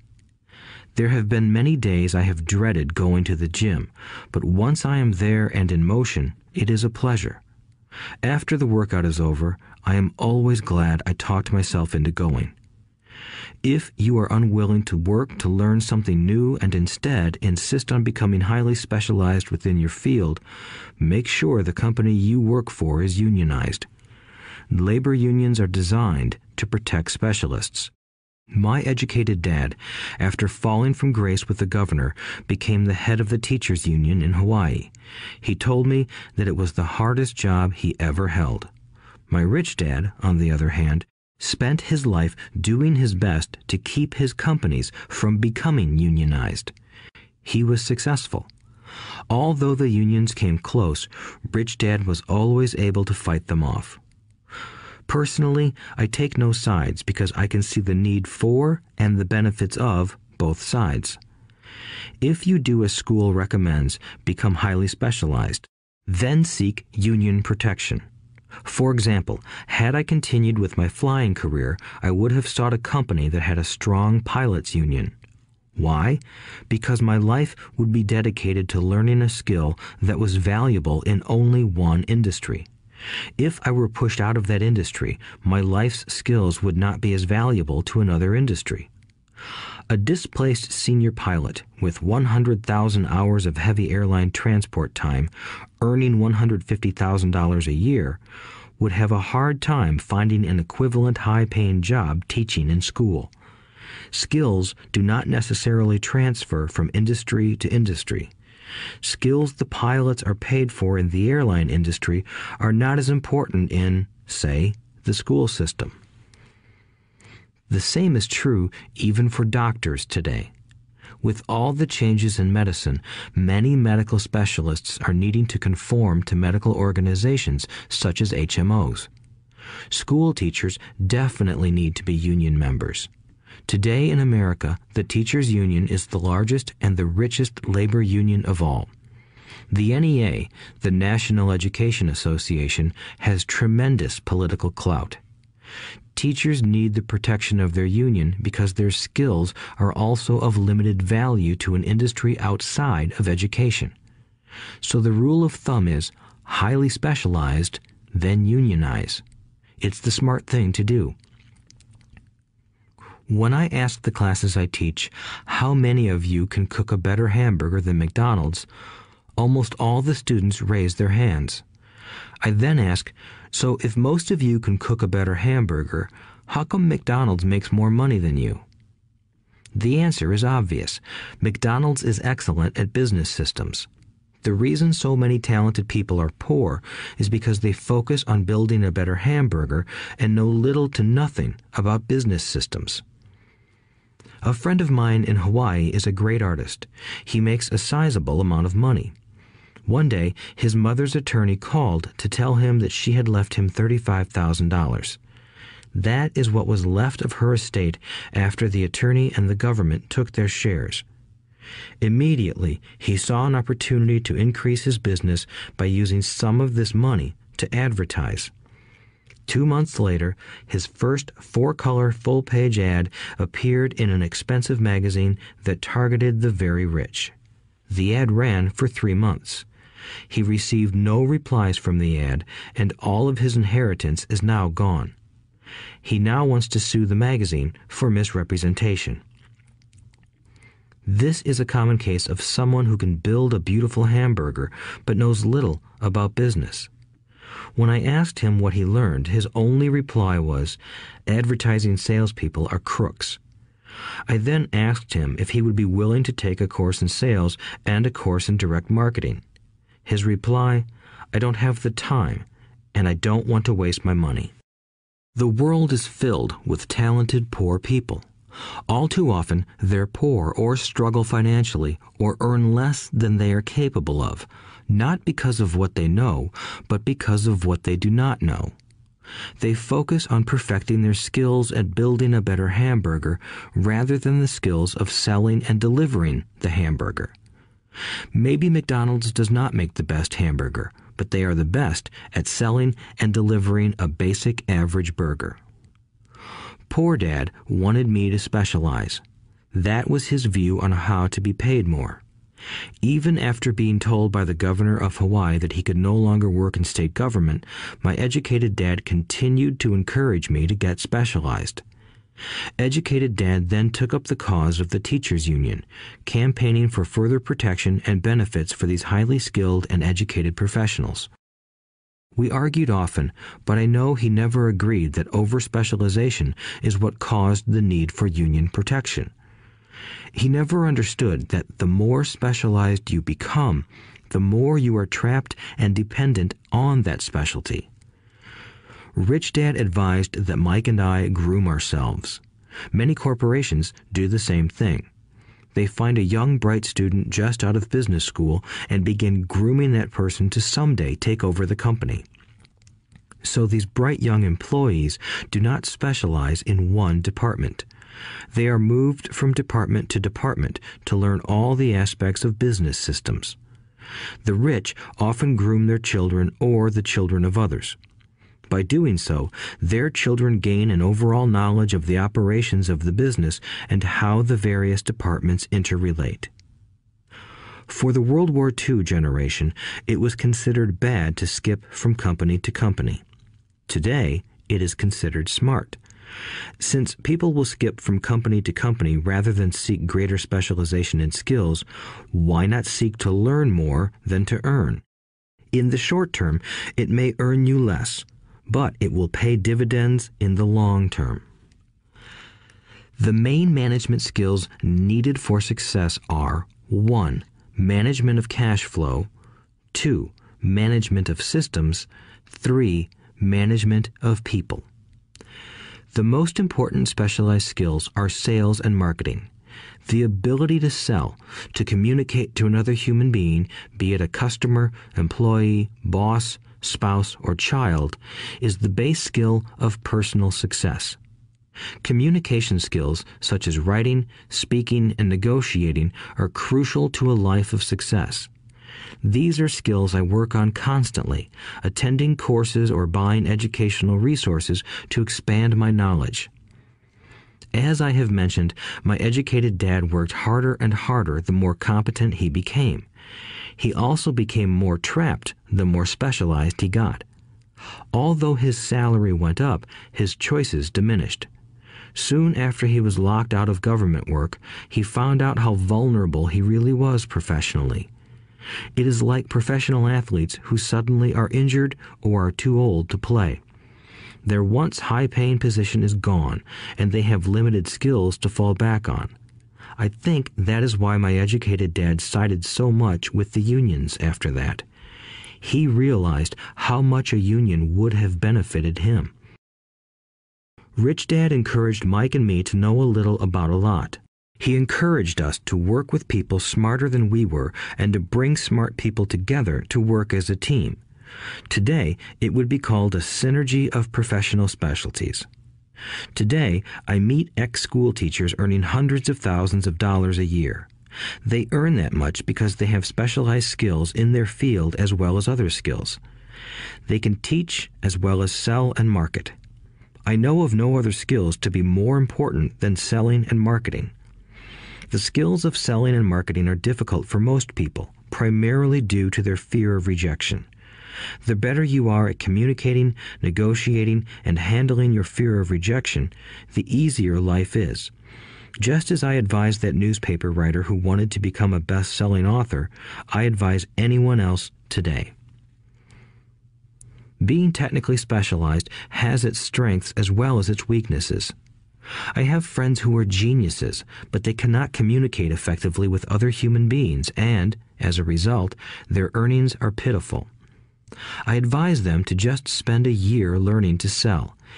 Even if they earn nothing, their communication skills will improve, and that is priceless. In addition to being good learners, sellers, and marketers, we need to be good teachers as well as good students. To be truly rich, we need to be able to give as well as to receive. In cases of financial or professional struggle, there is often a lack of giving and receiving. I know many people who are poor because they are neither good students nor good teachers. Both of my dads were generous men. Both made it a practice to give first. Teaching was one of their ways of giving. The more they gave, the more they received. One glaring difference was in the giving of money. My rich dad gave lots of money away. He gave to his church, to charities, and to his foundation. He knew that to receive money, you had to give money. Giving money is the secret to most great wealthy families. That is why there are organizations like the Rockefeller Foundation and the Ford Foundation. These are organizations designed to take their wealth and increase it, as well as give it away in perpetuity. My educated dad always said, "When I have some extra money, I'll give it." The problem was that there was never any extra. So he worked harder to draw more money in rather than focus on the most important law of money. Give and you shall receive. Instead, he believed in receive and then you give. In conclusion, I became both dads. One part of me is a hardcore capitalist who loves the game of money making money. The other part is a socially responsible teacher who is deeply concerned with this ever-widening gap between the haves and have-nots. I personally hold the archaic educational system primarily responsible for this growing gap. Chapter 7. Overcoming Obstacles. The primary difference between a rich person and a poor person is how they manage fear. Once people have studied and become financially literate, they may still face roadblocks to becoming financially independent. There are 5 main reasons why financially literate people may still not develop abundant asset columns that could produce a large cash flow. The 5 reasons are: 1. Fear. 2. Cynicism. 3. Laziness. 4. Bad habits. 5. Arrogance. Overcoming fear. I have never met anyone who really likes losing money. And in all my years, I have never met a rich person who has never lost money. But I have met a lot of poor people who have never lost a dime. Investing, that is. The fear of losing money is real. Everyone has it, even the rich. But it's not having fear that is the problem. It's how you handle fear. It's how you handle losing. It's how you handle failure that makes the difference in one's life. The primary difference between a rich person and a poor person is how they manage that fear. It's okay to be fearful. It's okay to be a coward when it comes to money. You can still be rich. We're all heroes at something and cowards at something else. My friend's wife is an emergency room nurse. When she sees blood, she flies into action. When I mention investing, she runs away. When I see blood, I don't run. I pass out. My rich dad understood phobias about money. Some people are terrified of snakes. Some people are terrified about losing money. Both are phobias, he would say. So his solution to the phobia of losing money was this little rhyme. If you hate risk and worry, start early. If you start young, it's easier to be rich. I won't go into it here, but there is a staggering difference between a person who starts investing at age 20 versus age 30. The purchase of Manhattan Island is said to be one of the greatest bargains of all time. New York was purchased for $24 in trinkets and beads. Yet if that $24 had been invested at 8% annually, that $24 would have been worth more than $28 trillion by 1995. Manhattan could be repurchased with money left over to buy much of Los Angeles. But what if you don't have much time left or would like to retire early? How do you handle the fear of losing money? My poor dad did nothing. He simply avoided the issue, refusing to discuss the subject. My rich dad, on the other hand, recommended that I think like a Texan. I like Texas and Texans, he used to say. In Texas, everything is bigger. When Texans win, they win big. And when they lose, it's spectacular. They like losing? I asked. That's not what I'm saying. Nobody likes losing. Show me a happy loser, and I'll show you a loser, said Rich Dad. It's a Texan's attitude toward risk, reward, and failure I'm talking about. It's how they handle life. They live it big. Not like most of the people around here, living like roaches when it comes to money, terrified that someone will shine a light on them and whimpering when the grocery clerk shortchanges them a quarter. Rich Dad went on, "What I like best is the Texas attitude. They're proud when they win, and they brag when they lose. Texans have a saying, if you're going to go broke, go big. You don't want to admit you went broke over a duplex." He constantly told Mike and me that the greatest reason for lack of financial success was because most people played it too safe. People are so afraid of losing that they lose, were his words. Fran Tarkenton, a one-time great NFL quarterback, says it still another way. Winning means being unafraid to lose. In my own life, I've noticed that winning usually follows losing. Before I finally learned to ride a bike, I first fell down many times. I've never met a golfer who has never lost a golf ball. I've never met people who have fallen in love who have never had their heart broken. And I've never met someone rich who has never lost money. So for most people, the reason they don't win financially is because the pain of losing money is far greater than the joy of being rich. Another saying in Texas is, everyone wants to go to heaven, but no one wants to die. Most people dream of being rich, but are terrified of losing money, so they never get to heaven. Rich Dad used to tell Mike and me stories about his trips to Texas.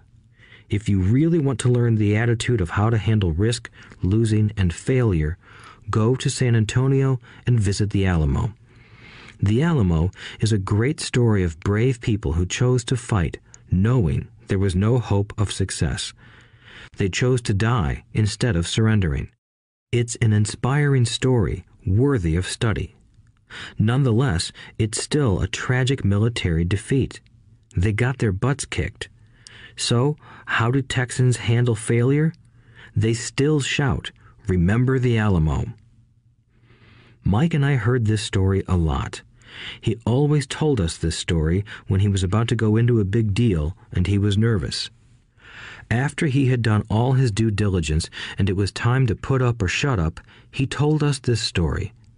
Every time he was afraid of making a mistake or losing money, he told us this story. It gave him strength, for it reminded him that he could always turn a financial loss into a financial win. Rich Dad knew that failure would only make him stronger and smarter. It's not that he wanted to lose. He just knew who he was and how he would take a loss. He would take a loss and make it a win. That's what made him a winner and others losers. It gave him the courage to cross the line when others backed out. That's why I like Texans so much, he would say.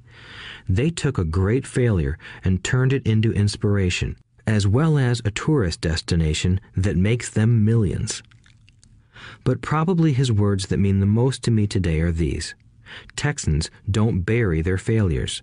They get inspired by them. They take their failures and turn them into rallying cries. Failure inspires Texans to become winners. But that formula is not just the formula for Texans. It is the formula for all winners. I've said that falling off my bike was part of learning to ride. I remember falling off only made me more determined to learn to ride, not less.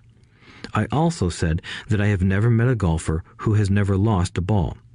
For top professional golfers, losing a ball or a tournament provides the inspiration to be better, to practice harder, to study more.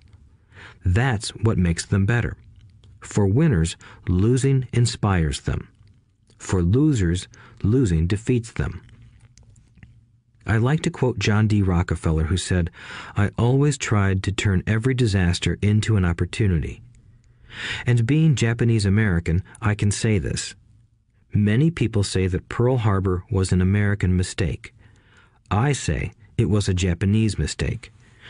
From the movie Tora, Tora, Tora, a somber Japanese admiral says to his cheering subordinates, "I am afraid we have awakened a sleeping giant."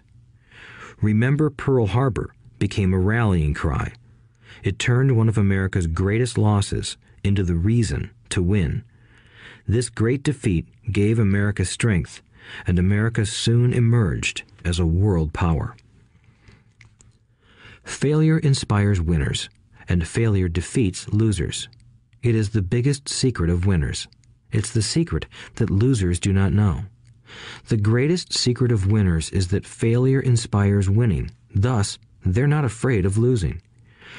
Repeating Fran Tarkenton's quote, "Winning means being unafraid to lose." People like Fran Tarkenton are not afraid of losing because they know who they are. They hate losing, so they know that losing will only inspire them to become better. There is a big difference between hating losing and being afraid to lose. Most people are so afraid of losing money that they lose. They go broke over a duplex. Financially, they play life too safe and too small. They buy big houses and big cars, but not big investments. The main reason that over 90% of the American public struggles financially is because they play not to lose.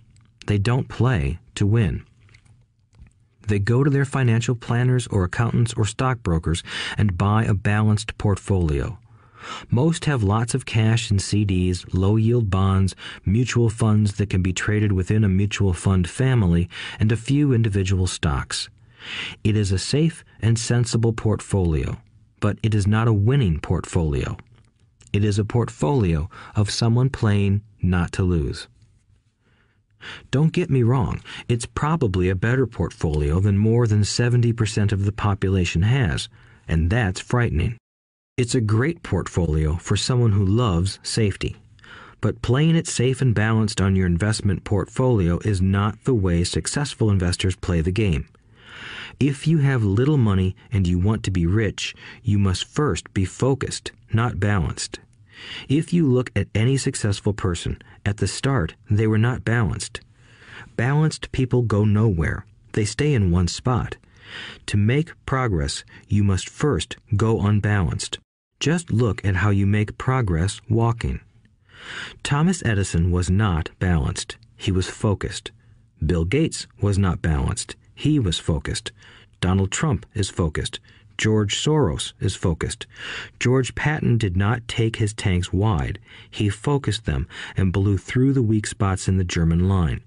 The French went wide with the Maginot Line, and you know what happened to them. If you have any desire to be rich, you must focus. Do not do what poor and middle-class people do, put their few eggs in many baskets. Put a lot of your eggs in a few baskets and focus. Follow one course until successful. If you hate losing, play it safe. If losing makes you weak, play it safe.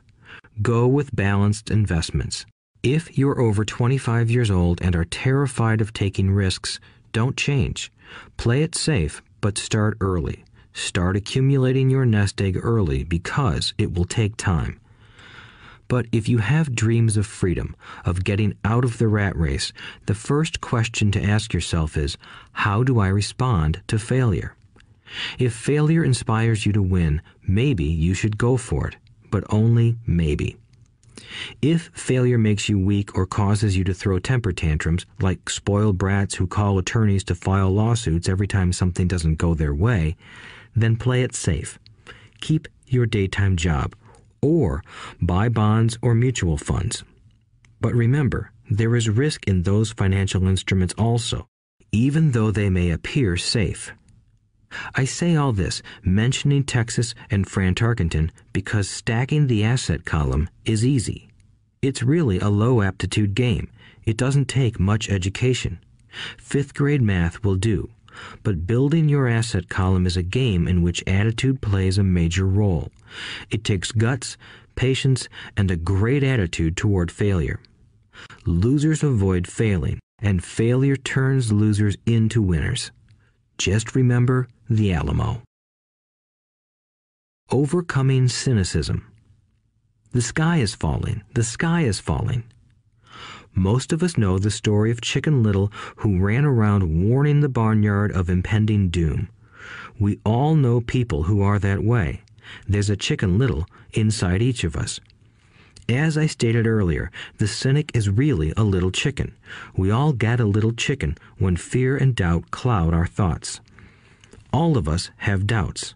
I'm not smart. I'm not good enough. So-and-so is better than me.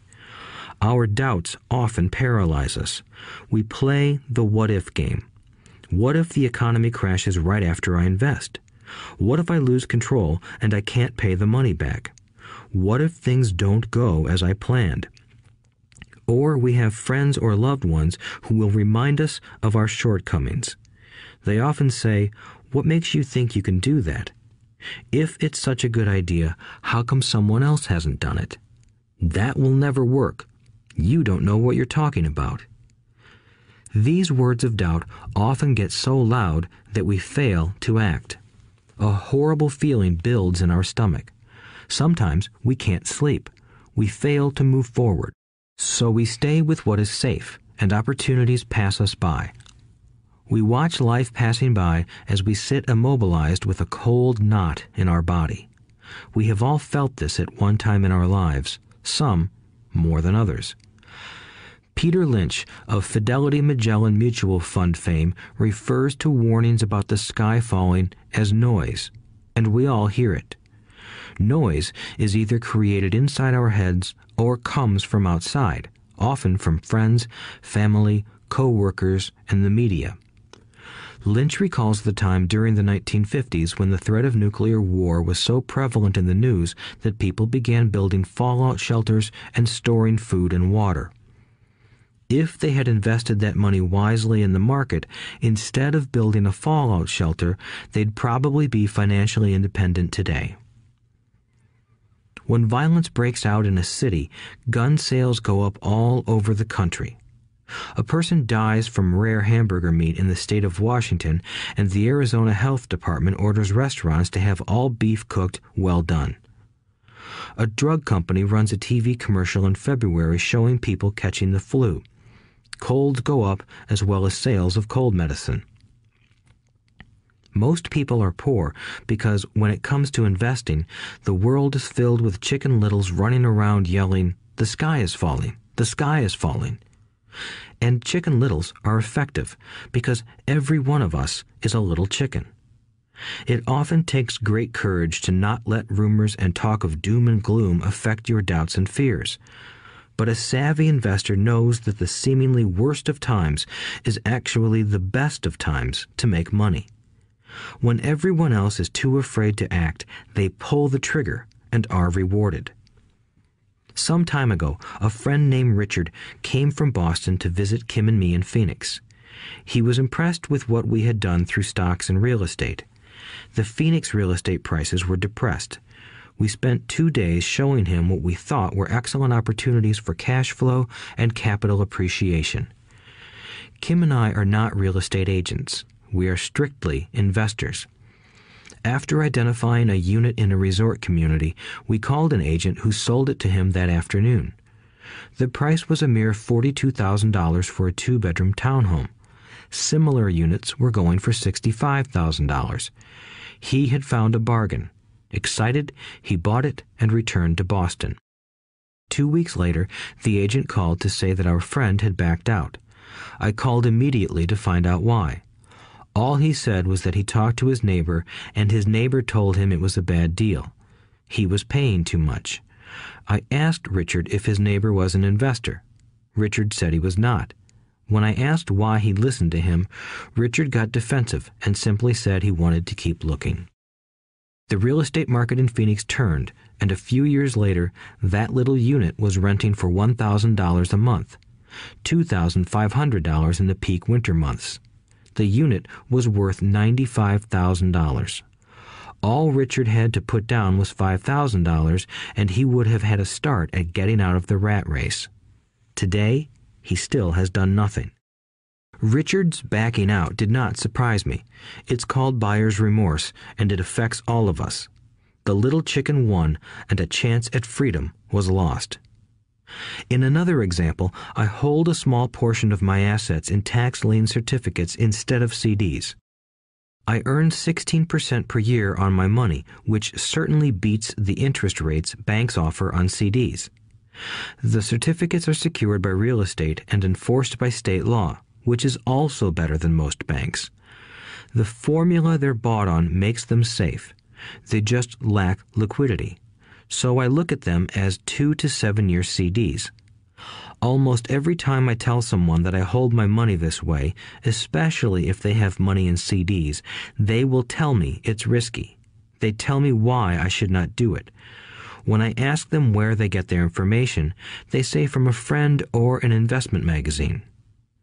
They've never done it, and they're telling someone who's doing it why they shouldn't.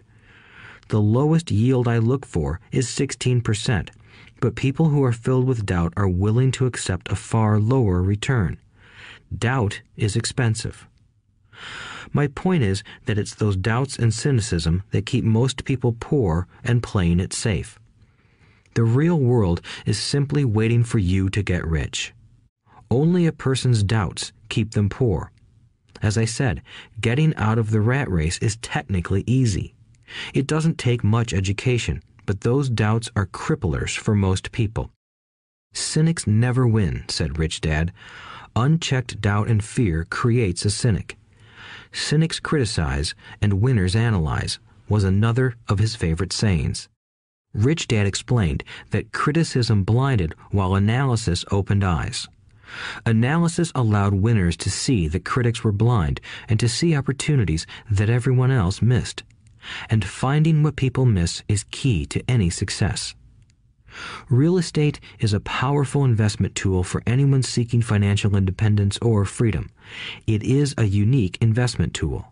Yet every time I mention real estate as a vehicle, I often hear, "I don't want to fix toilets." That's what Peter Lynch calls noise. That's what my rich dad would say is the cynic talking, someone who criticizes and does not analyze, someone who lets their doubts and fears close their mind instead of open their eyes. So when someone says, "I don't want to fix toilets, I want to fire back," what makes you think I want to? They're saying a toilet is more important than what they want. I talk about freedom from the rat race, and they focus on toilets.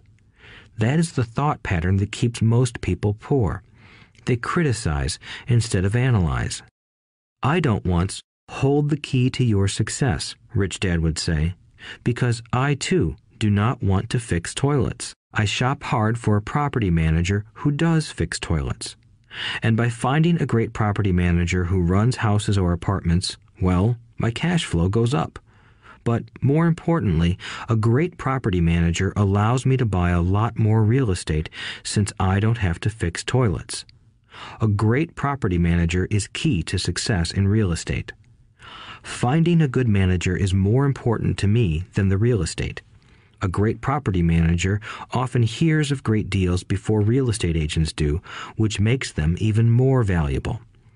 That is what Rich Dad meant by, I don't once hold the key to your success. Because I do not want to fix toilets either, I figured out how to buy more real estate and expedite my getting out of the rat race. The people who continue to say, I don't want to fix toilets, often deny themselves the use of this powerful investment vehicle. Toilets are more important than their freedom. In the stock market, I often hear people say, I don't want to lose money. Well, what makes them think I or anyone else likes losing money? They don't make money because they choose to not lose money. Instead of analyzing, they close their minds to another powerful investment vehicle, the stock market. I was riding with a friend past our neighborhood gas station. He looked up and saw that the price of gas was going up and thus the price of oil. My friend is a worrywart, or a Chicken Little. To him, the sky is always going to fall, and it usually does, on him.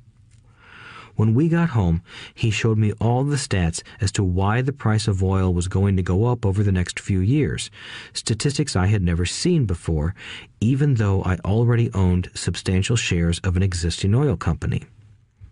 With that information, I immediately began looking for and found a new undervalued oil company that was about to find some oil deposits.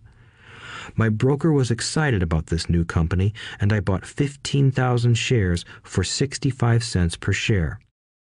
3 months later, this same friend and I drove by the same gas station, and sure enough, the price per gallon had gone up nearly 15%. Again, the Chicken Little worried and complained.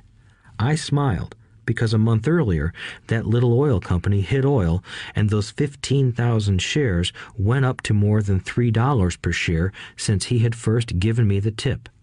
And the price of gas will continue to go up if what my friend says is true. If most people understood how a stop worked in stock market investing, there would be more people investing to win instead of investing not to lose. A stop is simply a computer command that sells your stock automatically if the price begins to drop, helping to minimize your losses and maximize some gains. It's a great tool for those who are terrified of losing. So whenever I hear people focusing on their I don't wants rather than what they do want, I know the noise in their head must be loud. Chicken Little has taken over their brain and is yelling, the sky is falling and toilets are breaking. So they avoid their don't wants, but they pay a huge price. They may never get what they want in life. Instead of analyzing, their inner Chicken Little closes their mind. Rich Dad gave me a way of looking at Chicken Little. Just do what Colonel Sanders did. At the age of 66, he lost his business and began to live on his Social Security check. It wasn't enough. He went around the country selling his recipe for fried chicken. He was turned down 1,009 times before someone said yes, and he went on to become a multimillionaire at an age when most people are quitting. He was a brave and tenacious man, Rich Dad said of Harlan Sanders. So when you're in doubt and feeling a little afraid, just do what Colonel Sanders did to his little chicken. He fried it. Overcoming laziness. Busy people are often the most lazy. We have all heard stories of a businessman who works hard to earn money. He works hard to be a good provider for his wife and children. He spends long hours at the office and brings work home on weekends. One day he comes home to an empty house. His wife has left with the kids. He knew he and his wife had problems, but rather than work to make the relationship strong, he stayed busy at work. Dismayed, his performance at work slips and he loses his job. Today, I often meet people who are too busy to take care of their wealth, and there are people too busy to take care of their health. The cause is the same. They're busy, and they stay busy as a way of avoiding something they do not want to face. Nobody has to tell them. Deep down, they know. In fact, if you remind them, they often respond with anger or irritation. If they aren't busy at work or with the kids, they're often busy watching TV, fishing, playing golf, or shopping. Yet deep down, they know they are avoiding something important. That's the most common form of laziness. Laziness by staying busy. So, what is the cure for laziness? The answer is a little greed. For many of us, we were raised thinking of greed or desire as bad. Greedy people are bad people, my mom used to say, yet we all have inside of us this yearning to have nice, new, or exciting things. So, to keep that emotion of desire under control, often parents find ways of suppressing that desire with guilt. You only think about yourself. Don't you know you have brothers and sisters? Was one of my mom's favorites. You want me to buy you what? Was a favorite of my dad. Do you think we're made of money? Do you think money grows on trees? We're not rich people, you know. It wasn't so much the words, but the angry guilt trip that went with the words that got to me. Or the reverse guilt trip was the I'm sacrificing my life to buy this for you. I'm buying this for you because I never had this advantage when I was a kid. I have a neighbor who is stone broke but can't park his car in his garage. The garage is filled with toys for his kids. Those spoiled brats get everything they ask for. I don't want them to know the feeling of want are his everyday words. He has nothing set aside for their college or his retirement, but his kids have every toy ever made. He recently got a new credit card in the mail and took his kids to visit Las Vegas. I'm doing it for the kids, he said with great sacrifice. Rich Dad forbade the words, I can't afford it. In my real home, that's all I heard. Instead, Rich Dad required his children to say, how can I afford it? He believed that the words, I can't afford it, shut down your brain. It didn't have to think anymore. How can I afford it opened up the brain and forced it to think and search for answers. But most importantly, he felt the words, I can't afford it, were a lie, and the human spirit knows it. The human spirit is very, very powerful, he would say. It knows it can do anything. By having a lazy mind that says, I can't afford it, a war breaks out inside you. Your spirit is angry, and your lazy mind must defend its lie. The spirit is screaming, come on, let's go to the gym and work out. And the lazy mind says, but I'm tired. I worked really hard today. Or the human spirit says, I'm sick and tired of being poor. Let's get out there and get rich. To which the lazy mind says, rich people are greedy. Besides, it's too much bother. It's not safe. I might lose money. I'm working hard enough as it is. I've got too much to do at work anyway. Look at what I have to do tonight. My boss wants it finished by morning. I can't afford it also causes sadness, a helplessness that leads to despondency and often depression. How can I afford it opens up possibilities, excitement, and dreams. So Rich Dad was not so concerned about what we wanted to buy as long as we understood that how can I afford it creates a stronger mind and a dynamic spirit. Thus, he rarely gave Mike or me anything. He would instead ask, how can you afford it? And that included college, which we paid for ourselves. It was not the goal, but the process of attaining the goal that he wanted us to learn. The problem I see today is that there are millions of people who feel guilty about their desire or their greed. It's old conditioning from their childhood. While they desire to have the finer things that life offers, most have been conditioned subconsciously to say, I can't have that, or I'll never be able to afford that. When I decided to exit the rat race, it was simply a question of how can I afford to never work again? And my mind began to kick out answers and solutions. The hardest part was fighting my real parents' dogma. We can't afford that. Stop thinking only about yourself. Why don't you think about others? And other similar sentiments designed to instill guilt to suppress my greed.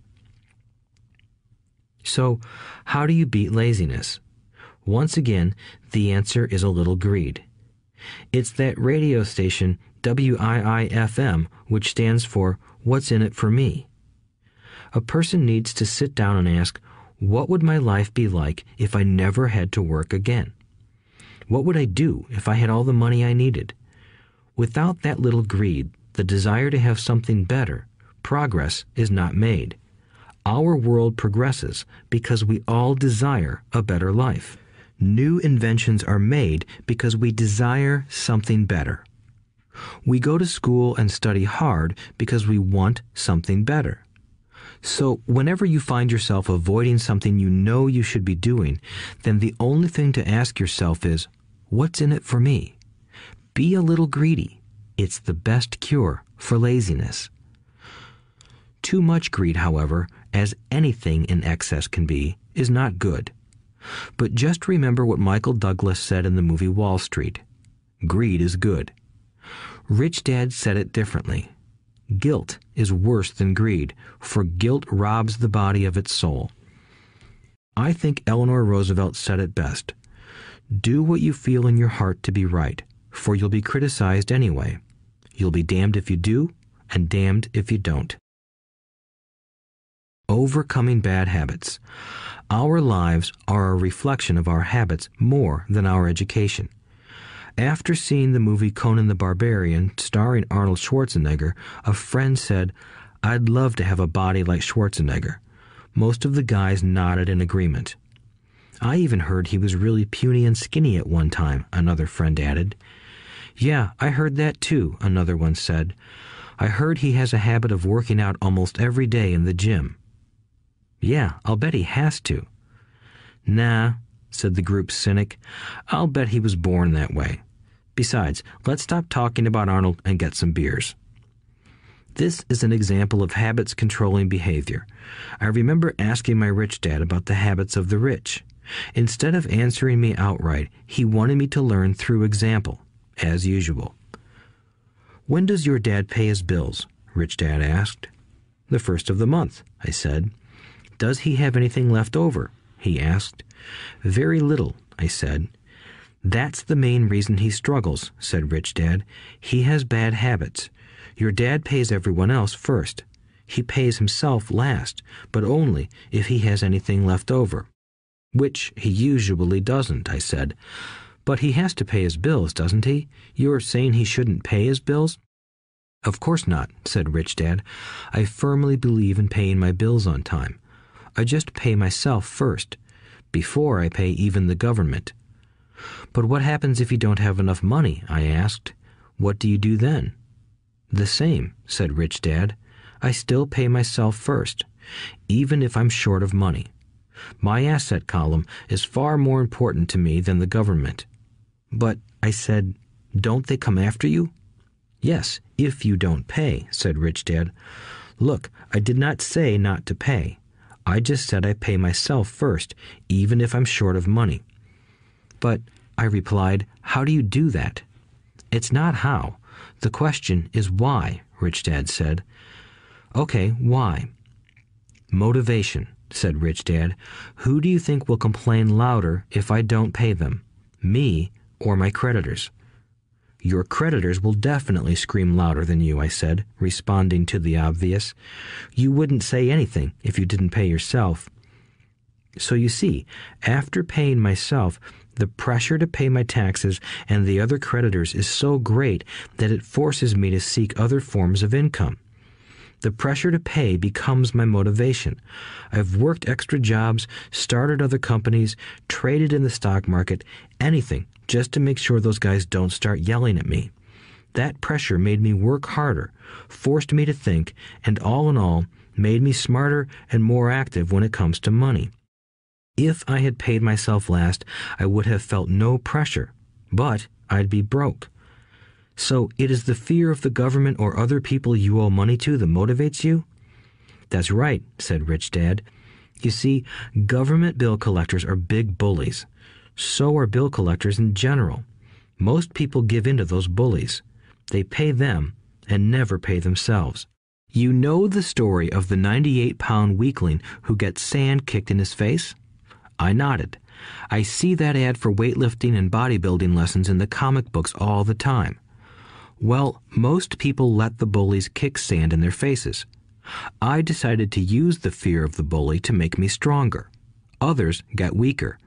Forcing myself to think about how to make extra money is like going to the gym and working out with weights. The more I work my mental money muscles out, the stronger I get. Now I'm not afraid of those bullies. I liked what Rich Dad was saying, so if I pay myself first, I get financially stronger mentally and fiscally. Rich Dad nodded. And if I pay myself last, or not at all, I get weaker. So people like bosses, managers, tax collectors, bill collectors, and landlords push me around all my life just because I don't have good money habits. Rich Dad nodded, just like the 98-pound weakling. Overcoming arrogance. What I know makes me money. What I don't know loses me money. Every time I have been arrogant, I have lost money. Because when I'm arrogant, I truly believe that what I don't know is not important, Rich Dad would often tell me. I have found that many people use arrogance to try to hide their own ignorance. It often happens when I am discussing financial statements with accountants or even other investors. They try to bluster their way through the discussion. It is clear to me that they don't know what they're talking about. They're not lying, but they are not telling the truth. There are many people in the world of money, finances, and investments who have absolutely no idea what they're talking about. Most people in the money industry are just spouting off sales pitches like used car salesmen. When you know you are ignorant in a subject, start educating yourself by finding an expert in the field or a book on the subject. Chapter 8. Getting Started. There is gold everywhere. Most people are not trained to see it. I wish I could say acquiring wealth was easy for me, but it wasn't. So in response to the question, how do I start, I offer the thought process I go through on a day-to-day basis. It really is easy to find great deals. I promise you that. It's just like riding a bike. After a little wobbling, it's a piece of cake. But when it comes to money, it takes determination to get through the wobbling. That's a personal thing. To find million-dollar deals of a lifetime requires us to call on our financial genius. I believe that each of us has a financial genius within us. The problem is that our financial genius lies asleep, waiting to be called upon. It lies asleep because our culture has educated us into believing that the love of money is the root of all evil. It has encouraged us to learn a profession so we can work for money, but failed to teach us how to have money work for us. It taught us not to worry about our financial future because our company or the government would take care of us when our working days are over. However, it is our children, educated in the same school system, who will end up paying for this absence of financial education. The message is still to work hard, earn money, and spend it. And when we run short, we can always borrow more. Unfortunately, 90% of the Western world subscribes to the above dogma, simply because it's easier to find a job and work for money. If you are not one of the masses, I offer you the following 10 steps to awaken your financial genius. I simply offer you the steps I have personally followed. If you want to follow some of them, great. If you don't, make up your own. Your financial genius is smart enough to develop its own list. While in Peru, I asked a gold miner of 45 years how he was so confident about finding a gold mine. He replied, "There is gold everywhere. Most people are not trained to see it." And I would say that is true. In real estate, I can go out and in a day come up with 4 or 5 great potential deals. while the average person will go out and find nothing, even looking in the same neighborhood. The reason is that they have not taken the time to develop their financial genius. I offer you the following 10 steps as a process to develop your God-given powers, powers over which only you have control. 1. Find a reason greater than reality, the power of spirit. If you ask most people if they would like to be rich or financially free, they would say yes. But then reality sets in. The road seems too long with too many hills to climb. It's easier to just work for money and hand the excess over to your broker. I once met a young woman who had dreams of swimming for the U.S. Olympic team. The reality was that she had to get up every morning at 4 o'clock to swim for 3 hours before going to school. She did not party with her friends on Saturday night. She had to study and keep her grades up, just like everyone else. When I asked her what fueled her superhuman ambition and sacrifice, she simply said, "I do it for myself and the people I love. It's love that gets me over the hurdles and sacrifices." A reason or a purpose is a combination of wants and don't wants. When people ask me what my reason for wanting to be rich is, I tell them that it is a combination of deep emotional wants and don't wants. I will list a few. First, the don't wants, for they create the wants. I don't want to work all my life. I don't want what my parents aspired for, which was job security and a house in the suburbs. I don't like being an employee. I hated that my dad always missed my football games because he was so busy working on his career. I hated it when my dad worked hard all his life and the government took most of what he worked for at his death. He could not even pass on what he worked so hard for when he died. The rich don't do that. They work hard and pass it on to their children.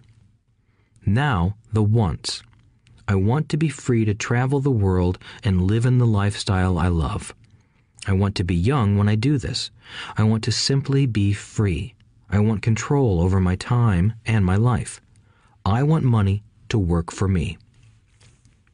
Those are my deep-seated emotional reasons. What are yours? If they are not strong enough, then the reality of the road ahead may be greater than your reasons.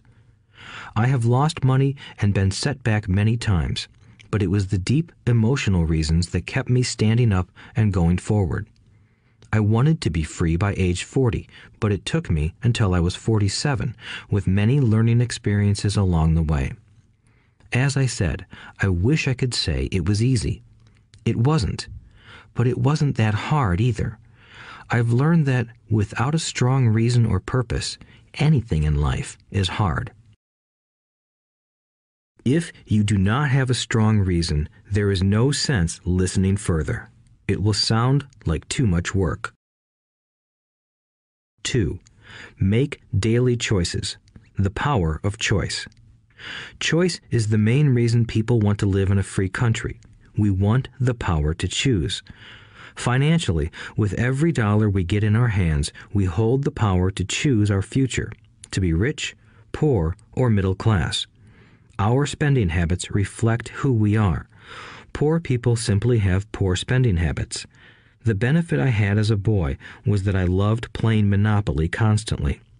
Nobody told me Monopoly was only for kids, so I just kept playing the game as an adult. I also had a rich dad who pointed out to me the difference between an asset and a liability. So a long time ago, as a little boy, I chose to be rich, and I knew that all I had to do was learn to acquire assets, real assets. My best friend, Mike, had an asset column handed to him, but he still had to choose to learn to keep it. Many rich families lose their assets in the next generation simply because there was no one trained to be a good steward over their assets. Most people choose not to be rich. For 90% of the population, being rich is too much of a hassle. So they invent sayings that go, "I'm not interested in money. I'll never be rich. I don't have to worry. I'm still young. When I make some money, then I'll think about my future." My husband or wife handles the finances. The problem with those statements is that they rob the person who chooses to think such thoughts of two things. One is time, which is your most precious asset. The second is learning. Having no money should not be an excuse to not learn, but that is a choice we all make daily. The choice of what we do with our time, our money, and what we put in our heads. That is the power of choice. All of us have choice. I just choose to be rich, and I make that choice every day. Invest first in education. In reality, the only real asset you have is your mind, the most powerful tool we have dominion over. Each of us has the choice of what we put in our brain once we're old enough. You can watch TV, read golf magazines, or go to ceramics class or a class on financial planning. You choose. Most people simply buy investments rather than first investing in learning about investing. A friend of mine recently had her apartment burglarized. The thieves took her electronics and left all the books. And we all have that same choice. 90% of the population buys TV sets, and only about 10% buy business books. So what do? I go to seminars. I like it when they are at least 2 days long because I like to immerse myself in a subject. In 1973, I was watching this guy on TV who was advertising a 3-day seminar on how to buy real estate for nothing down. I spent $385, and that course has made me at least $2 million, if not more. But more importantly, it bought me life. I don't have to work for the rest of my life because of that one course. I go to at least 2 such courses every year. I love CDs and audiobooks. The reason? I can easily review what I just heard. I was listening to an investor say something I completely disagreed with. Instead of becoming arrogant and critical, I simply listened to that 5-minute stretch at least 20 times, maybe more. But suddenly, by keeping my mind open, I understood why he said what he said. It was like magic. I felt like I had a window into the mind of one of the greatest investors of our time. I gained tremendous insight into the vast resources of his education and experience. The net result? I still have the old way I used to think, and I now have a new way of looking at the same problem or situation. I have 2 ways to analyze a problem or trend, and that is priceless. Today, I often say, how would Donald Trump do this, or Warren Buffett, or George Soros? The only way I can access their vast mental power is to be humble enough to read or listen to what they have to say. Arrogant or critical people are often people with low self-esteem who are afraid of taking risks. That's because if you learn something new, you are then required to make mistakes in order to fully understand what you have learned. If you have listened this far, arrogance is not one of your problems. Arrogant people rarely read or listen to experts. Why should they? They are the center of the universe. There are so many intelligent people who argue or defend when a new idea clashes with the way they think. In this case, their so-called intelligence combined with arrogance equals ignorance. Each of us knows people who are highly educated or believe they are smart, but their balance sheet paints a different picture. A truly intelligent person welcomes new ideas, for new ideas can add to the synergy of other accumulated ideas. Listening is more important than talking. If that were not true, God would not have given us 2 ears and only 1 mouth. Too many people think with their mouth instead of listening in order to absorb new ideas and possibilities.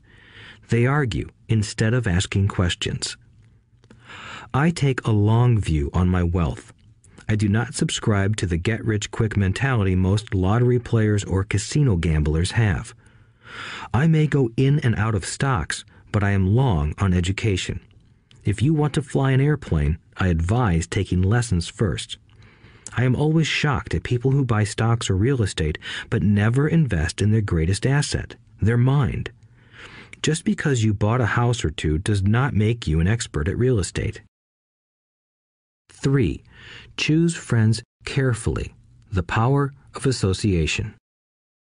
First of all, I do not choose my friends by their financial statements. I have friends who have actually taken a vow of poverty, as well as friends who earn millions every year. The point is that I learn from all of them.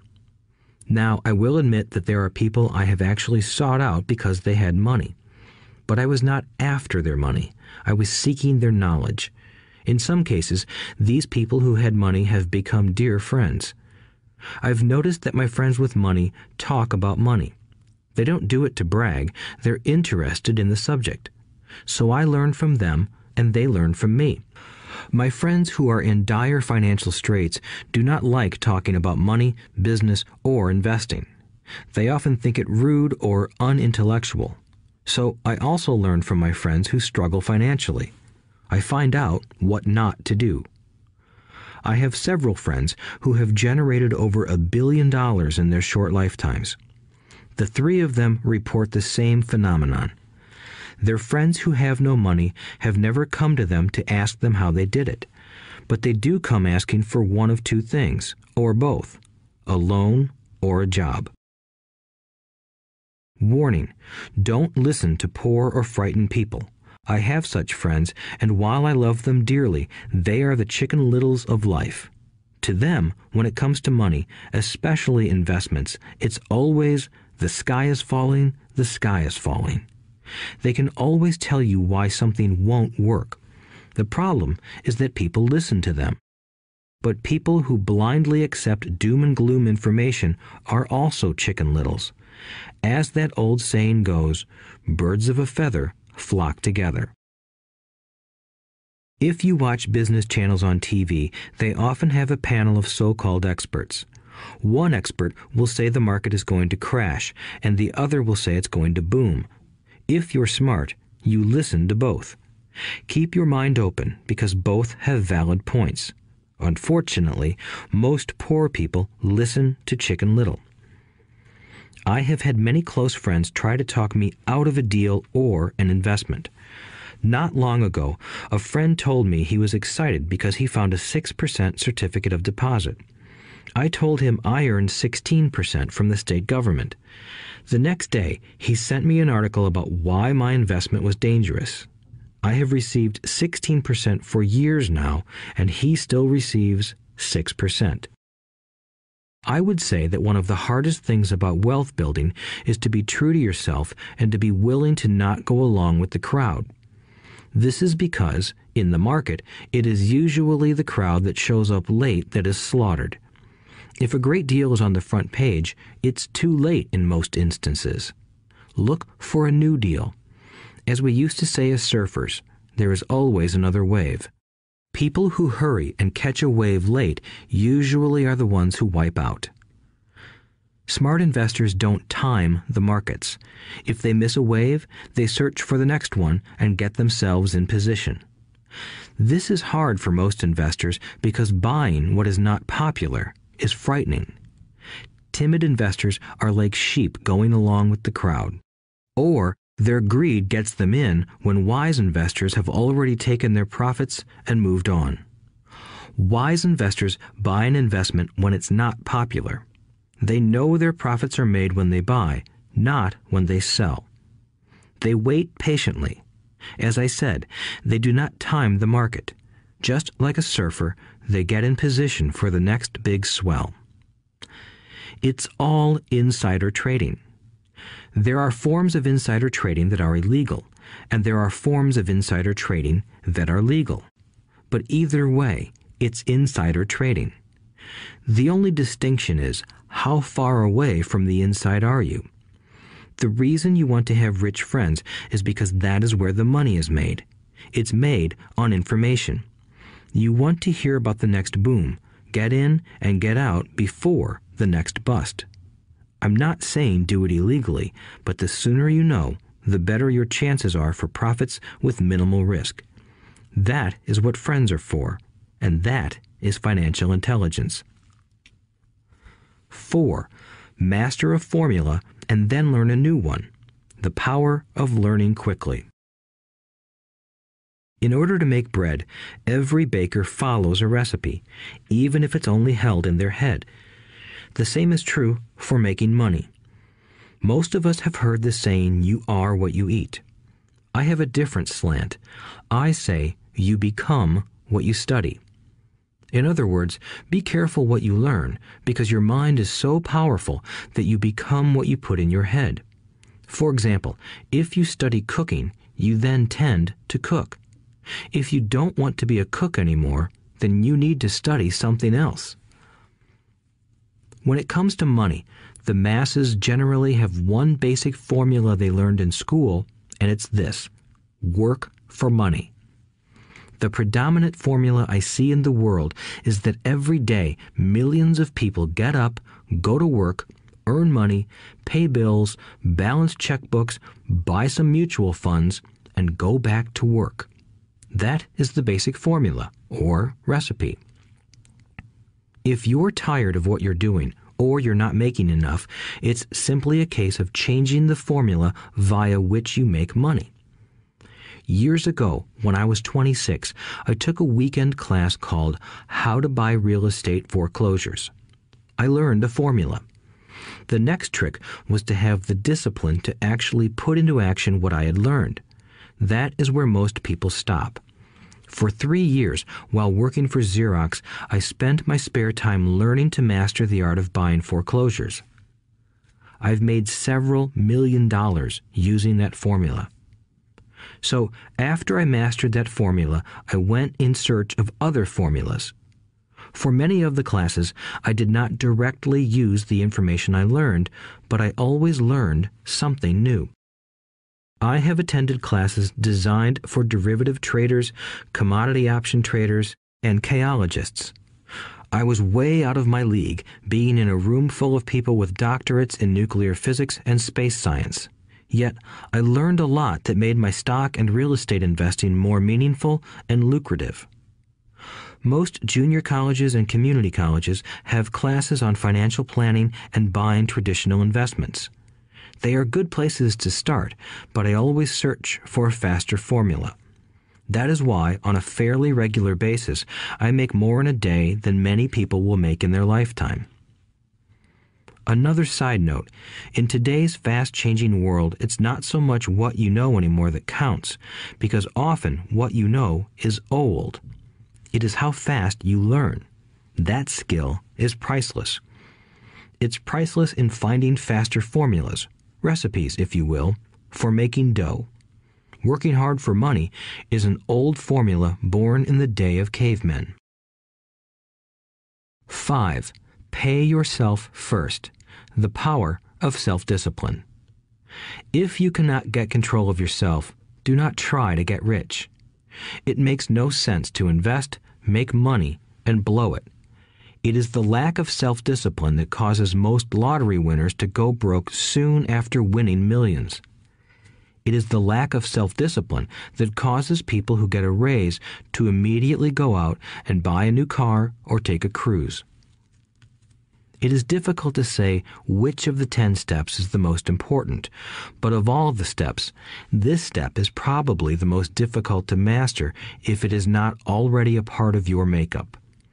I would venture to say that personal self-discipline is the number one delineating factor between the rich, the poor, and the middle class. Simply put, people who have low self-esteem and low tolerance for financial pressure can never be rich. As I have said, a lesson learned from my rich dad was that the world will push you around.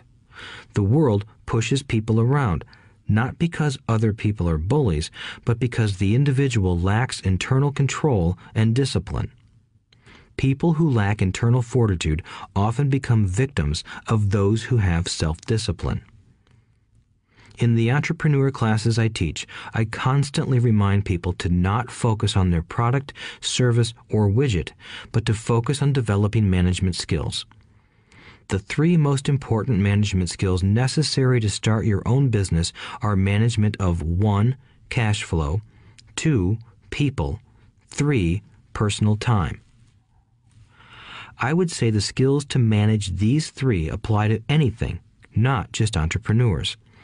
The three matter in the way you live your life as an individual or as part of a family, a business, a charitable organization, a city, or a nation. Each of these skills is enhanced by the mastery of self-discipline. I do not take the saying, "pay yourself first," lightly. The statement, "pay yourself first," comes from George Clayson's book, The Richest Man in Babylon. Millions of copies have been sold. But while millions of people freely repeat that powerful statement, few follow the advice. As I said, financial literacy allows one to read numbers, and numbers tell the story. By looking at a person's income statement and balance sheet, I can readily see if people who spout the words, "pay yourself first," actually practice what they preach.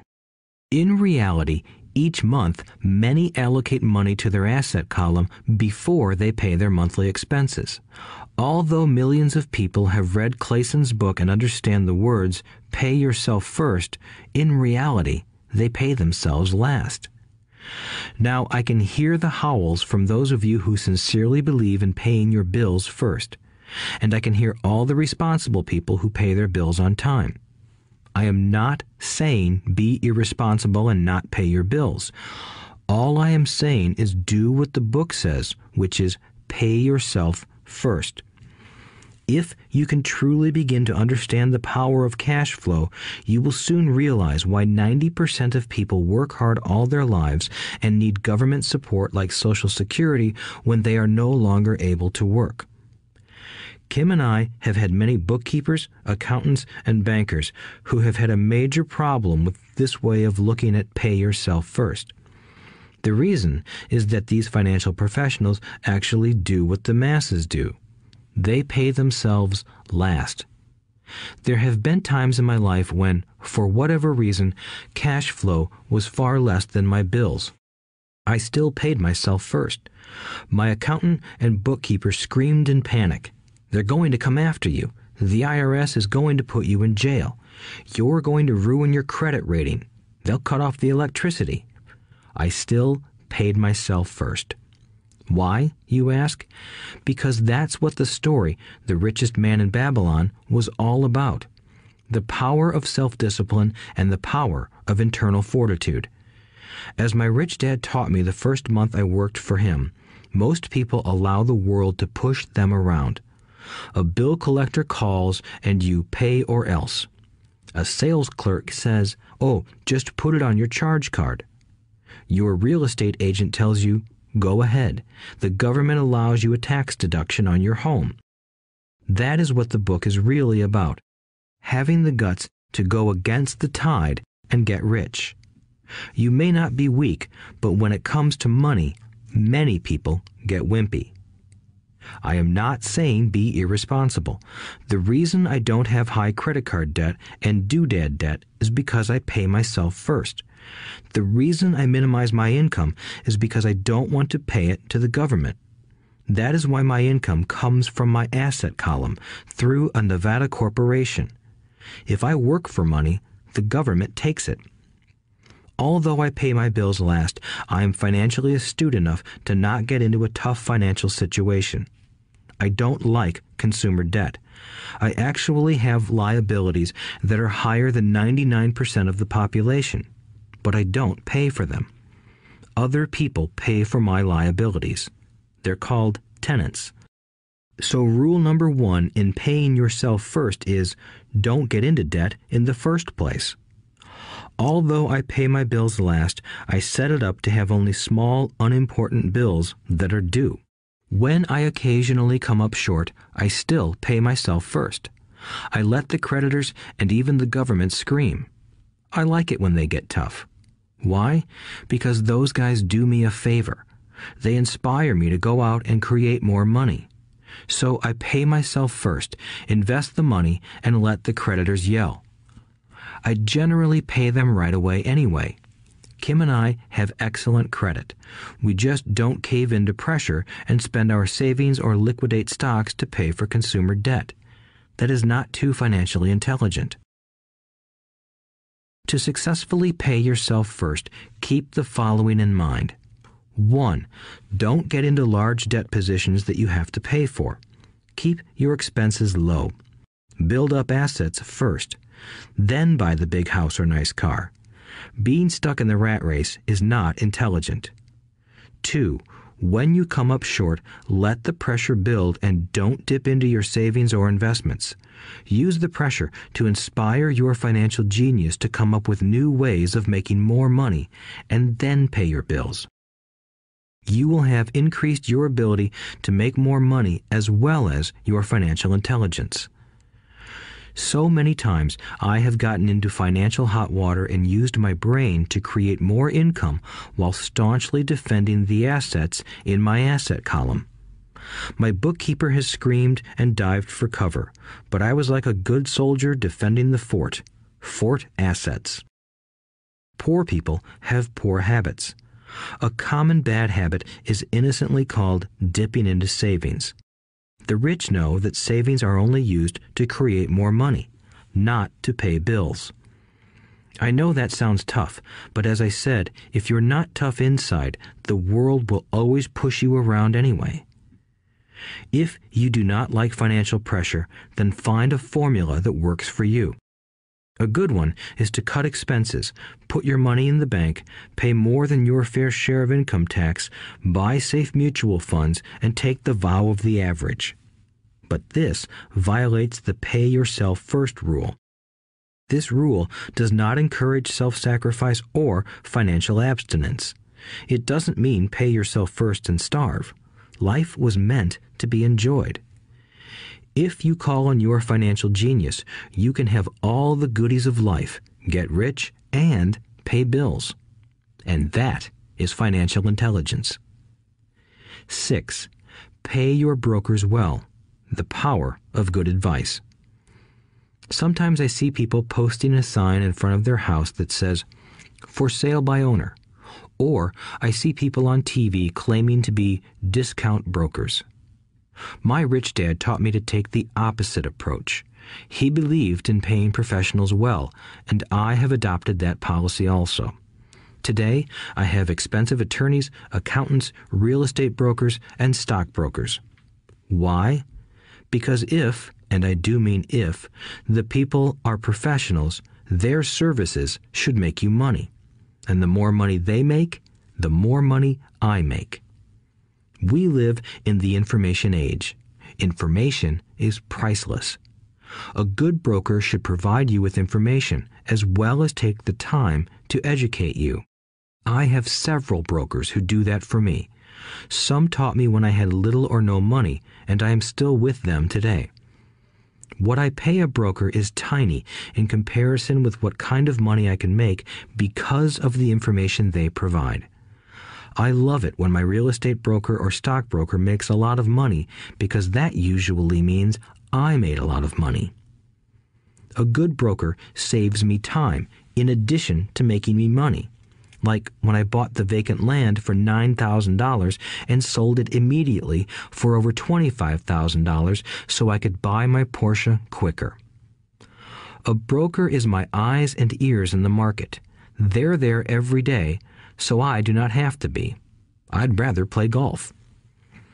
People who sell their house on their own must not value their time much. Why would I want to save a few bucks when I could use that time to make more money or spend it with those I love?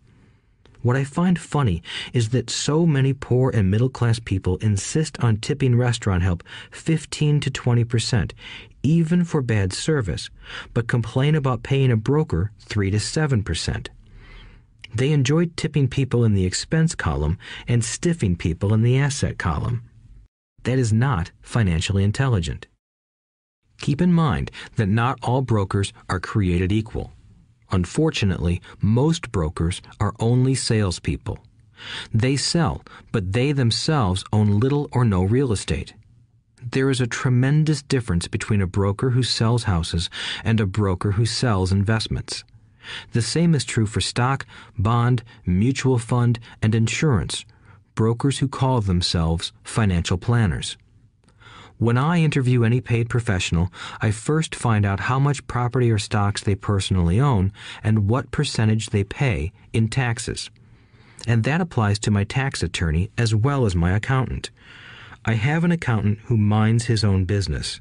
His profession is accounting, but his business is real estate. I used to have an accountant who was a small business accountant, but he had no real estate. I switched because we did not love the same business. Find a broker who has your best interests at heart. Many brokers will spend the time educating you, and they could be the best asset you find. Just be fair, and most of them will be fair to you.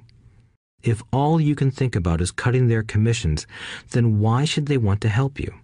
It's just simple logic.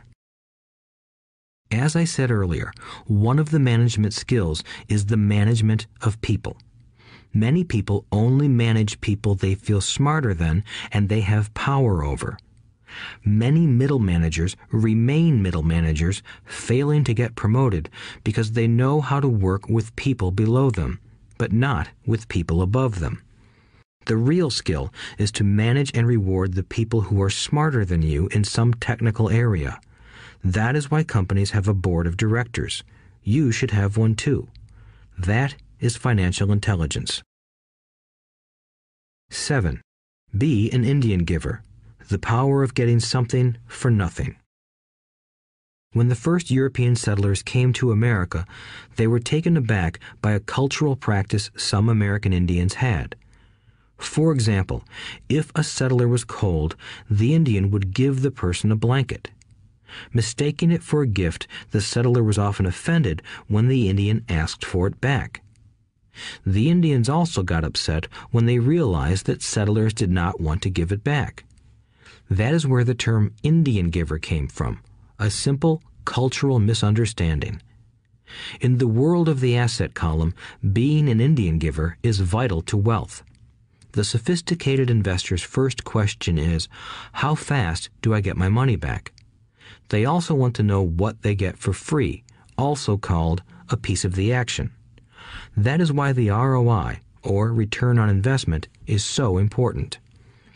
For example, I found a small condominium that was in foreclosure a few blocks from where I lived. The bank wanted $60,000 and I submitted a bid for $50,000, which they took simply because, along with my bid, was a cashier's check for $50,000. They realized I was serious. Most investors would say, "Aren't you tying up a lot of cash? Would it not be better to get a loan on it?" The answer is, not in this case. My investment company uses this condominium as a vacation rental in the winter months when the snowbirds come to Arizona. It rents for $2,500 a month for 4 months out of the year. For rental during the off-season, it rents for only $1,000 a month. I had my money back in about 3 years. Now I own this asset, which pumps money out for me, month in and month out. The same is done with stocks. Frequently, my broker calls and recommends I move a sizable amount of money into the stock of a company that he feels is just about to make a move that will add value to the stock, like announcing a new product. I will move my money in for a week to a month while the stock moves up. Then I pull my initial dollar amount out and stop worrying about the fluctuations of the market because my initial money is back and ready to work on another asset. So my money goes in, and then it comes out, and I own an asset that was technically free. True, I have lost money on many occasions, but I only play with money I can afford to lose. I would say, on an average 10 investments, I hit home runs on 2 or 3, while 5 or 6 do nothing, and I lose on 2 or 3. But I limit my losses to only the money I have in at that time. People who hate risk put their money in the bank. In the long run, safe savings are better than no savings. But it takes a long time to get your money back, and, in most instances, you don't get anything for free with it. On every one of my investments, there must be an upside, something for free, like a condominium, a mini storage, a piece of free land, a house, stock shares, or an office building. And there must be limited risk or a low-risk idea. There are books devoted entirely to this subject, so I will not talk about it here. Ray Kroc of McDonald's fame sold hamburger franchises, not because he loved hamburgers, but because he wanted the real estate under the franchise for free. So wise investors must look at more than ROI. They look at the assets they get for free once they get their money back. That is financial intelligence. 8. Use assets to buy luxuries. The power of focus. A friend's child has been developing a nasty habit of burning a hole in his pocket. Just 16, he wanted his own car. The excuse? All his friends' parents gave their kids cars. The child wanted to go into his savings and use it for a down payment. That was when his father called me and then came to see me. Do you think I should let him do it, or should I just buy him a car? I answered, it might relieve the pressure in the short term, but what have you taught him in the long term? Can you use this desire to own a car and inspire your son to learn something? Suddenly, the lights went on and he hurried home. 2 months later, I ran into my friend again. Does your son have his new car? I asked. No, he doesn't, but I gave him $3,000 for the car. I told him to use my money instead of his college money. Well, that's generous of you, I said. Not really. The money came with a hitch. So what was the hitch? I asked. Well, first we played your cash flow game. We then had a long discussion about the wise use of money. After that, I gave him a subscription to the Wall Street Journal and a few books on the stock market. Then what? I asked. What was the catch? I told him that $3,000 was his, but he could not directly buy a car with it. He could use it to find a stockbroker and buy and sell stocks. Once he had made $6,000 with the $3,000, the money would be his for the car, and the $3,000 would go into his college fund. And what are the results? I asked. Well, he got lucky early in his trading, but lost everything a few days later. Then he really got interested. Today, I would say he is down $2,000, but his interest is up. He has read all the books I bought him, and he's gone to the library to get more. He reads the Wall Street Journal voraciously, watching for indicators. He's only got $1,000 left, but his interest and learning are sky high. He knows that if he loses that money, he walks for 2 more years. But he does not seem to care. He even seems uninterested in getting a car because he's found a game that is more fun. What happens if he loses all the money? I asked. We'll cross that bridge when we get to it. I'd rather have him lose everything now than wait till he's our age to risk losing everything. And besides, that is the best $3,000 I've ever spent on his education. What he is learning will serve him for life, and he seems to have gained a new respect for the power of money. As I said earlier, if a person cannot master the power of self-discipline, it is best not to try to get rich. I say this because although the process of developing cash flow from an asset column is easy in theory, what's hard is the mental fortitude to direct money to the correct use. Due to external temptations, it is much easier in today's consumer world to simply blow money out the expense column. With weak mental fortitude, that money flows into the paths of least resistance. That is the cause of poverty and financial struggle. The following example illustrates the financial intelligence needed to direct money to make more money. If we give 100 people $10,000 at the start of the year, I believe that at the end of the year, 80 would have nothing left. In fact, many would have created greater debt by making a down payment on a new car, refrigerator, electronics, or a holiday. 16 would have increased that $10,000 by 5 to 10%. 4 would have increased it to $20,000 or into the millions. We go to school to learn a profession so we can work for money. It is my opinion that it's just as important to learn how to have money work for you. I love my luxuries as much as anyone else. The difference is I don't buy them on credit. It's the keep up with the Joneses trap. When I wanted to buy a Porsche, the easy road would have been to call my banker and get a loan. Instead of choosing to focus in the liability column, I chose to focus in the asset column. As a habit, I use my desire to consume to inspire and motivate my financial genius to invest. Too often today, we focus on borrowing money to get the things we want instead of focusing on creating money. One is easier in the short term, but harder in the long term. It's a bad habit that we as individuals and as a nation have gotten into. Remember, the easy road often becomes hard, and the hard road often becomes easy. The earlier you can train yourself and those you love to be masters of money, the better. Money is a powerful force. Unfortunately, people use the power of money against themselves. If your financial intelligence is low, money will run all over you. It will be smarter than you. If money is smarter than you, you will work for it all your life. To be the master of money, you need to be smarter than it. Then money will do as it is told. It will obey you. Instead of being a slave to it, you will be the master of it. That is financial intelligence. 9. Choose heroes. The power of myth. When I was a kid, I greatly admired Willie Mays, Hank Aaron, and Yogi Berra. They were my heroes, and I wanted to be just like them. I treasured their baseball cards.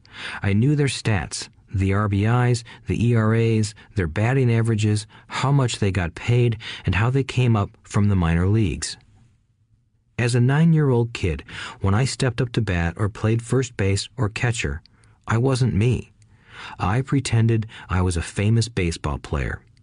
It's one of the most powerful ways we learn, and we often lose that as adults. We lose our heroes. Today, I watch young kids playing basketball near my home. On the court, they're not little Johnny. They're pretending to be their favorite basketball hero. Copying or emulating heroes is true power learning. I have new heroes as I grow older.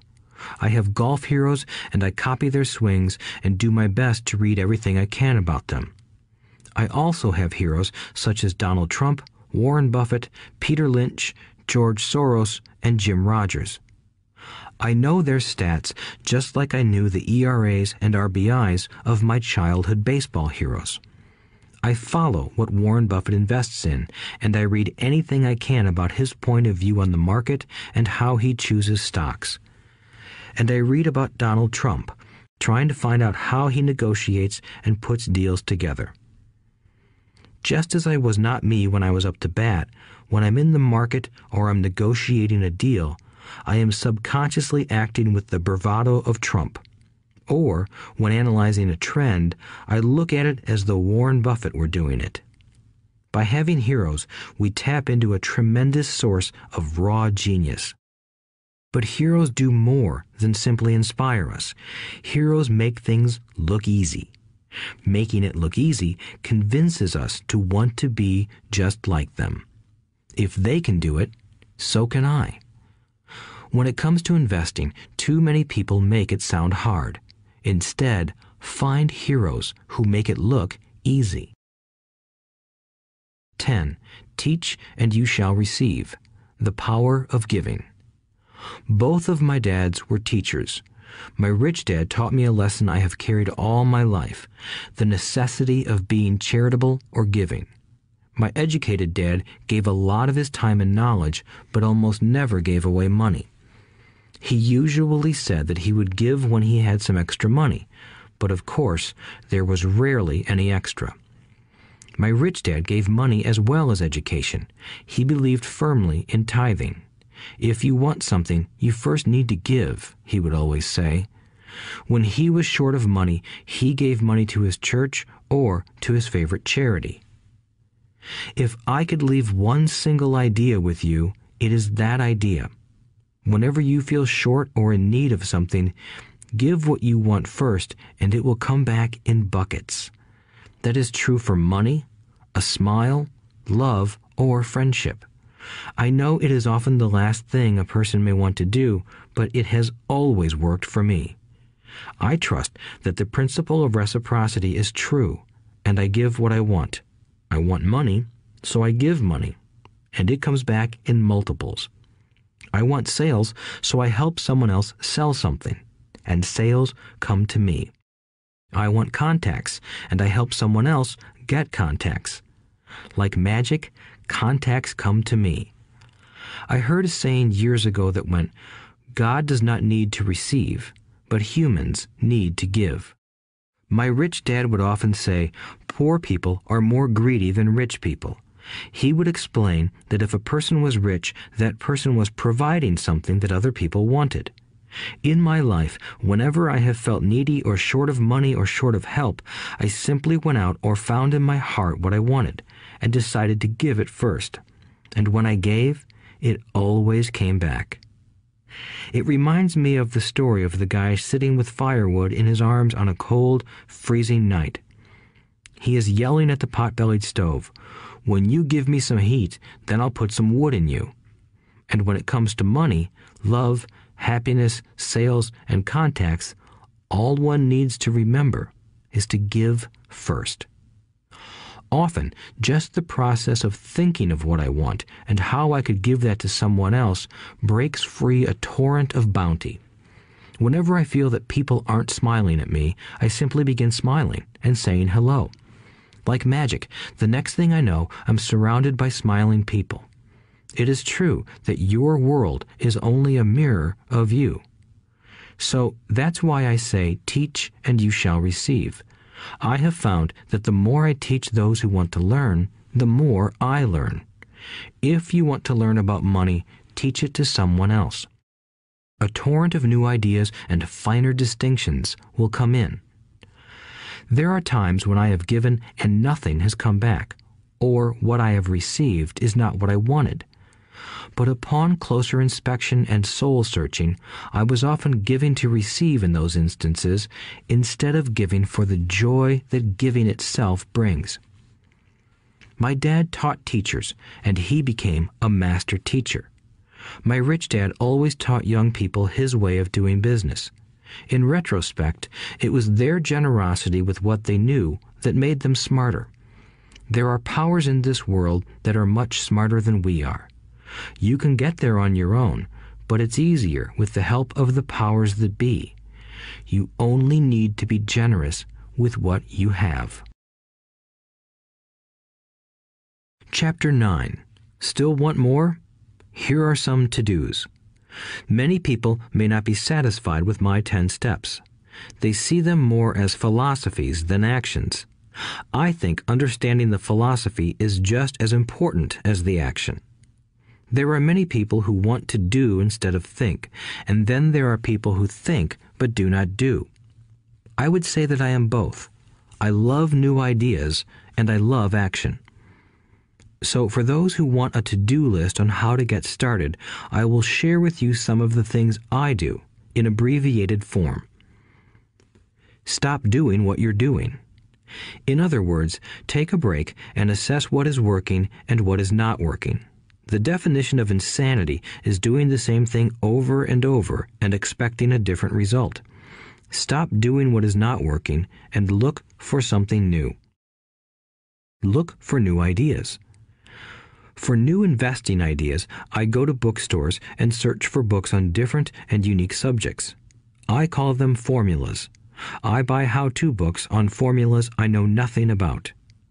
For example, in the bookstore I found the book The 16% Solution by Joel Moskowitz. I bought the book and read it, and the next Thursday I did exactly as the book said. Most people do not take action, or they let someone talk them out of whatever new formula they are studying. My neighbor told me why 16% would not work.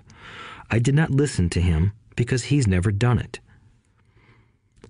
Find someone who has done what you want to do. take them to lunch, and ask them for tips and tricks of the trade. As for 16% tax lien certificates, I went to the county tax office and found the government employee who worked in that office. I found out that she, too, invested in the tax liens. Immediately, I invited her to lunch. She was thrilled to tell me everything she knew and how to do it. After lunch, she spent all afternoon showing me everything. By the next day, I found 2 great properties with her help that have been accruing interest at 16% ever since. It took a day to read the book, a day to take action, an hour for lunch, and a day to acquire 2 great deals. Take classes, read, and attend seminars.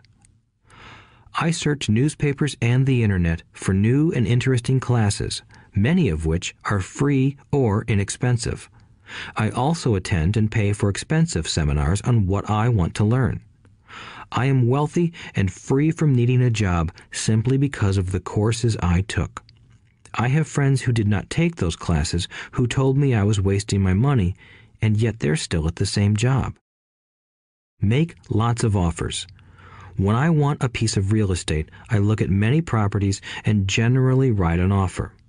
If you don't know what the right offer is, neither do I. That is the job of the real estate agent. They make the offers. I do as little work as possible. A friend wanted me to show her how to buy apartment houses. So one Saturday, she, her agent, and I went and looked at 6 apartment houses. 4 were dogs, but 2 were good. I said to write offers on all 6, offering half of what the owners asked for. She and the agent nearly had heart attacks. They thought it was rude and would offend the sellers, but I really don't think the agent wanted to work that hard. So they did nothing and went on looking for a better deal. No offers were ever made, and that person is still looking for the right deal at the right price. Well, you don't know what the right price is until you have a second party who wants to deal. Most sellers ask too much. It is rare that a seller asks a price that is less than something is worth. Moral of the story: make offers. People who are not investors have no idea what it feels like to try to sell something. I have had a piece of real estate that I wanted to sell for months. I would have welcomed any offer. They could have offered me 10 pigs and I would have been happy. Not at the offer, but just because someone was interested. I would have countered, maybe for a pig farm in exchange. But that's how the game works. The game of buying and selling is fun. Keep that in mind. It's fun and only a game. Make offers. Someone might say yes. I always make offers with escape clauses. In real estate, I make an offer with language that details subject to contingencies, such as the approval of a business partner. Never specify who the business partner is. Most people don't know that my partner is my cat. If they accept the offer, and I don't want the deal, I call home and speak to my cat. I make this ridiculous statement to illustrate how absurdly easy and simple the game is. So many people make things too difficult and take it too seriously. Finding a good deal, the right business, the right people, the right investors, or whatever is just like dating. You must go to the market and talk to a lot of people, make a lot of offers, counter-offers, negotiate, reject, and accept. I know single people who sit at home and wait for the phone to ring, but it's better to go to the market, even if it's only the supermarket. Search, offer, reject, negotiate, and accept are all parts of the process of almost everything in life. Jog, walk, or drive a certain area once a month for 10 minutes. I have found some of my best real estate investments doing this. I will jog a certain neighborhood for a year and look for change. For there to be profit in a deal, there must be 2 elements, a bargain and change. There are lots of bargains, but it's change that turns a bargain into a profitable opportunity. So when I jog a neighborhood I might like to invest in. It is the repetition that causes me to notice slight differences. I notice real estate signs that are up for a long time. That means the seller might be more agreeable to deal. I watch for moving trucks going in or out. I stop and talk to the drivers. I talk to the postal carriers. It's amazing how much information they acquire about an area. I find a bad area, especially an area that the news has scared everyone away from. I drive it for sometimes a year, waiting for signs of something changing for the better. I talk to retailers, especially new ones, and find out why they're moving in. It takes only a few minutes a month, and I do it while doing something else, like exercising or going to and from the store. Shop for bargains in all markets. Consumers will always be poor. When the supermarket has a sale, say on toilet paper, the consumer runs in and stocks up. But when the housing or stock market has a sale, most often called a crash or correction, the same consumer often runs away from it. When the supermarket raises its prices, the consumer shops somewhere else. But when housing or the stock market raises their prices, the same consumer often rushes in and starts buying. Always remember, profits are made in the buying, not in the selling. Look in the right places. A neighbor bought a condominium for $100,000. I bought the identical condo next door for $50,000. He told me he's waiting for the price to go up. I told him that profit is made when you buy, not when you sell. He shopped with a real estate broker who owns no property of her own. I shopped at the foreclosure auction. I paid $500 for a class on how to do this. My neighbor thought that the $500 for a real estate investment class was too expensive. He said he could not afford the money or the time. So he waits for the prices to go up. Look for people who want to buy first, then look for someone who wants to sell. A friend was looking for a certain piece of land. He had the money, but did not have the time. I found a large piece of land, larger than what my friend wanted to buy, tied it up with an option, called my friend, and he said he wanted a piece of it. So I sold the piece to him and then bought the land. I kept the remaining land as mine for free. Moral of the story: buy the pie and cut it in pieces. Most people look for what they can afford, so they look too small. They buy only a piece of the pie, so they end up paying more for less. Small thinkers don't get the big breaks. If you want to get richer, think big. Think big. Retailers love giving volume discounts simply because most business people love big spenders. So even if you're small, you can always think big. When my company was in the market for computers, I called several friends and asked them if they were ready to buy also. We then went to different dealers and negotiated a great deal because we wanted to buy so many. I have done the same with stocks. Small people remain small because they think small, act alone, or don't act at all.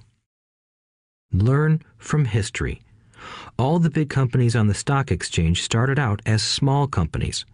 Colonel Sanders did not get rich until after he lost everything in his 60s. Bill Gates was one of the richest men in the world before he was 30. Action always beats inaction. These are just a few of the things I have done and continue to do to recognize opportunities. The important words are have done and do. As repeated many times throughout this audiobook, you must take action before you can receive the financial rewards. Act now. Final thoughts. I would like to share some final thoughts with you.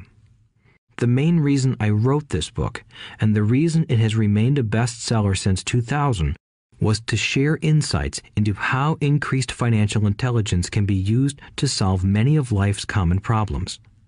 Without financial training, we all too often use the standard formulas to get through life. Work hard, save, borrow, and pay excessive taxes. Today, more than ever, we need better information. I use the following story as an example of a financial problem that confronts many young families today. How do you afford a good education for your children and provide for your own retirement? It requires using financial intelligence instead of hard work. A friend of mine was griping one day about how hard it was to save money for his 4 children's college educations. He was putting $300 away in a college fund each month and had so far accumulated only about $12,000. He had about 12 more years to save for college since his oldest child was then 6 years old. At the time, the real estate market in Phoenix was terrible. People were giving houses away. I suggested to my friend that he buy a house with some of the money in his college fund. The idea intrigued him, and we began to discuss the possibility. His primary concern was that he did not have credit with the bank to buy another house since he was so overextended. I assured him that there were other ways to finance a property rather than through the bank. We looked for a house for 2 weeks, a house that would fit all our criteria. There were plenty to choose from, so shopping was fun. Finally, we found a 3-bedroom, 2-bath home in a prime neighborhood. The owner had been downsized and needed to sell that day because he and his family were moving to California where another job waited. The owner wanted $102,000, but we offered only $79,000. He took it immediately and agreed to carry back the loan with a 10% down payment. All my friend had to come up with was $7,900. As soon as the owner moved, my friend put the house up for rent. After all expenses were paid, including the mortgage, he put $125 in his pocket each month. His plan was to keep the house for 12 years and let the mortgage get paid down faster by applying the extra $125 to the principal each month. We figured that in 12 years, a large portion of the mortgage would be paid off and he could possibly be clearing $800 a month by the time his first child went to college. He could also sell the house if it had appreciated in value. 3 years later, the real estate market greatly improved in Phoenix, and he was offered $156,000 for the same house by the tenant who lived in it. Again, he asked me what I thought. I advised that he sell it, using a 1031 tax-deferred exchange. Suddenly, he had nearly $80,000 to operate with. I called another friend in Austin, Texas, who then moved this tax-deferred capital gain into a mini storage facility. Within 3 months, he began receiving checks for a little less than $1,000 a month, which he then poured back into the college fund. A couple of years later, the mini warehouse sold, and he received a check for nearly $330,000 as proceeds from the sale. He rolled those funds into a new project that would now generate over $3,000 a month in income, again going into the college fund. He is now very confident that his goal will be met easily. It only took $7,900 to start and a little financial intelligence. His children will be able to afford the education they want, and he will then use the underlying asset, wrapped in his legal entity, to pay for his retirement. As a result of this successful investment strategy, he will be able to retire early. Thank you for listening to this audiobook. I hope it has provided some insights into utilizing the power of money to work for you. Today, we need greater financial intelligence to simply survive. The idea that it takes money to make money is the thinking of financially unsophisticated people. It does not mean that they're not intelligent. They have simply not learned the science of making money. Money is only an idea. If you want more money, simply change your thinking. Every self-made person started small with an idea and then turned it into something big. The same applies to investing. It takes only a few dollars to start and grow it into something big. I meet so many people who spend their lives chasing the big deal or trying to amass a lot of money to get into a big deal. But to me, that is foolish. Too often, I have seen unsophisticated investors put their large nest egg into one deal and lose most of it rapidly. They may have been good workers, but they were not good investors. Education and wisdom about money are important. Start early. Buy a book. Go to a seminar. Practice. Start small. I turned $5,000 cash into a $1 million asset, producing $5,000 a month cash flow in less than 6 years. But I started learning as a kid. I encourage you to learn because it's not that hard. In fact, it's pretty easy once you get the hang of it.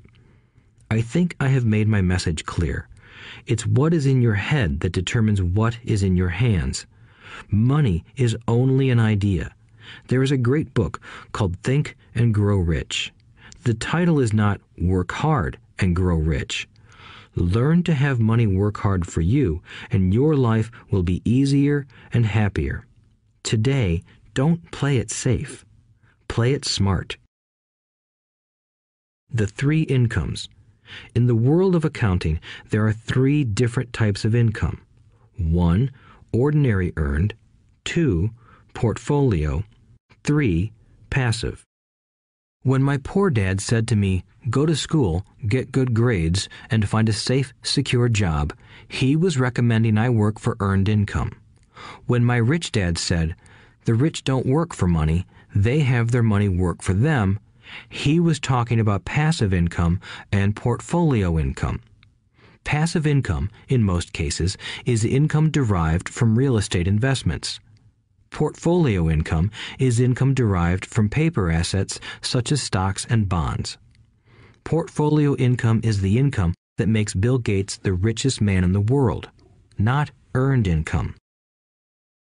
Rich Dad used to say, the key to becoming wealthy is the ability to convert earned income into passive income or portfolio income as quickly as possible. He would say, taxes are highest on earned income. The least taxed income is passive income. That is another reason why you want your money working hard for you. The government taxes the income you work hard for more than the income your money works hard for.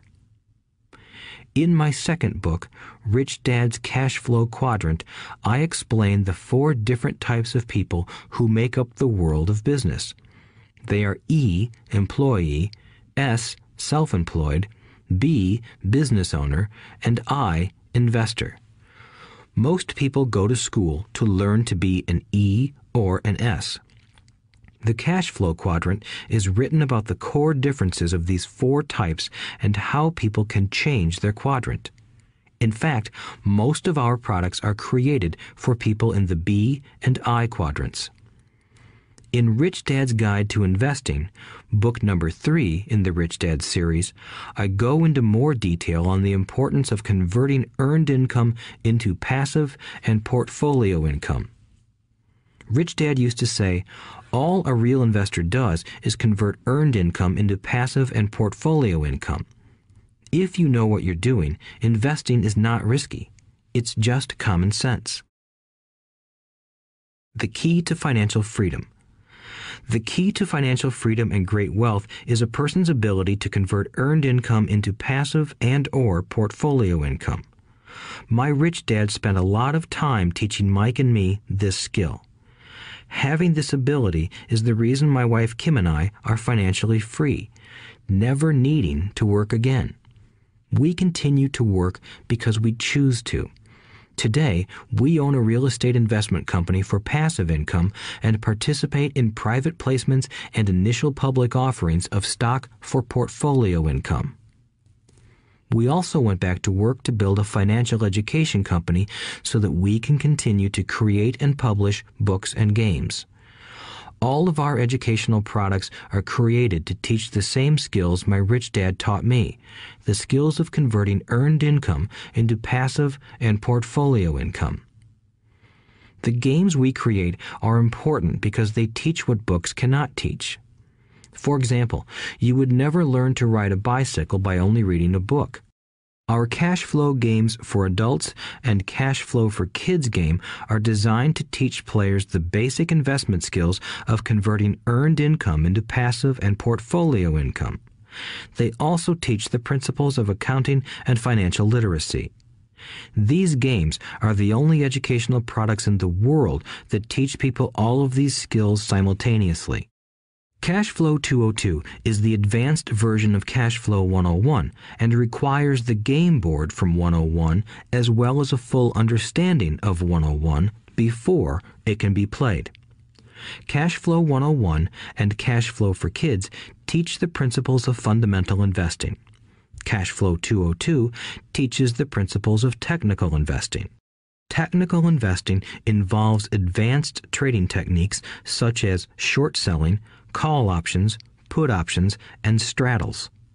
A person who understands these advanced techniques is able to make money when the market goes up, as well as when the market comes down. As my rich dad would say, a real investor makes money in an up market and a down market. That is why they make so much money. One of the reasons they make more money is simply because they have more self-confidence. Rich Dad would say they have more self-confidence because they are less afraid of losing. In other words, the average investor does not make as much money because they are so afraid of losing money. The average investor does not know how to protect themselves from losses, and that is what Cash Flow 202 teaches. Average investors think investing is risky because they have not been formally trained to be professional investors. As Warren Buffett, America's richest investor, says, risk comes from not knowing what you're doing. My board games teach the simple basics of fundamental investing and technical investing while people are having fun. I occasionally hear someone say, your educational games are expensive, which poses the question of ROI, the return on investment, or the value returned for the price paid. I nod my head and reply, yes, they may be expensive, especially when compared to entertainment board games.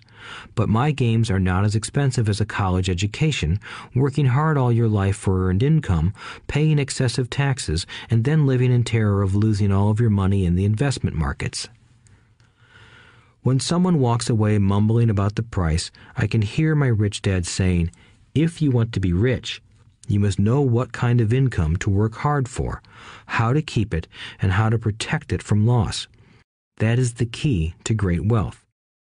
Rich Dad would also say, if you do not understand the differences in those three incomes and do not learn the skills on how to acquire and protect those incomes, you will probably spend your life earning less than you could and working harder than you should. My poor dad thought a good education, a good job, and years of hard work were all you needed to be successful. My rich dad also thought a good education was important. But to him, it was also important that Mike and I know the differences in the three incomes and what kind of income to work hard for. To him, that was basic financial education. Knowing the differences in the three incomes and learning the investment skills of how to acquire the different incomes is basic education for anyone who strives to acquire great wealth and achieve financial freedom, a special kind of freedom that only a few will ever know. As Rich Dad states in lesson number 1, the rich do not work for money. They know how to have money work hard for them. Rich Dad said, earned income is money you work for, and passive and portfolio income is money working for you. Knowing that little difference has been significant in my life. Or, as Robert Frost ends his poem, and that has made all the difference. Take action. All of you were given two great gifts, your mind and your time. It is up to you to do what you please with both. With each dollar bill that enters your hand, you and only you have the power to determine your destiny. Spend it foolishly, and you choose to be poor. Spend it on liabilities, and you join the middle class. Invest it in your mind and learn how to acquire assets, and you will be choosing wealth as your goal and your future. The choice is yours, and only yours. Every day, with every dollar, you decide to be rich, poor, or middle class. Choose to share this knowledge with your children, and you choose to prepare them for the world that awaits. No one else will. You and your children's future will be determined by choices you make today, not tomorrow. I wish you great wealth and much happiness with this fabulous gift called life. Robert Kiyosaki.